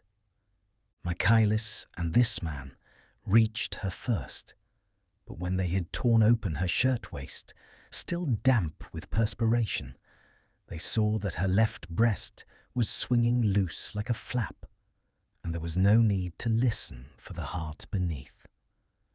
The mouth was wide open and ripped a little at the corners, as though she had choked a little in giving up the tremendous vitality she had stored so long. We saw the 3 or 4 automobiles and the crowd when we were still some distance away. "Wreck," said Tom. "That's good. Wilson'll have a little business at last."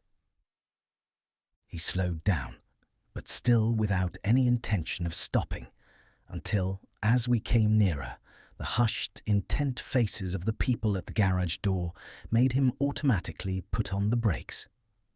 "We'll take a look," he said doubtfully. "Just a look."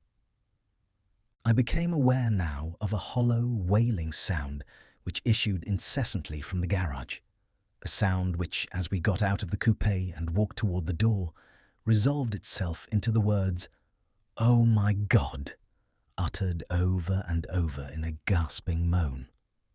"There's some bad trouble here," said Tom excitedly.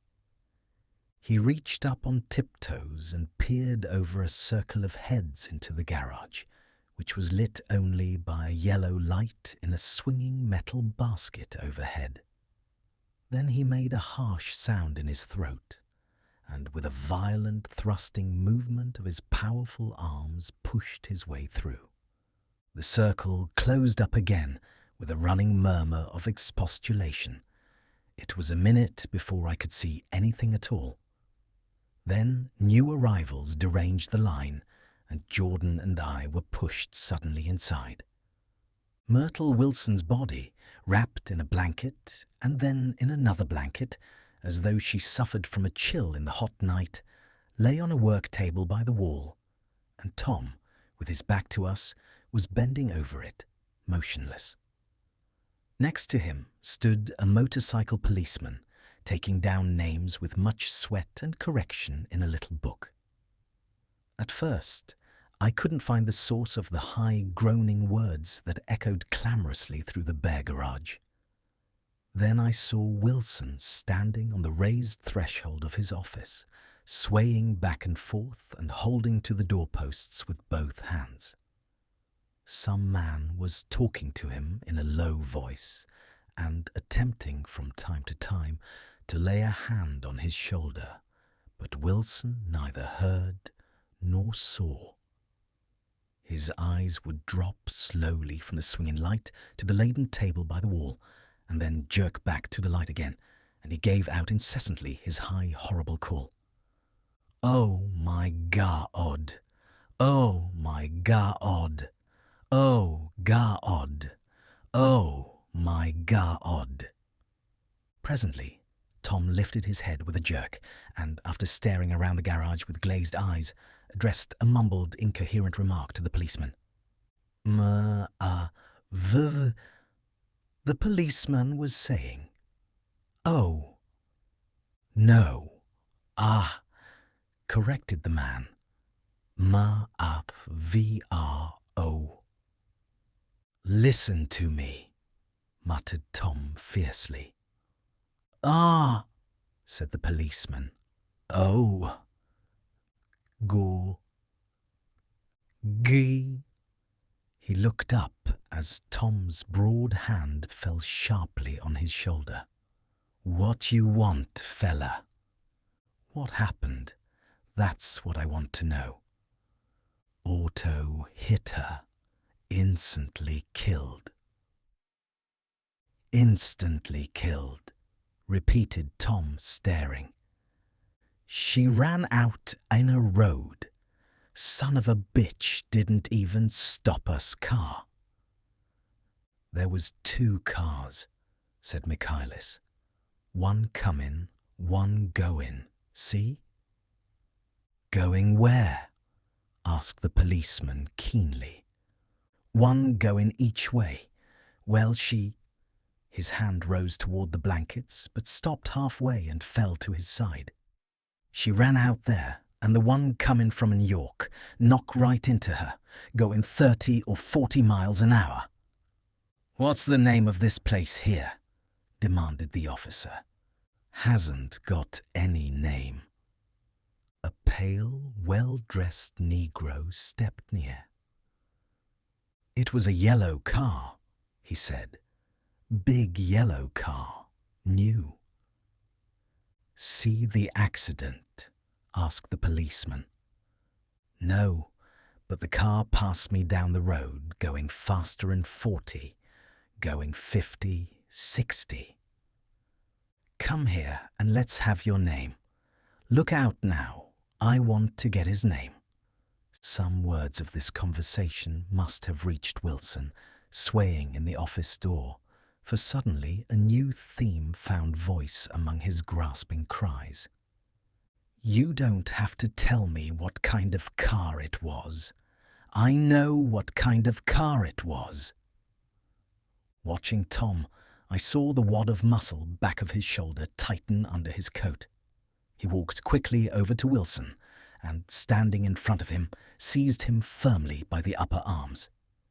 "You've got to pull yourself together," he said with soothing gruffness.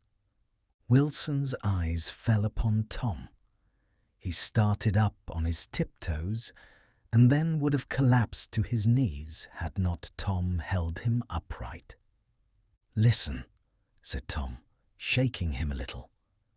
"I just got here a minute ago from New York. I was bringing you that coupe we've been talking about. That yellow car I was driving this afternoon wasn't mine. Do you hear? I haven't seen it all afternoon." Only the Negro and I were near enough to hear what he said, but the policeman caught something in the tone and looked over with truculent eyes. "What's all that?"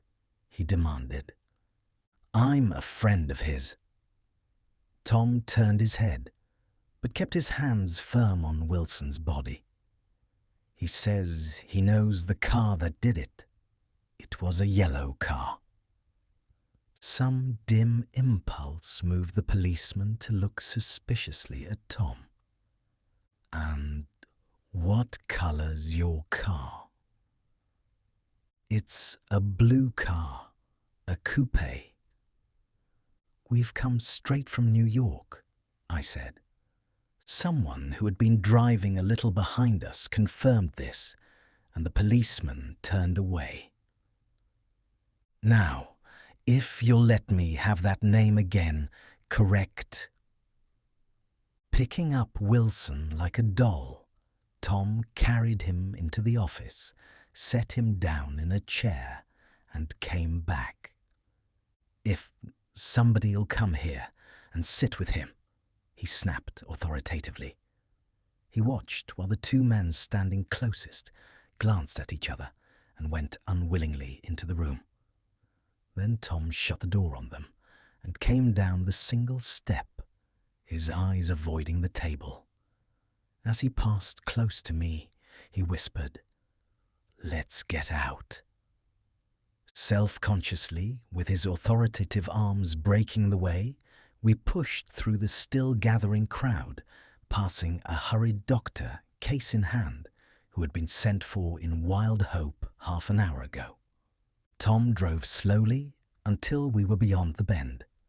Then his foot came down hard, and the coupe raced along through the night.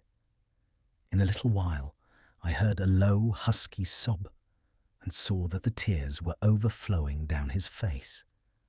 "The God-damned coward," he whimpered. "He didn't even stop his car."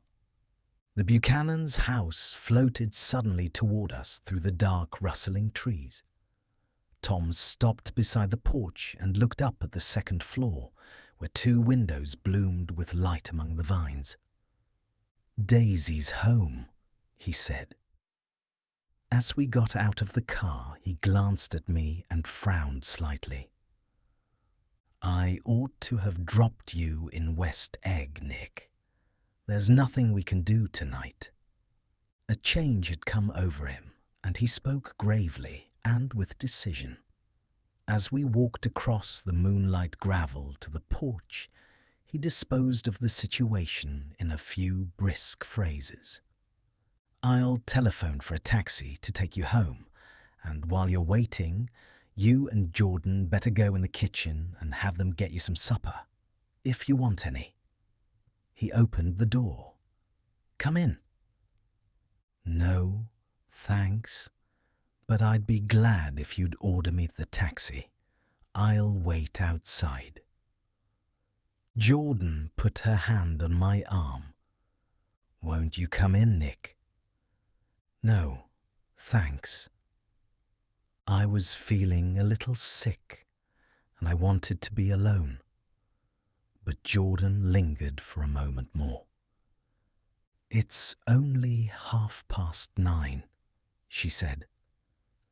I'd be damned if I'd go in. I'd had enough of all of them for one day, and suddenly that included Jordan too. She must have seen something of this in my expression, for she tished abruptly away and ran up the porch steps into the house.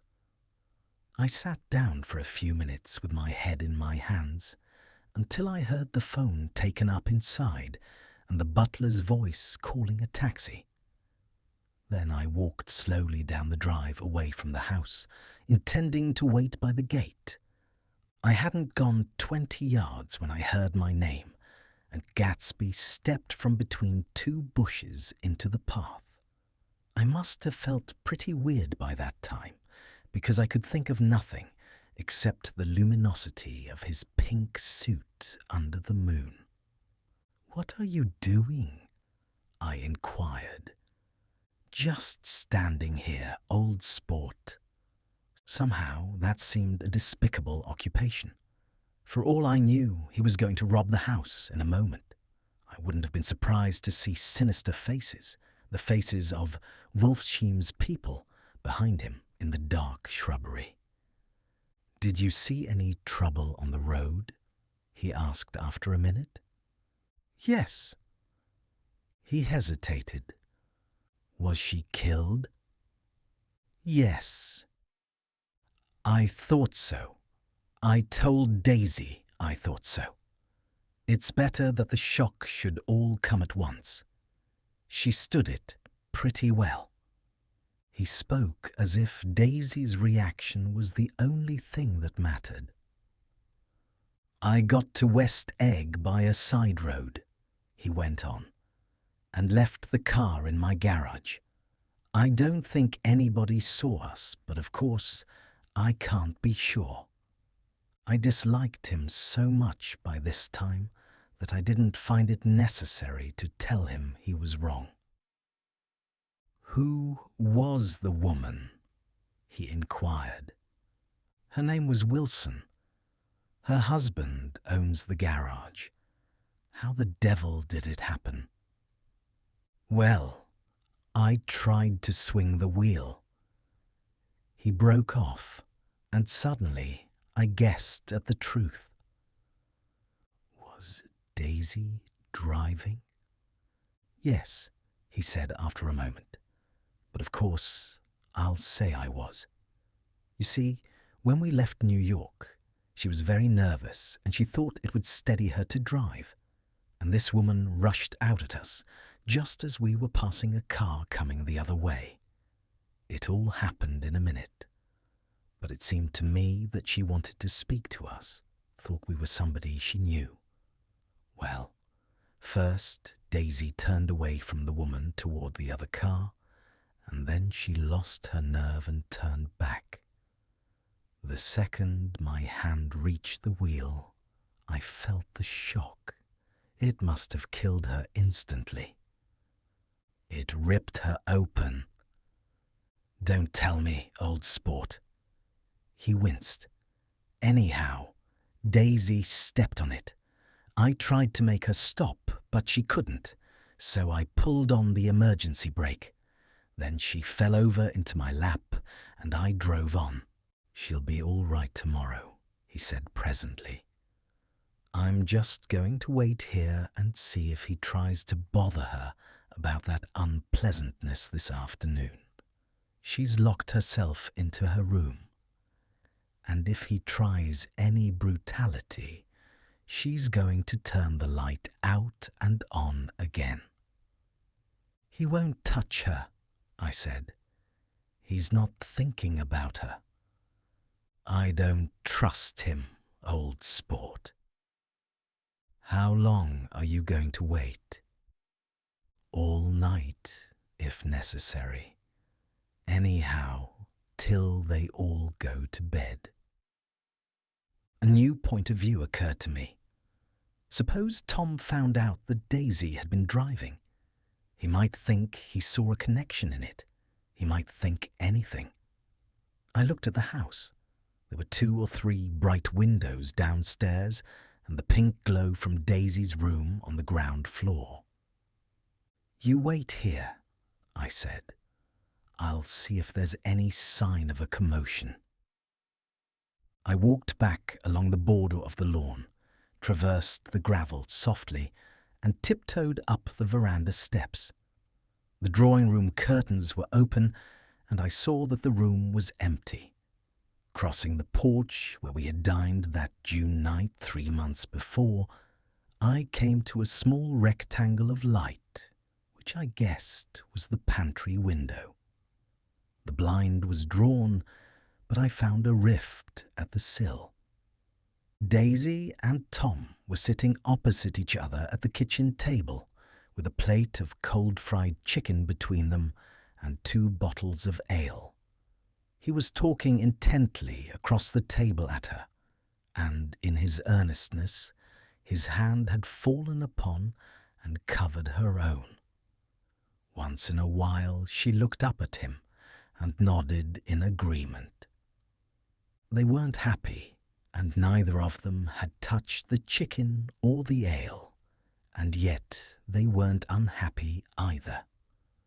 There was an unmistakable air of natural intimacy about the picture, and anybody would have said that they were conspiring together.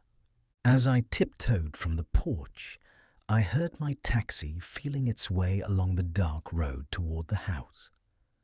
Gatsby was waiting where I had left him in the drive. "Is it all quiet up there?" he asked anxiously. "Yes, it's all quiet." I hesitated. "You'd better come home and get some sleep."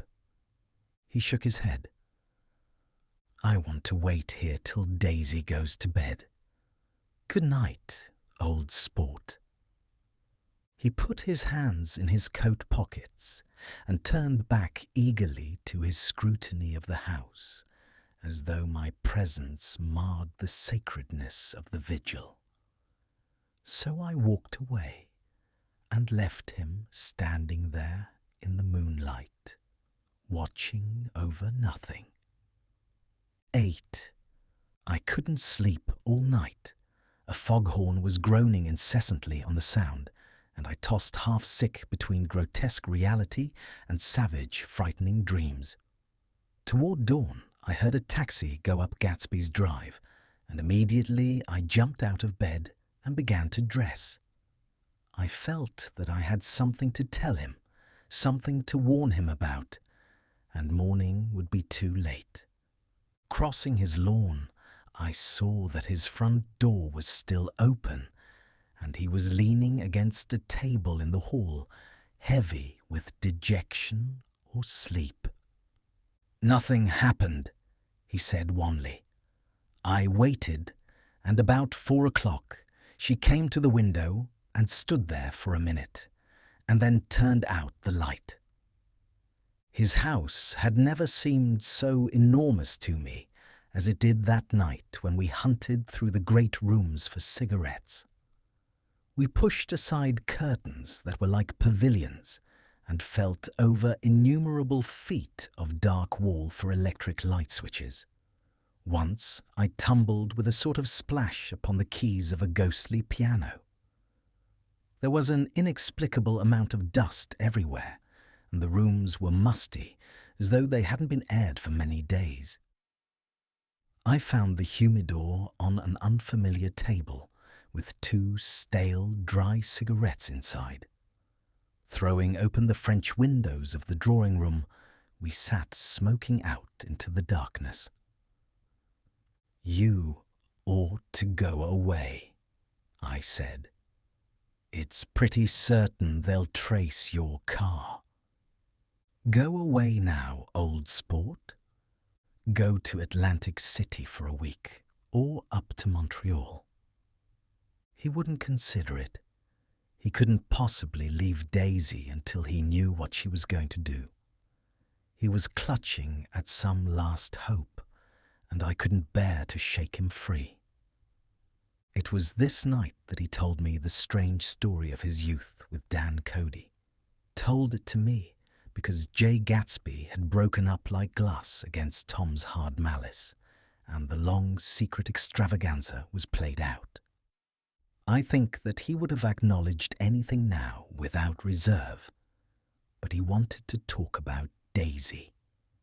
She was the first nice girl he had ever known. In various unrevealed capacities, he had come in contact with such people, but always with indiscernible barbed wire between. He found her excitingly desirable. He went to her house, at first with other officers from Camp Taylor, then alone. It amazed him. He had never been in such a beautiful house before. But what gave it an air of breathless intensity was that Daisy lived there. It was as casual a thing to her as his tent out at camp was to him.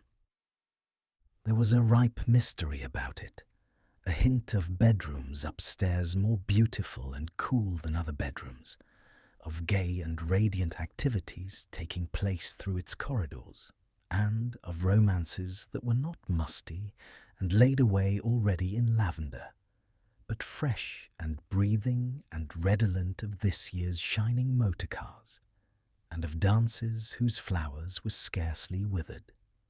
It excited him, too, that many men had already loved Daisy. It increased her value in his eyes. He felt their presence all about the house, pervading the air with the shades and echoes of still, vibrant emotions. But he knew that he was in Daisy's house by a colossal accident. However glorious might be his future as Great Gatsby, he was at present a penniless young man without a past, and at any moment the invisible cloak of his uniform might slip from his shoulders. So he made the most of his time. He took what he could get, ravenously and unscrupulously. Eventually, he took Daisy one still October night. Took her because he had no real right to touch her hand. He might have despised himself, for he had certainly taken her under false pretenses.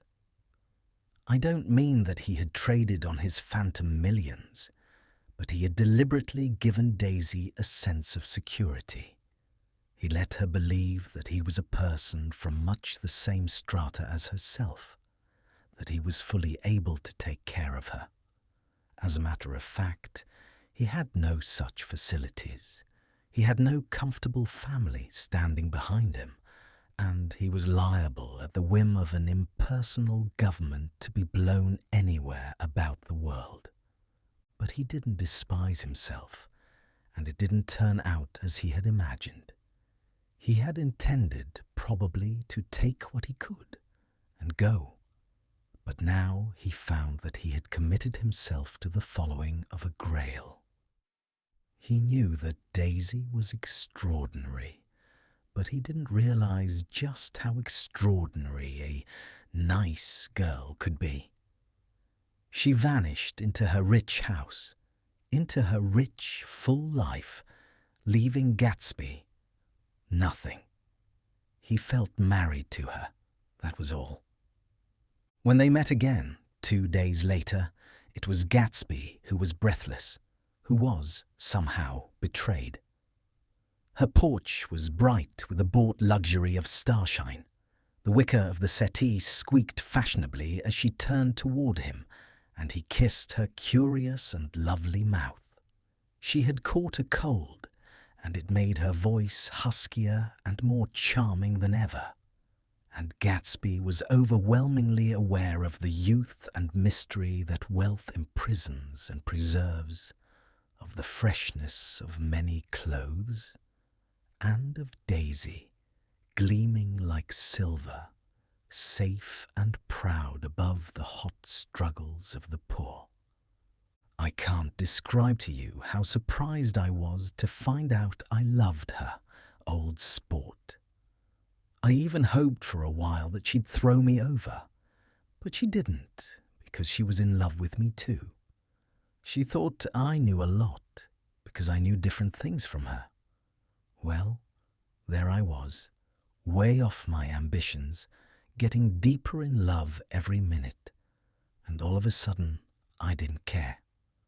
What was the use of doing great things if I could have a better time telling her what I was going to do? On the last afternoon before he went abroad, he sat with Daisy in his arms for a long, silent time.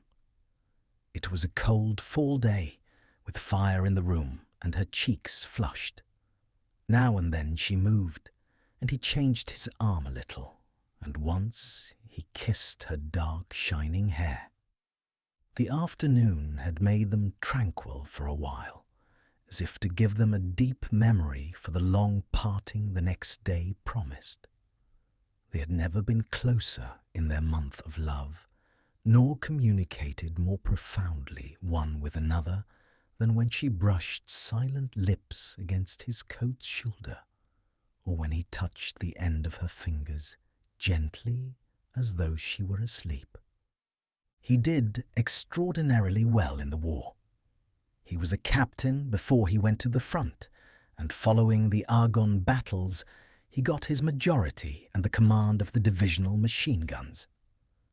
After the armistice, he tried frantically to get home, but some complication or misunderstanding sent him to Oxford instead. He was worried now. There was a quality of nervous despair in Daisy's letters. She didn't see why he couldn't come. She was feeling the pressure of the world outside, and she wanted to see him and feel his presence beside her and be reassured that she was doing the right thing after all. For Daisy was young, and her artificial world was redolent of orchids and pleasant, cheerful snobbery and orchestras which set the rhythm of the year, summing up the sadness and suggestiveness of life in new tunes. All night the saxophones wailed the hopeless comment of the Beale Street Blues, while 100 pairs of golden and silver slippers shuffled the shining dust. At the grey tea hour, there were always rooms that throbbed incessantly with this low, sweet fever, while fresh faces drifted here and there like rose petals, blown by the sad horns around the floor. Through this twilight universe, Daisy began to move again with the season. Suddenly, she was again keeping 6 dates a day with 6 men, and drowsing asleep at dawn with the beads and chiffon of an evening dress tangled among dying orchids on the floor beside her bed. And all the time, something within her was crying for a decision. She wanted her life shaped now, immediately, and the decision must be made by some force of love, of money, of unquestionable practicality that was close at hand.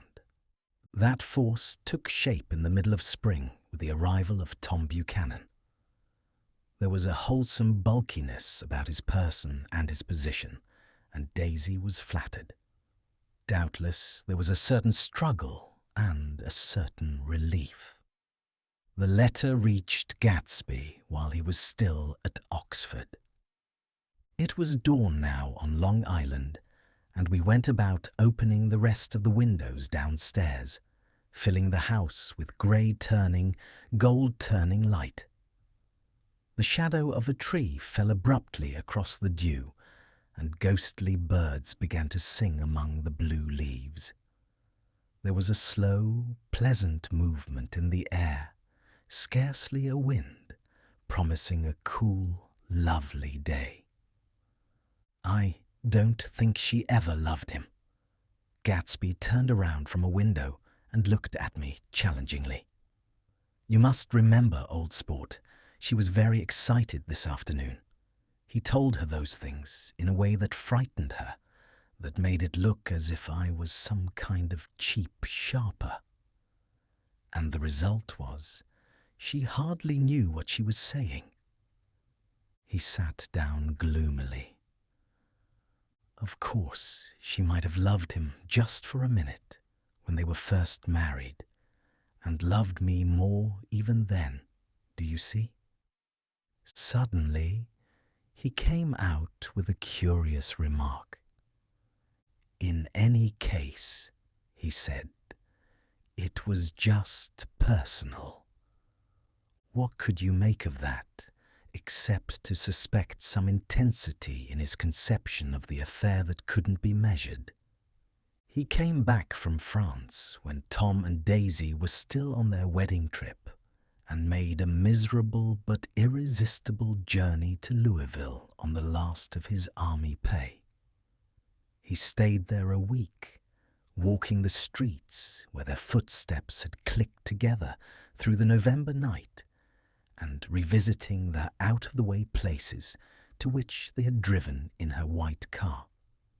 Just as Daisy's house had always seemed to him more mysterious and gay than other houses, so his idea of the city itself, even though she was gone from it, was pervaded with a melancholy beauty.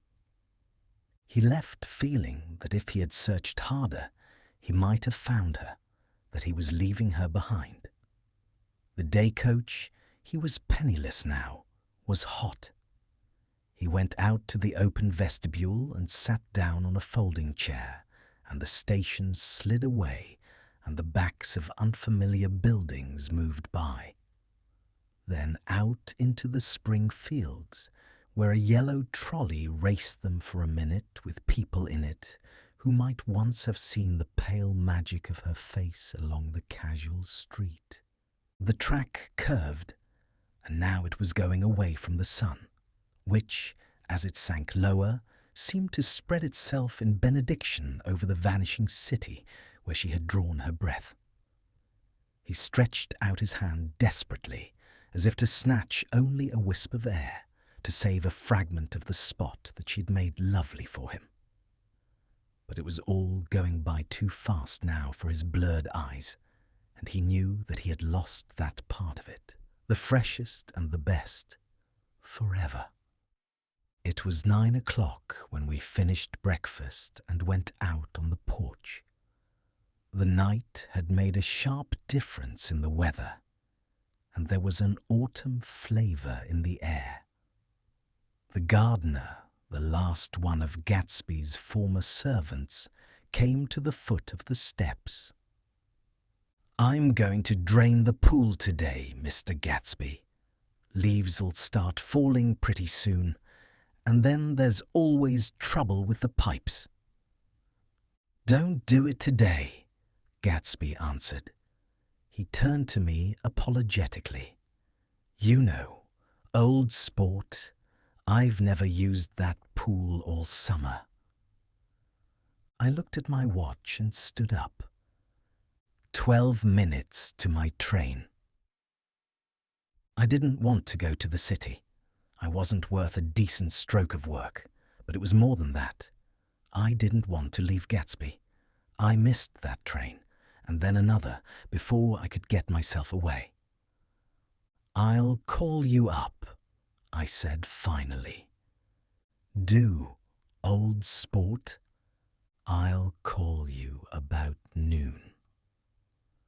We walked slowly down the steps.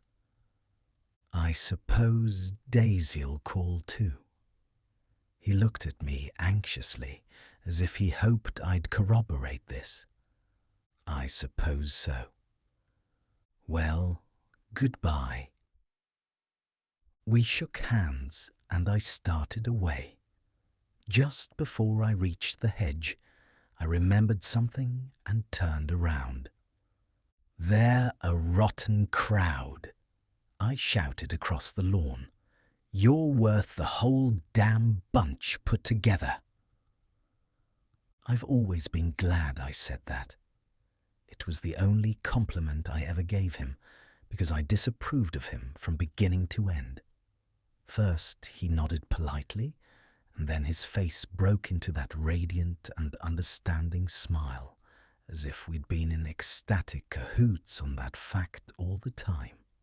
His gorgeous pink rag of a suit made a bright spot of colour against the white steps, and I thought of the night when I first came to his ancestral home 3 months before. The lawn and drive had been crowded with the faces of those who guessed at his corruption, and he had stood on those steps, concealing his incorruptible dream as he waved them goodbye. I thanked him for his hospitality. We were always thanking him for that, I and the others. "Goodbye," I called. "I enjoyed breakfast, Gatsby." Woke me, and I started up with sweat woke me, and I started up with sweat breaking out on my forehead. It was Jordan Baker. She often called me up at this hour because the uncertainty of her own movements between hotels and clubs and private houses made her hard to find in any other way. Usually, her voice came over the wire as something fresh and cool, as if a divot from a green golf links had come sailing in at the office window. But this morning, it seemed harsh and dry. "I've left Daisy's house," she said. "I'm at Hempstead, and I'm going down to Southampton this afternoon." Probably it had been tactful to leave Daisy's house, but the act annoyed me, and her next remark made me rigid. "You weren't so nice to me last night." How could it have mattered then? Silence for a moment. Then, "However, I want to see you. I want to see you too. Suppose I don't go to Southampton and come into town this afternoon?" "No, I don't think this afternoon." "Very well." "It's impossible this afternoon. Various—" We talked like that for a while, and then abruptly we weren't talking any longer. I don't know which of us hung up with a sharp click, but I know I didn't care. I couldn't have talked to her across a tea table that day if I never talked to her again in this world. I called Gatsby's house a few minutes later, but the line was busy. I tried 4 times. Finally, an exasperated central told me the wire was being kept open for long distance from Detroit. Taking out my timetable, I drew a small circle around the 3:50 train. Then I leaned back in my chair and tried to think. It was just noon. When I passed the ash heaps on the train that morning, I had crossed deliberately to the other side of the car.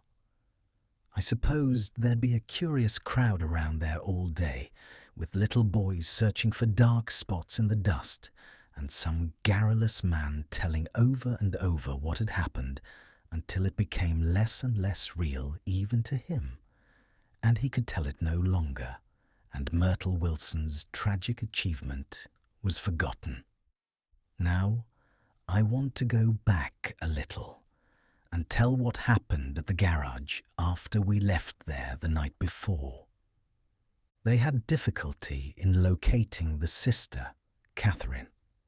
She must have broken her rule against drinking that night, for when she arrived, she was stupid with liquor and unable to understand that the ambulance had already gone to Flushing. When they convinced her of this, she immediately fainted, as if that was the intolerable part of the affair. Someone, kind or curious, took her in his car and drove her in the wake of her sister's body. Until long after midnight, a changing crowd lapped up against the front of the garage, while George Wilson rocked himself back and forth on the couch inside. For a while, the door of the office was open, and everyone who came into the garage glanced irresistibly through it. Finally, someone said it was a shame and closed the door. Michaelis and several other men were with him. First, 4 or 5 men, later 2 or 3 men. Still later, Michaelis had to ask the last stranger to wait there 15 minutes longer, while he went back to his own place and made a pot of coffee. After that, he stayed there alone with Wilson until dawn. About 3 o'clock, the quality of Wilson's incoherent muttering changed. He grew quieter and began to talk about the yellow car. He announced that he had a way of finding out whom the yellow car belonged to. And then he blurted out that a couple of months ago, his wife had come from the city with her face bruised and her nose swollen. But when he heard himself say this, he flinched and began to cry. "Oh my God," again in his groaning voice.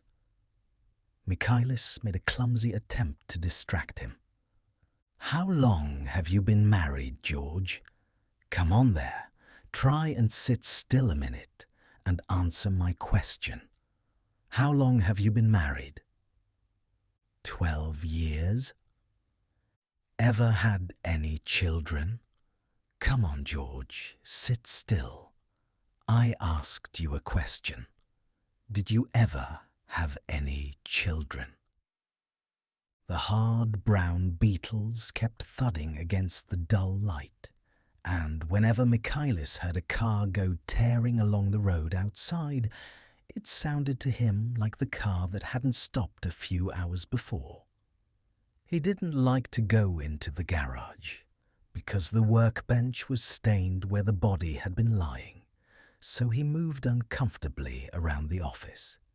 He knew every object in it before morning, and from time to time sat down beside Wilson, trying to keep him more quiet. "Have you got a church you go to sometimes, George? Maybe even if you haven't been there for a long time. Maybe I could call up the church and get a priest to come over and he could talk to you, see? Don't belong to any." "You ought to have a church, George, for times like this. You must have gone to church once. Didn't you get married in a church? Listen, George, listen to me. Didn't you get married in a church?" That was a long time ago. The effort of answering broke the rhythm of his rocking. For a moment, he was silent. Then the same half-knowing, half-bewildered look came back into his faded eyes. "Look in the drawer there," he said, pointing at the desk. "Which drawer?" "That drawer, that one." Michaelis opened the drawer nearest his hand. There was nothing in it but a small, expensive dog leash made of leather and braided silver. It was apparently new. "This?" he inquired, holding it up. Wilson stared and nodded.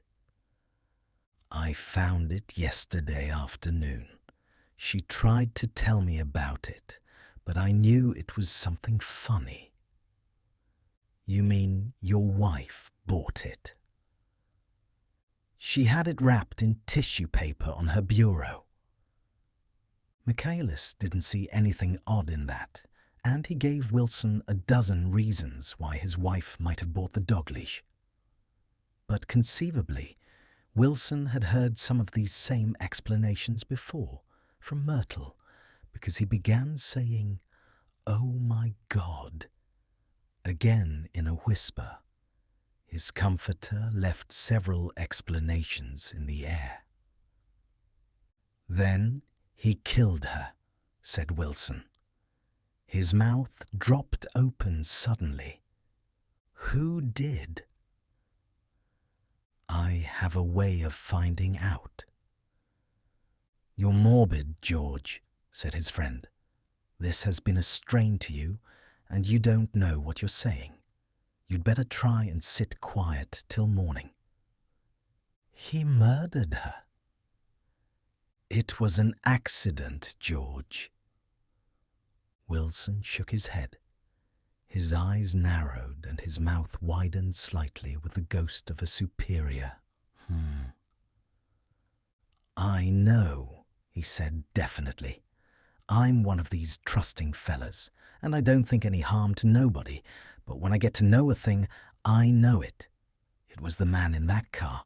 She ran out to speak to him, and he wouldn't stop. Michaelis had seen this too, but it hadn't occurred to him that there was any special significance in it.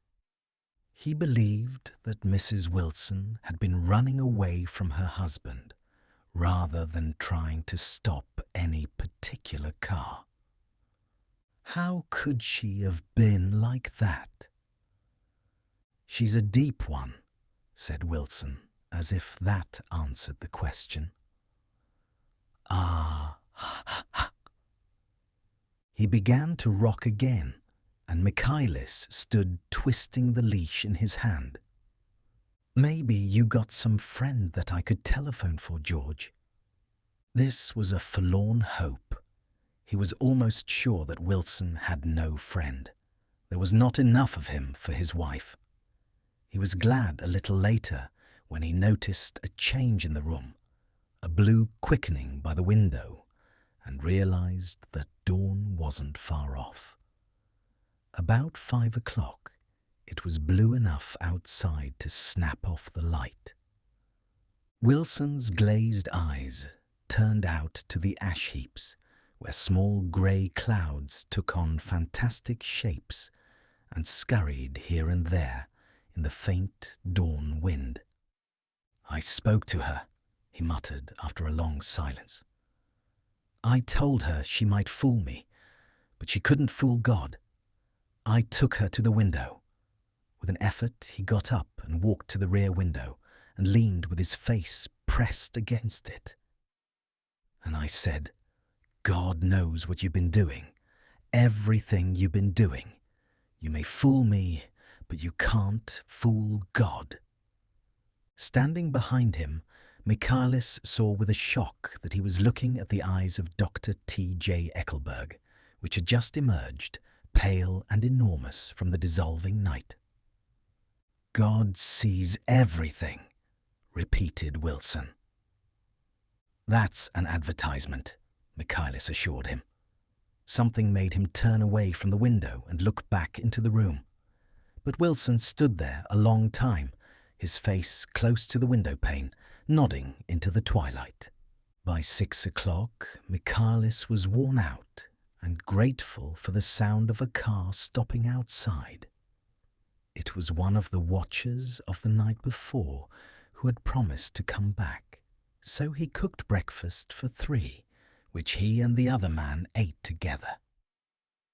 Wilson was quieter now, and Michaelis went home to sleep. When he awoke 4 hours later and hurried back to the garage, Wilson was gone. His movements, he was on foot all the time, were afterward traced to Port Roosevelt and then to Gad's Hill, where he bought a sandwich that he didn't eat and a cup of coffee. He must have been tired and walking slowly, for he didn't reach Gad's Hill until noon.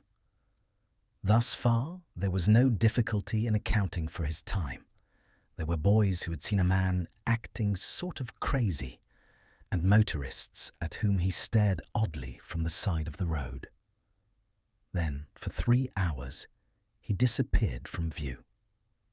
The police, on the strength of what he said to Michaelis, that he had a way of finding out, supposed that he spent that time going from garage to garage, thereabout, inquiring for a yellow car. On the other hand, no garage man who had seen him ever came forward, and perhaps he had an easier, surer way of finding out what he wanted to know. By 2:30, he was in West Egg, where he asked someone the way to Gatsby's house. So by that time he knew Gatsby's name.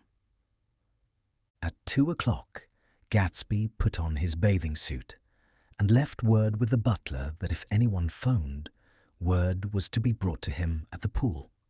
He stopped at the garage for a pneumatic mattress that had amused his guests during the summer, and the chauffeur helped him to pump it up. Then he gave instructions that the open car wasn't to be taken out under any circumstances. And this was strange, because the front right fender needed repair. Gatsby shouldered the mattress and started for the pool. Once he stopped and shifted it a little, and the chauffeur asked him if he needed help, but he shook his head and in a moment disappeared among the yellowing trees. No telephone message arrived, but the butler went without his sleep and waited for it until 4:00, until long after there was anyone to give it to if it came. I have an idea that Gatsby himself didn't believe it would come, and perhaps he no longer cared. If that was true, he must have felt that he had lost the old warm world, paid a high price for living too long with a single dream. He must have looked up at an unfamiliar sky through frightening leaves and shivered as he found what a grotesque thing a rose is, and how raw the sunlight was upon the scarcely created grass. A new world, material without being real, where poor ghosts breathing dreams like air drifted fortuitously about, like that ashen, fantastic figure gliding toward him through the amorphous trees. The chauffeur, he was one of Wolfsheim's protégés, heard the shots. Afterwards, he could only say that he hadn't thought anything much about them. I drove from the station directly to Gatsby's house, and my rushing anxiously up the front steps was the first thing that alarmed anyone. But they knew then, I firmly believe. With scarcely a word said, 4 of us, the chauffeur, butler, gardener, and I, hurried down to the pool. Of waves, the laden mattress moved of waves, the laden mattress moved irregularly down the pool. A small gust of wind that scarcely corrugated the surface was enough to disturb its accidental course with its accidental burden. The touch of a cluster of leaves revolved it slowly, tracing, like the leg of transit, a thin red circle in the water. It was after we started with Gatsby toward the house that the gardener saw Wilson's body a little way off in the grass, and the Holocaust was complete. 9. After 2 years, I remember the rest of that day, and that night, and the next day, only as an endless drill of police and photographers and newspaper men in and out of Gatsby's front door. A rope stretched across the main gate, and a policeman by it kept out the curious.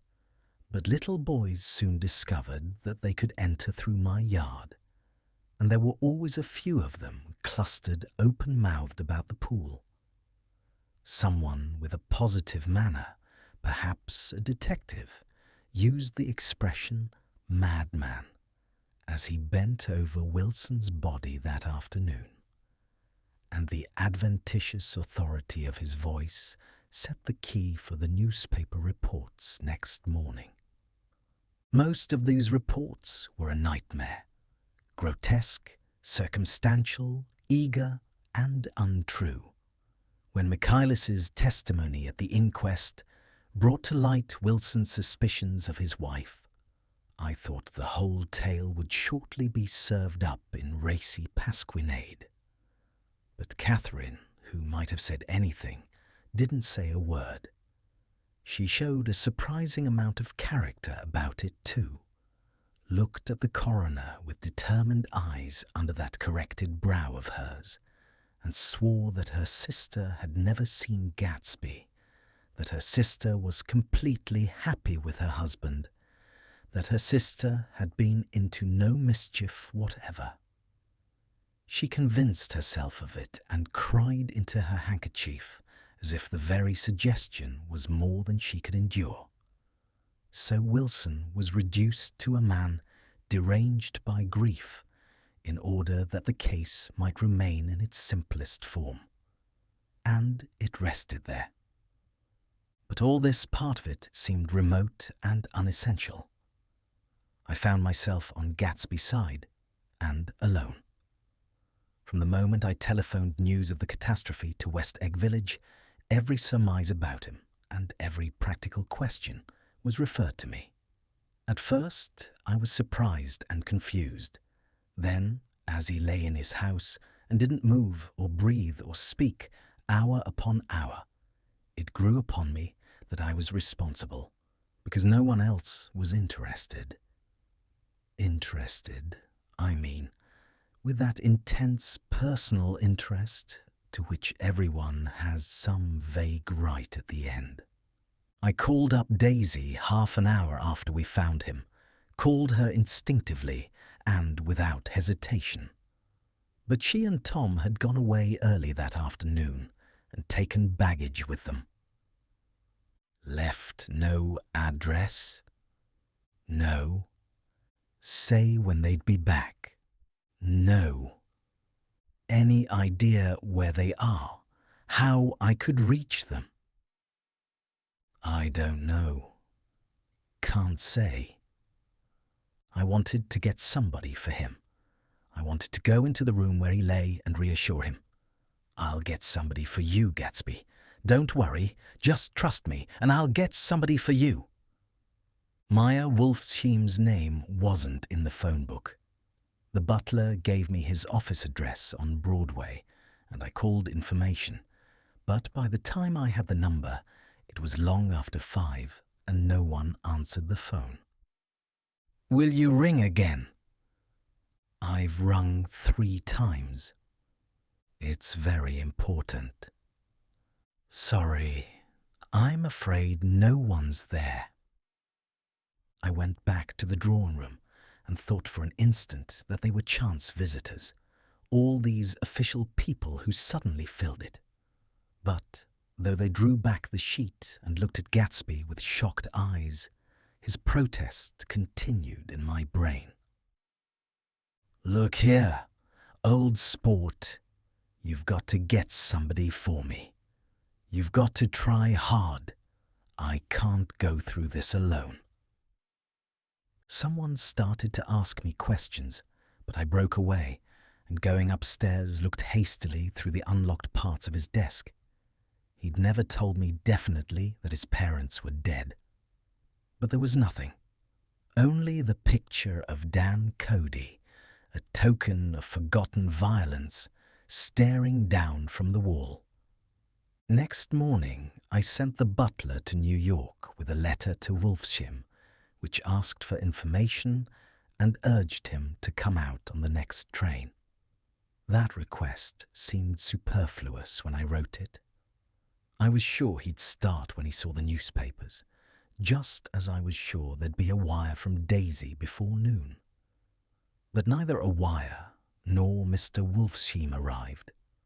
No one arrived except more police and photographers and newspapermen. When the butler brought back Wolfsheim's answer, I began to have a feeling of defiance, of scornful solidarity between Gatsby and me against them all. Dear Mr. Carraway, this has been one of the most terrible shocks of my life to me. I hardly can believe it that it is true at all. Such a mad act as that man did should make us all think. I cannot come down now as I am tied up in some very important business and cannot get mixed up in this thing now. If there is anything I can do a little later, let me know in a letter by Edgar. I hardly know where I am when I hear about a thing like this and am completely knocked down and out. Yours truly, Maya Wolfsheim. and then hasty addenda beneath. Let me know about the funeral, etc. Do not know his family at all. When the phone rang that afternoon and long distance said Chicago was calling, I thought this would be Daisy at last. But the connection came through as a man's voice, very thin and far away. This is Slagle speaking. Yes? The name was unfamiliar. Hell of a note, isn't it? Get my wire. There haven't been any wires. Young Park's in trouble, he said rapidly. They picked him up when he handed the bonds over the counter. They got a circular from New York giving him the numbers just 5 minutes before. What do you know about that, hey? You never can tell in these hick towns. Hello, I interrupted breathlessly. Look here, this isn't Mr. Gatsby. Mr. Gatsby's dead. There was a long silence on the other end of the wire, followed by an exclamation, then a quick squawk as the connection was broken. I think it was on the third day that a telegram signed Henry C. Gatz arrived from a town in Minnesota. It said only that the sender was leaving immediately and to postpone the funeral until he came. It was Gatsby's father, a solemn old man, very helpless and dismayed, bundled up in a long, cheap ulster against the warm September day. His eyes leaked continuously with excitement, and when I took the bag and umbrella from his hands, he began to pull so incessantly at his sparse grey beard that I had difficulty in getting off his coat. He was on the point of collapse, so I took him into the music room and made him sit down while I sent for something to eat. But he wouldn't eat, and the glass of milk spilled from his trembling hand. I saw it in the Chicago newspaper, he said. It was all in the Chicago newspaper. I started right away. I didn't know how to reach you. His eyes, seeing nothing, moved ceaselessly about the room. It was a madman, he said. He must have been mad. Wouldn't you like some coffee? I urged him. I don't want anything. I'm all right now, mister. Caraway. Well, I'm all right now. Where have they got Jimmy? I took him into the drawing room where his son lay and left him there. Some little boys had come up on the steps and were looking into the hall. When I told them who had arrived, they went reluctantly away. After a little while, Mr. Gatz opened the door and came out, his mouth ajar, his face flushed slightly, his eyes leaking isolated and unpunctual tears. He had reached an age where death no longer has the quality of ghastly surprise. And when he looked around him now for the first time and saw the height and splendor of the hall and the great rooms opening out from it into other rooms, his grief began to be mixed with an awed pride. I helped him to a bedroom upstairs. While he took off his coat and vest, I told him that all arrangements had been deferred until he came. I didn't know what you'd want, Mr. Gatsby. Gatz is my name. Mr. Gatz, I thought you might want to take the body west. He shook his head. Jimmy always liked it better down east. He rose up to his position in the east. Were you a friend of my boys, mister? We were close friends. He had a big future before him, you know. He was only a young man, but he had a lot of brain power here. He touched his head impressively, and I nodded. If he'd have lived, he'd have been a great man. A man like James J. Hill. He'd have helped build up the country. That's true, I said uncomfortably.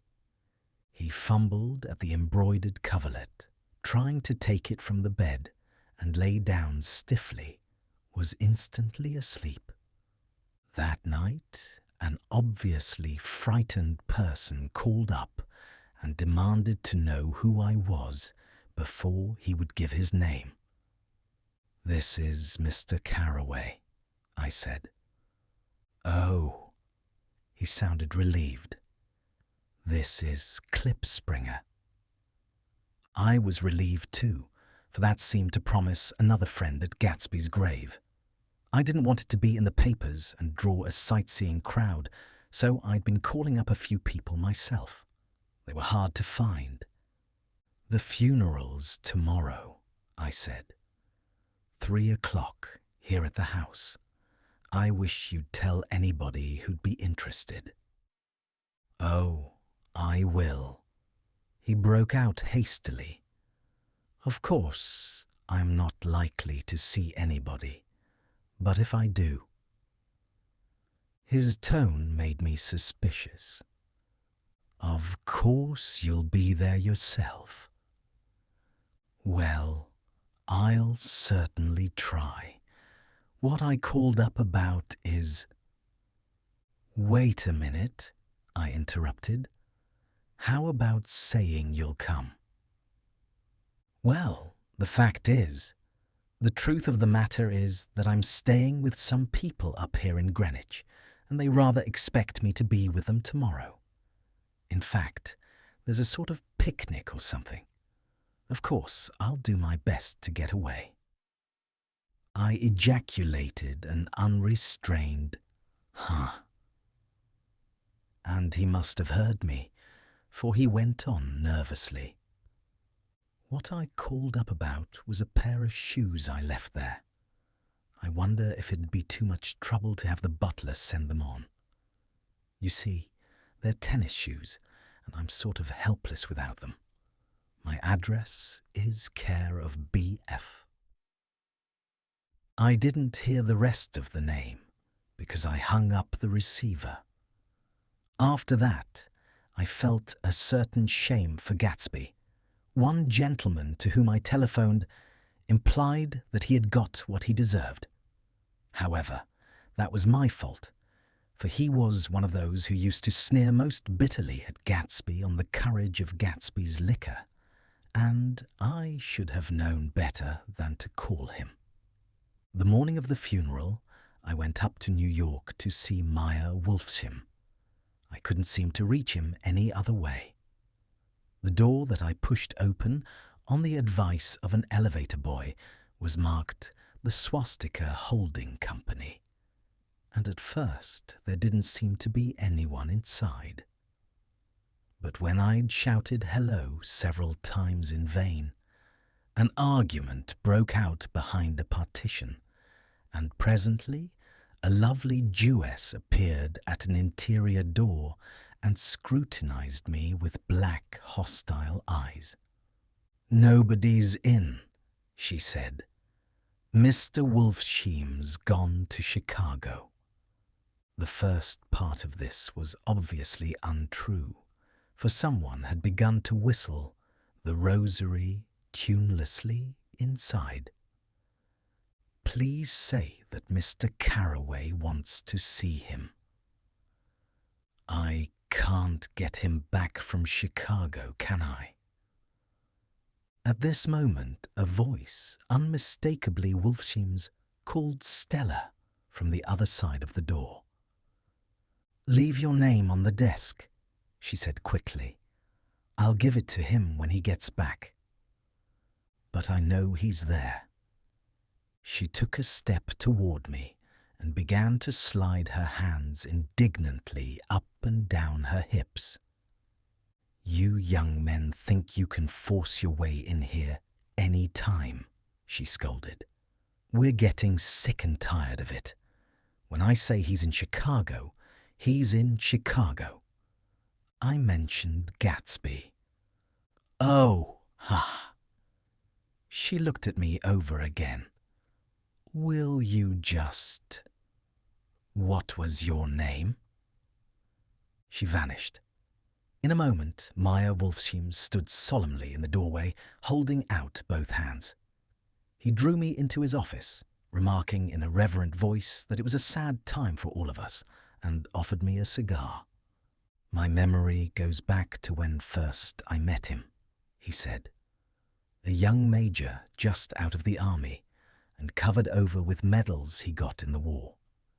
He was so hard up, he had to keep on wearing his uniform because he couldn't buy some regular clothes. First time I saw him was when he came into Weinbrenner's pool room at 43rd Street and asked for a job. He hadn't eaten anything for a couple of days.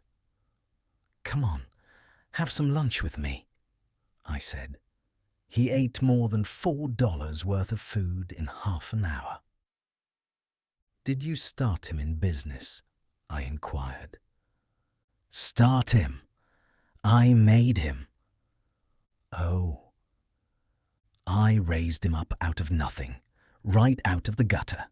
I saw right away he was a fine-appearing, gentlemanly young man, and when he told me he was at Oxford, I knew I could use him good. I got him to join the American Legion, and he used to stand high there. Right off, he did some work for a client of mine up to Albany. We were so thick like that in everything. He held up two bulbous fingers, always together. I wondered if this partnership had included the World Series transaction in 1919. "Now he's dead," I said after a moment. "You were his closest friend, so I know you'll want to come to his funeral this afternoon." "I'd like to come." "Well, come then." The hair in his nostrils quivered slightly, and as he shook his head, his eyes filled with tears. "I can't do it. I can't get mixed up in it," he said. "There's nothing to get mixed up in. It's all over now. When a man gets killed, I never like to get mixed up in it in any way. I keep out. When I was a young man, it was different. If a friend of mine died, no matter how, I stuck with them to the end. You may think that's sentimental, but I mean it, to the bitter end." I saw that for some reason of his own he was determined not to come, so I stood up. "Are you a college man?" he inquired suddenly. For a moment I thought he was going to suggest a connection, but he only nodded and shook my hand. "Let us learn to show our friendship for a man when he is alive, and not after he is dead," he suggested. "After that, my own rule is to let everything alone." When I left his office, the sky had turned dark, and I got back to West Egg in a drizzle. After changing my clothes, I went next door and found Mr. Gatz walking up and down excitedly in the hall. His pride in his son and in his son's possessions was continually increasing, and now he had something to show me. "Jimmy sent me this picture." He took out his wallet with trembling fingers. "Look there." It was a photograph of the house, cracked in the corners and dirty with many hands. He pointed out every detail to me eagerly. "Look there," and then sought admiration from my eyes. He had shown it so often that I think it was more real to him now than the house itself. "Jimmy sent it to me. I think it's a very pretty picture. It shows up well." Very well. Had you seen him lately?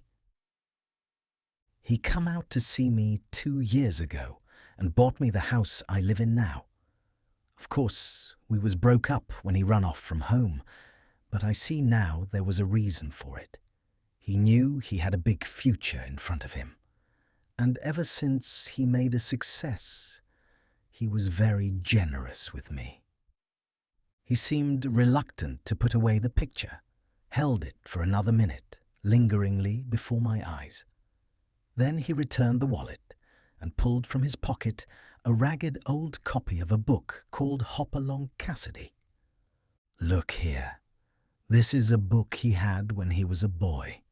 It just shows you.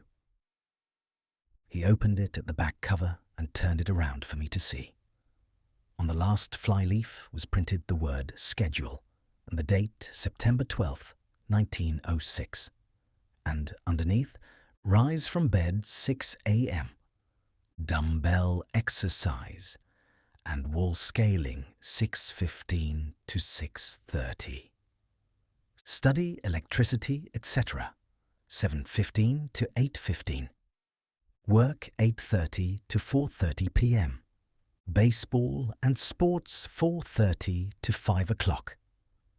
Practice elocution, poise, and how to attain it 5 to 6.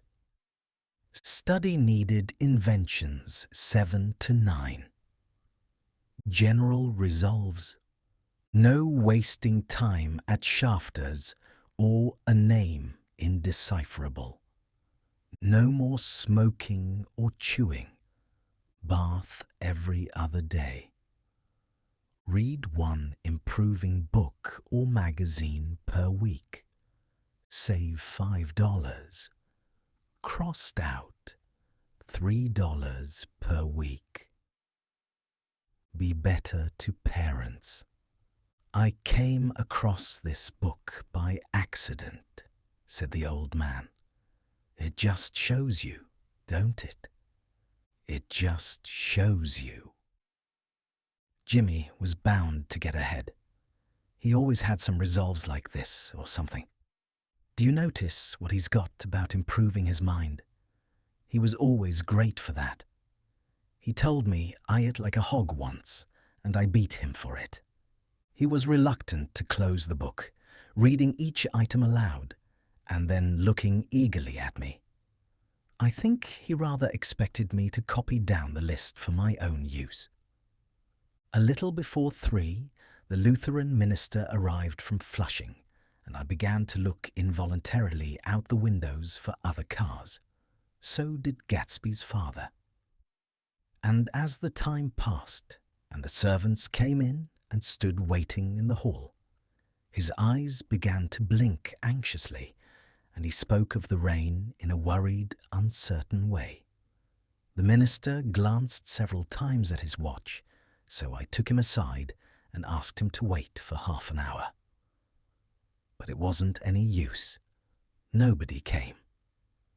About 5 o'clock, our procession of 3 cars reached the cemetery and stopped in a thick drizzle beside the gate.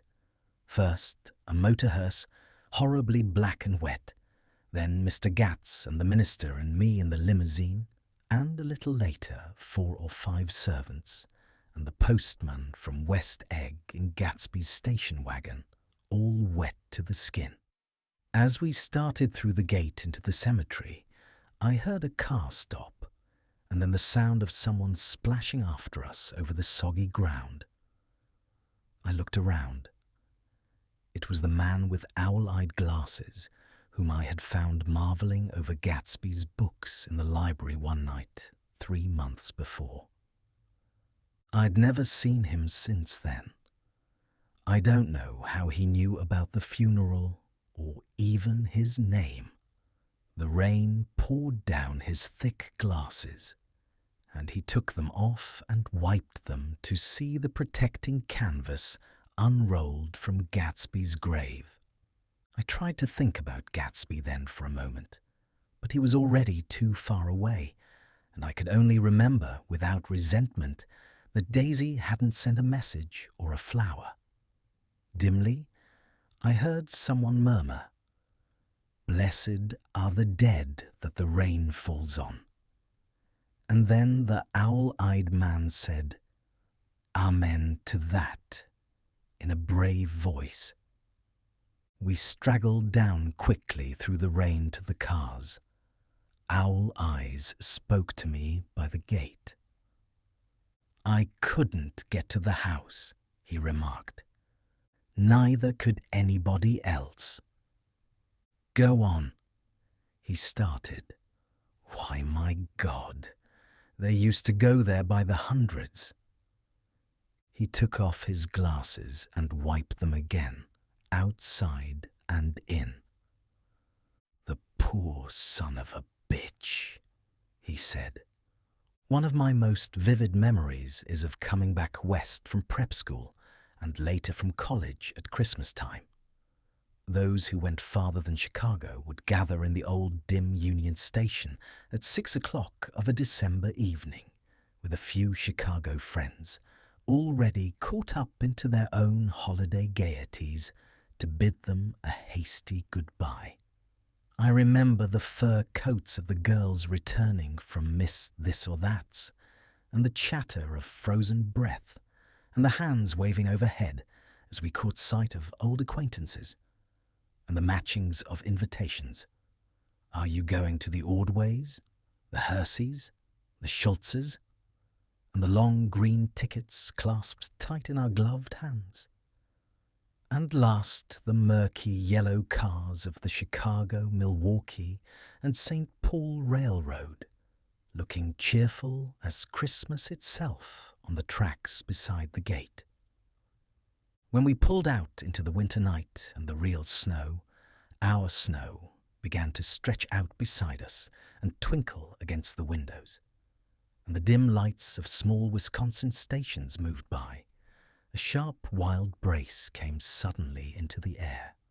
We drew in deep breaths of it as we walked back from dinner through the cold vestibules, unutterably aware of our identity with this country for one strange hour, before we melted indistinguishably into it again. That's my Middle West, not the wheat or the prairies or the lost Swede towns, but the thrilling returning trains of my youth, and the street lamps and sleigh bells and the frosty dark, and the shadows of holly wreaths thrown by lighted windows on the snow. I am part of that, a little solemn with the feel of those long winters, a little complacent from growing up in the Caraway house, in a city where dwellings are still called through decades by a family's name. I see now that this has been a story of the West, after all. Tom and Gatsby, Daisy and Jordan and I were all Westerners, and perhaps we possessed some deficiency in common which made us subtly unadaptable to Eastern life. Even when the East excited me most, even when I was most keenly aware of its superiority to the bored, sprawling, swollen towns beyond the Ohio, with their interminable inquisitions which spared only the children and the very old, even then it had always for me a quality of distortion. West Egg, especially, still figures in my more fantastic dreams.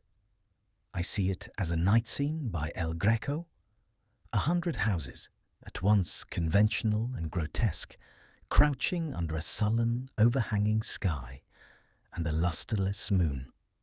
In the foreground, 4 solemn men in dress suits are walking along the sidewalk, with a stretcher on which lies a drunken woman in a white evening dress. Her hand, which dangles over the side, sparkles cold with jewels. Gravely the men turn in at a house, the wrong house. But no one knows the woman's name, and no one cares. After Gatsby's death, the East was haunted for me like that, distorted beyond my eyes' power of correction. So when the blue smoke of brittle leaves was in the air, and the wind blew the wet laundry stiff on the line, I decided to come back home. There was one thing to be done before I left, an awkward, unpleasant thing that perhaps had better have been let alone. But I wanted to leave things in order and not just trust that obliging and indifferent sea to sweep my refuse away. I saw Jordan Baker and talked over and around what had happened to us together and what had happened afterward to me. And she lay perfectly still, listening in a big chair. She was dressed to play golf, and I remember thinking she looked like a good illustration. Her chin raised a little jauntily, her hair the colour of an autumn leaf, her face the same brown tint as the fingerless glove on her knee. When I had finished, she told me without comment that she was engaged to another man. I doubted that, though there were several she could have married at a nod of her head, but I pretended to be surprised. For just a minute, I wondered if I wasn't making a mistake. Then I thought it all over again quickly and got up to say goodbye. "Nevertheless, you did throw me over," said Jordan suddenly. "You threw me over on the telephone. I don't give a damn about you now, but it was a new experience for me, and I felt a little dizzy for a while." We shook hands. "Oh, and do you remember," she added, "a conversation we had once about driving a car?" "Why, not exactly." "You said a bad driver was only safe until she met another bad driver. Well, I met another bad driver, didn't I? I mean, it was careless of me to make such a wrong guess. I thought you were rather an honest, straightforward person. I thought it was your secret pride." "I'm 30, I said. "I'm 5 years too old to lie to myself and call it honor." She didn't answer.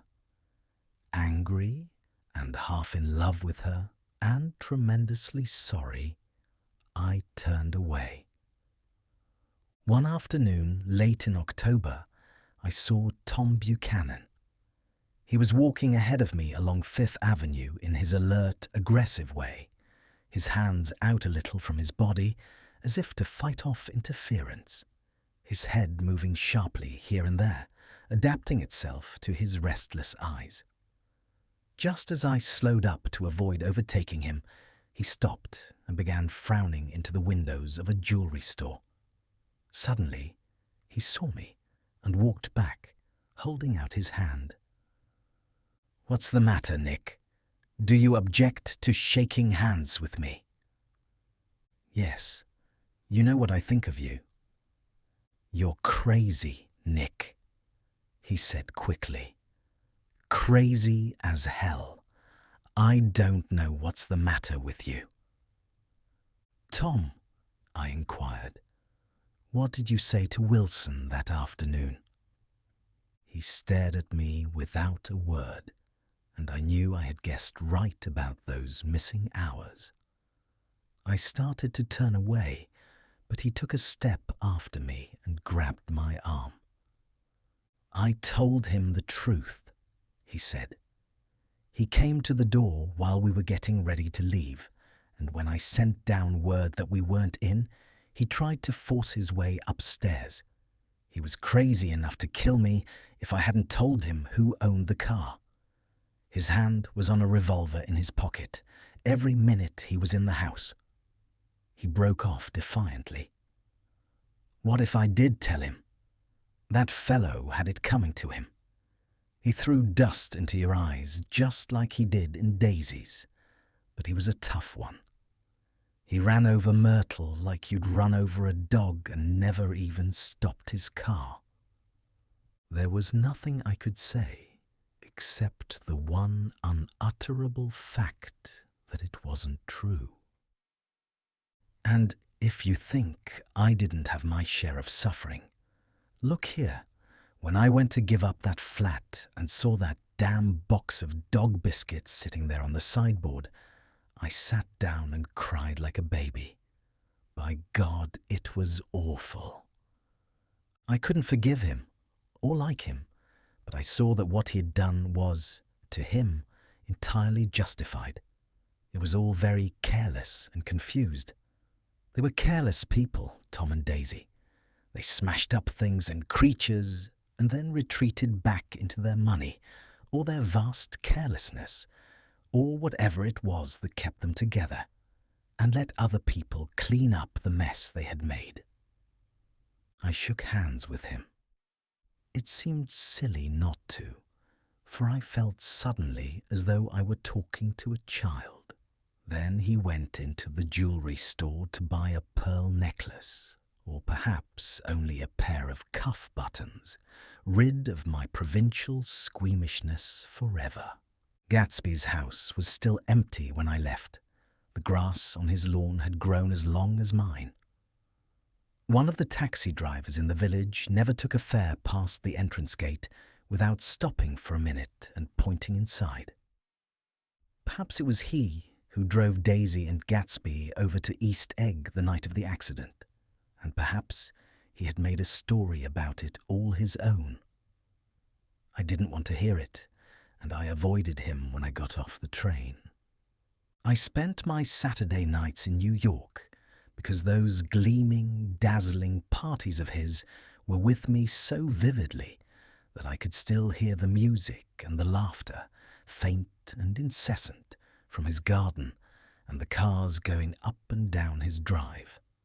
One night, I did hear a material car there and saw its lights stop at his front steps, but I didn't investigate. Probably it was some final guest who had been away at the ends of the earth and didn't know that the party was over. On the last night, with my trunk packed and my car sold to the grocer, I went over and looked at that huge, incoherent failure of a house once more. On the white steps, an obscene word, scrawled by some boy with a piece of brick, stood out clearly in the moonlight, and I erased it, drawing my shoe raspingly along the stone. Then I wandered down to the beach and sprawled out on the sand. Most of the big shore places were closed now, and there were hardly any lights, except the shadowy, moving glow of a ferry boat across the sound. And as the moon rose higher, the inessential houses began to melt away until gradually I became aware of the old island here that flowered once for Dutch sailors' eyes, a fresh, green breast of the new world. Its vanished trees, the trees that had made way for Gatsby's house, had once pandered in whispers to the last and greatest of all human dreams.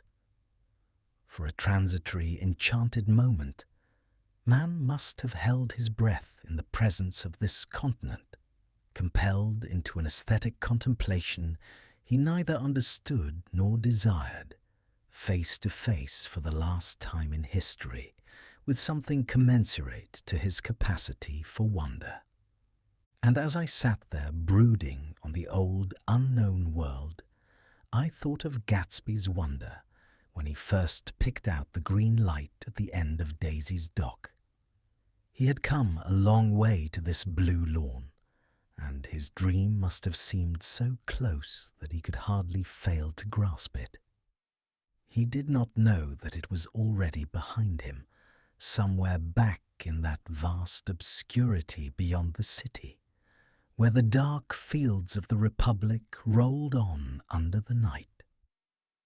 Gatsby believed in the green light, the orgiastic future that, year by year, recedes before us. It eluded us then, but that's no matter. Tomorrow we will run faster, stretch out our arms further, and one fine morning. So we beat on, boats against the current, borne back ceaselessly into the past.